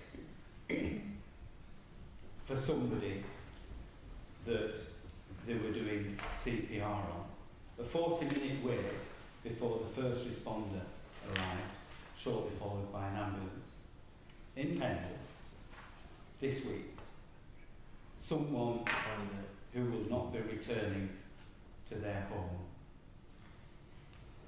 That is all too frequent. The statistics tell the story in a bare, functional, accountancy way. But the stories of individuals are much more powerful. As a council, we can only pass resolutions. We can perhaps help in some way, I don't know. But tonight, we can speak, hopefully, with one voice and ask the government to take effective action. I second. Thank you, Councillor. I don't think we've got any speakers, so if we go to, Councillor Butterworth. So, as that young lady was talking, and a lot of you looked at your watches and touches and what have you. But I didn't, because I went to hospital. I was in the same hospital as Dorothy. She's in the next ward. So I went to over the border to the hospital at 4 to 11 at night. I thought, I'm diabetic, my foot was swelling up. So when I got to the hospital, it was absolutely jammed. They were coming out the door. So I turned around and went. I wasn't going to Burnley straight away, but I was that tired, I thought I'd go in the morning. I went to Burnley in the morning at 4:45. It was like a cattle market. There were 6 buckets and it was awful. I sat there for 5 hours on my backside. 5 hours. Only to be told that I had to go to Blackburn and do I need an ambulance. And thank God I didn't need an ambulance. So when I got to Blackburn in my own car, there was 6 ambulances waiting to get in there. I went into Blackburn, being referred, and they had my name there and everything. When I got in there, yes, they were good, we're expecting you, take a seat. A further 5 hours. Now, before you all look at your watches and talk, just remember sitting in where you are for 10 hours. Well, even enough now, eh? But 10 hours sat on my backside. Only when I got up and complained and said, I'm going home, I've fallen asleep, I can't stay awake. They said, I know what, we'll get you a bed. I said, oh, wonderful, I'm in to get a bed.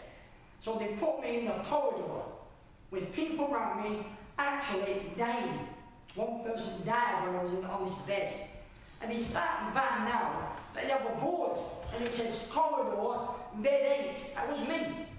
And I lay in that bed and I went to sleep because I was that tired. I was in that bed for 3 hours. And then they called me off to some ward where loony people were. Where beep, all the time. It's horrendous. Before you ever look at your watches again and talk to them, oh God, if you haven't been through it, you don't know what it's like. It is out of order, it is stupid. When they have a board that says corridor, bed 8. That's awful. That means there's 7 beds before me, all waiting to find a bed. And they couldn't get him in. The ambulance outside was 6 ambulances outside waiting for people to get in. It is wrong. It is broken. And I don't know the answer. I mean, there is no magic pill or injection, but there's something wrong. If I have to sit there for 10 hours and then 3 hours on a bed that's just a trolley, and he said bed 8. My God, there's something wrong. So I will support you, Dorothy, this motion. Thank you. Thanks, Philip. Any further speakers? All those in favour of the motion? I think that's unanimous. Thank you. Councillor Tom Witt, can I ask you to Thank you, Mr. Mayor.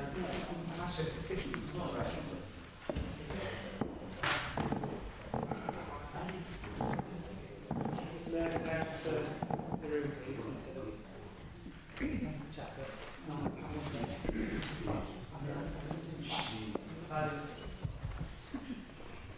Mr. Mayor, we're recently had the local elections. I'm sure we're all very well aware. Some of the figures that we got coming out of the count, the voter turnouts, are dismal. I mean, some were as low as, what, 26%? And it's astonishing that we can say we represent people when you have figures that low. Because it means only 26% are bothered to turn out, and then only around 50% of that said, yeah, right, you. And that's 13% of the population who's saying, yeah. So I've put this motion here today, that Council notes the dismal turnout at the recent local elections in many wards, as well as the seats that were filled with less than 50% of the vote going to the winning candidate. That Council therefore resolves to write to HM Government and the MP for Pendle, expressing this Council's concern for voter apathy and disenfranchisement, and the effects that this has on local and national democracy.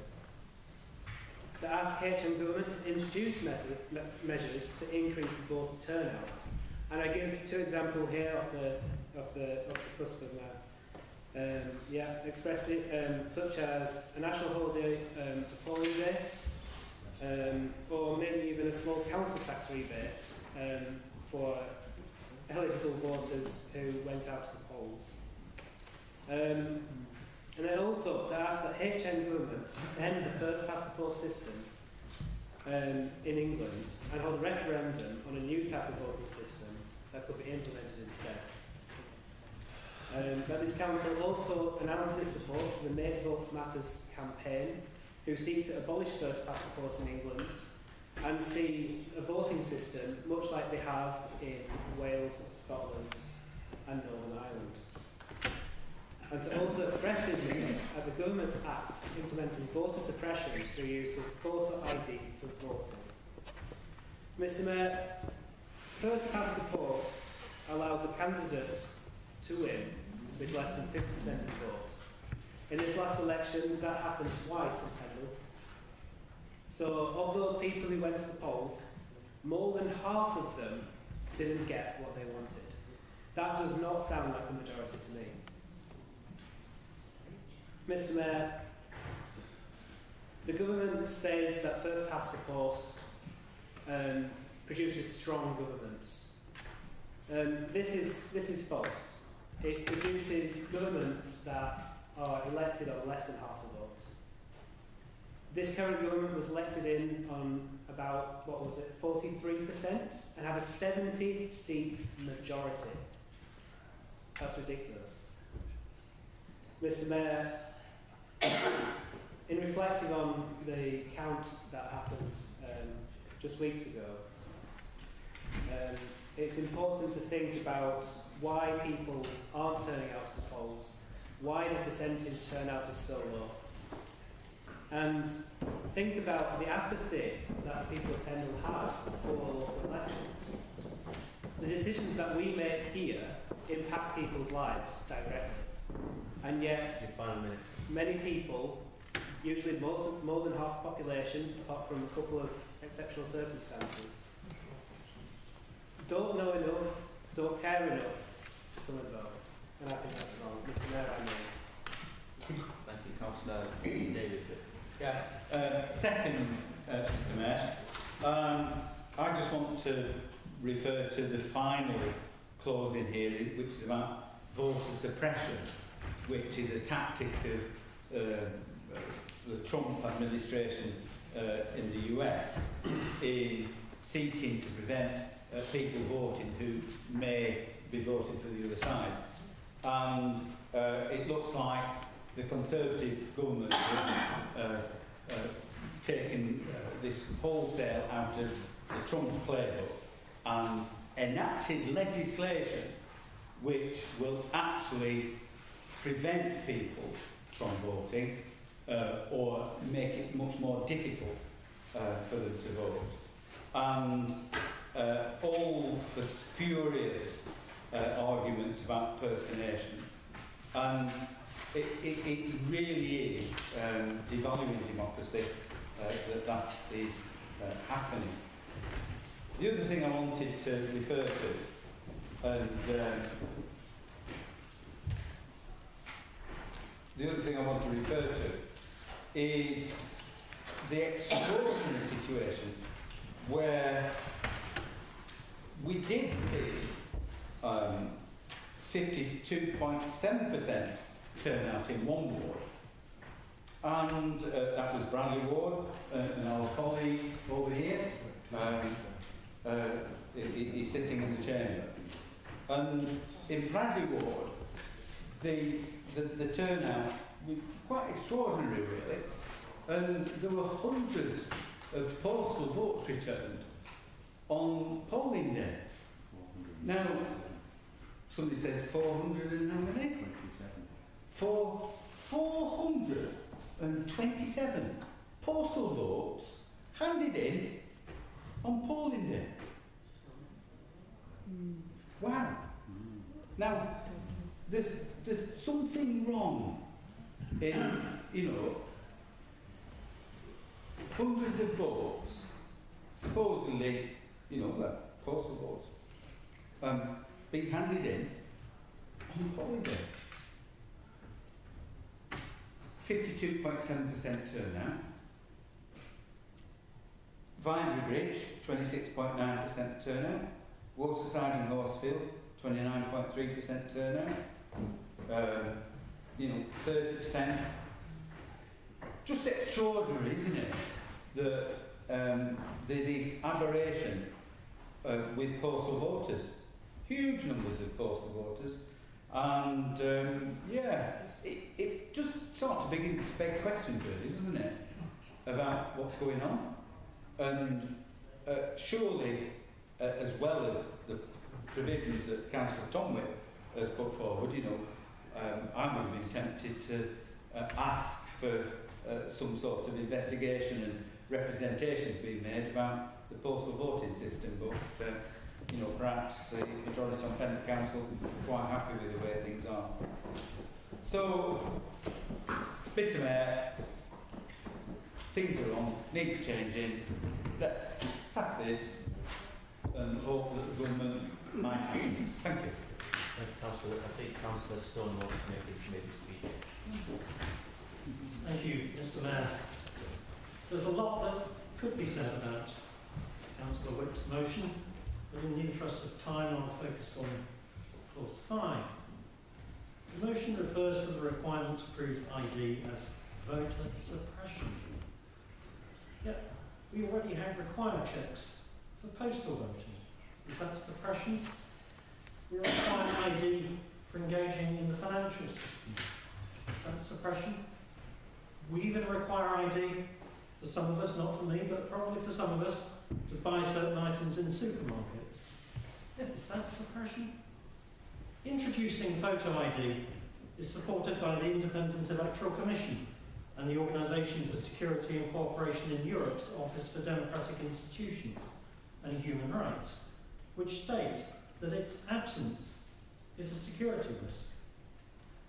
In Northern Ireland, voters have been required to produce personal identification for voting in polling stations since 1985, with photographic ID being required since 2003, when introduced by the last Labour government. The Electoral Commission's 2021 Public Opinion Tracker recorded no one from Northern Ireland reporting that I don't have any ID, so I would not be able to vote. No one. Mr. Mayor, it's time that we acted prudently to protect the integrity of the voting system, not resist sensible, progressive measures which will strengthen freedom, democracy and fairness. Mr. Mayor, I oppose the motion. Thank you, Councillor. Thank you, Mr. Mayor. I'd like to pick up just one point from the motion. This is relating to first past the post and proportional representation. I've been following politics for about 50 years. This keeps coming up. It comes through the system every now and again. First past the post is a tried and tested system. It ensures stability, clear governance.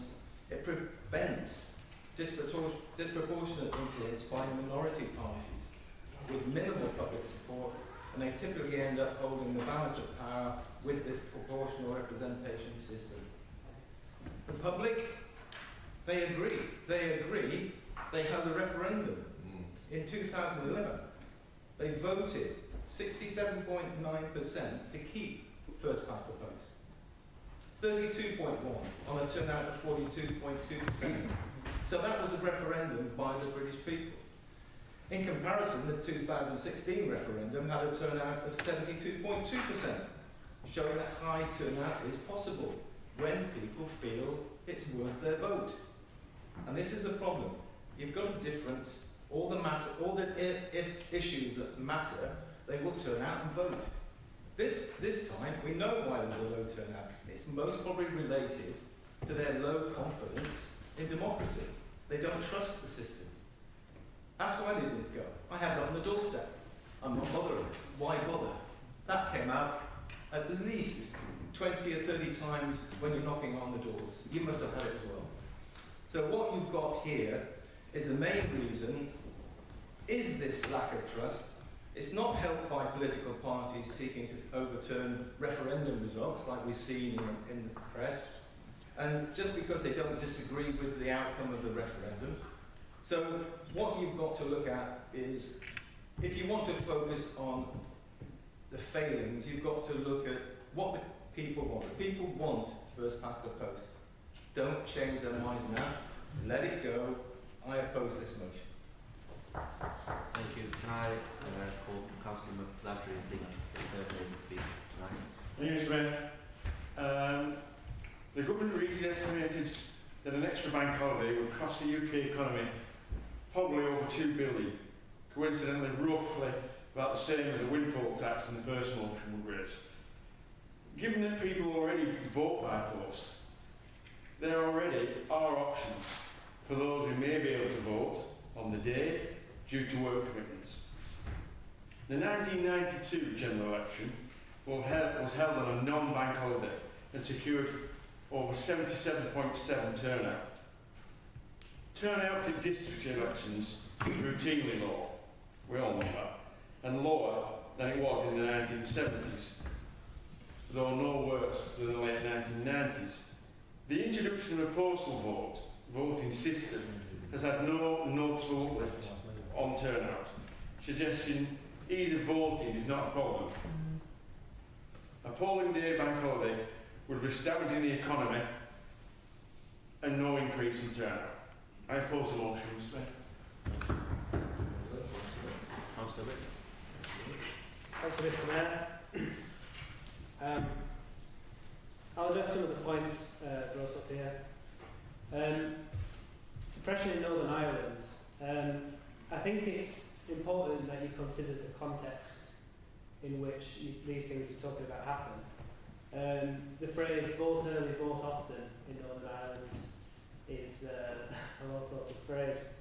And it's a very different situation to here in England, where there's only been a handful of voter fraud in England compared to the millions of ballots cast. And it's proportional response, and you've got to weigh that up with the negatives.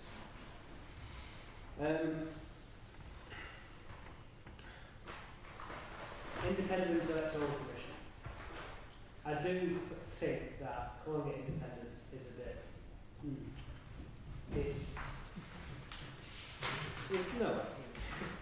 It's full of old Tory peers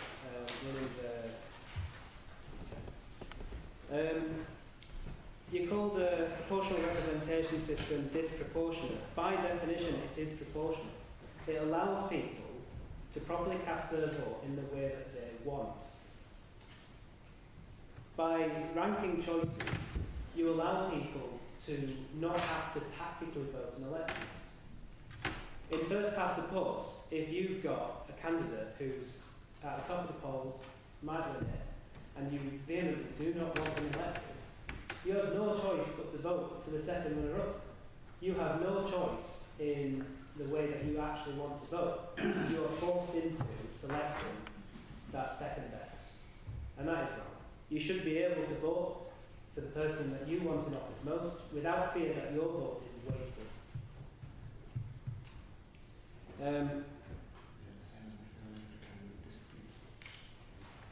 Thanks for that. Snide comment. Power sharing.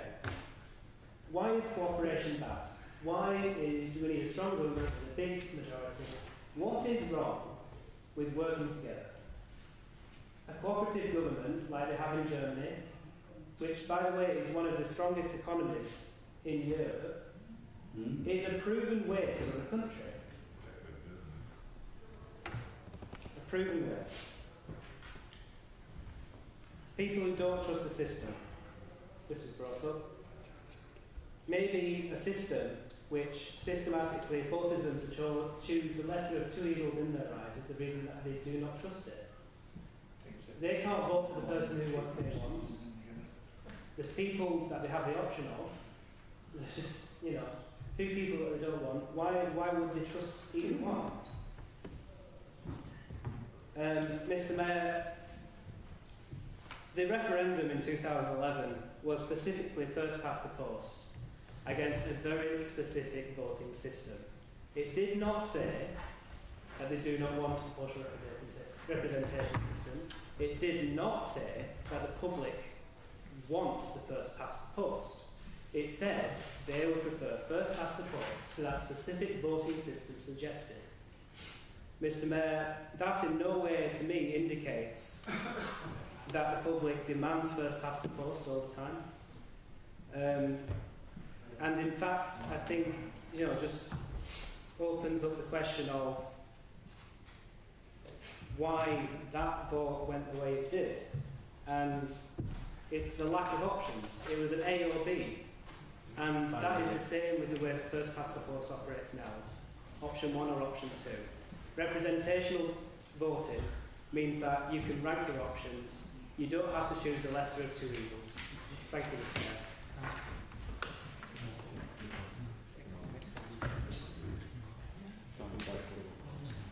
All those in favour of the motion?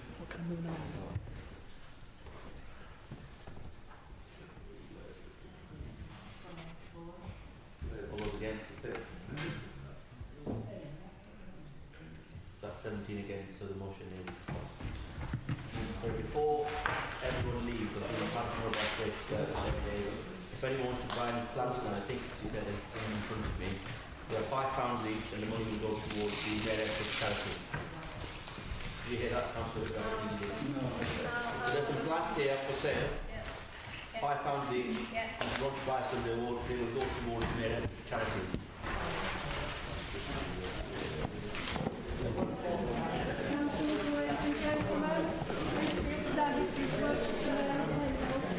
Councillor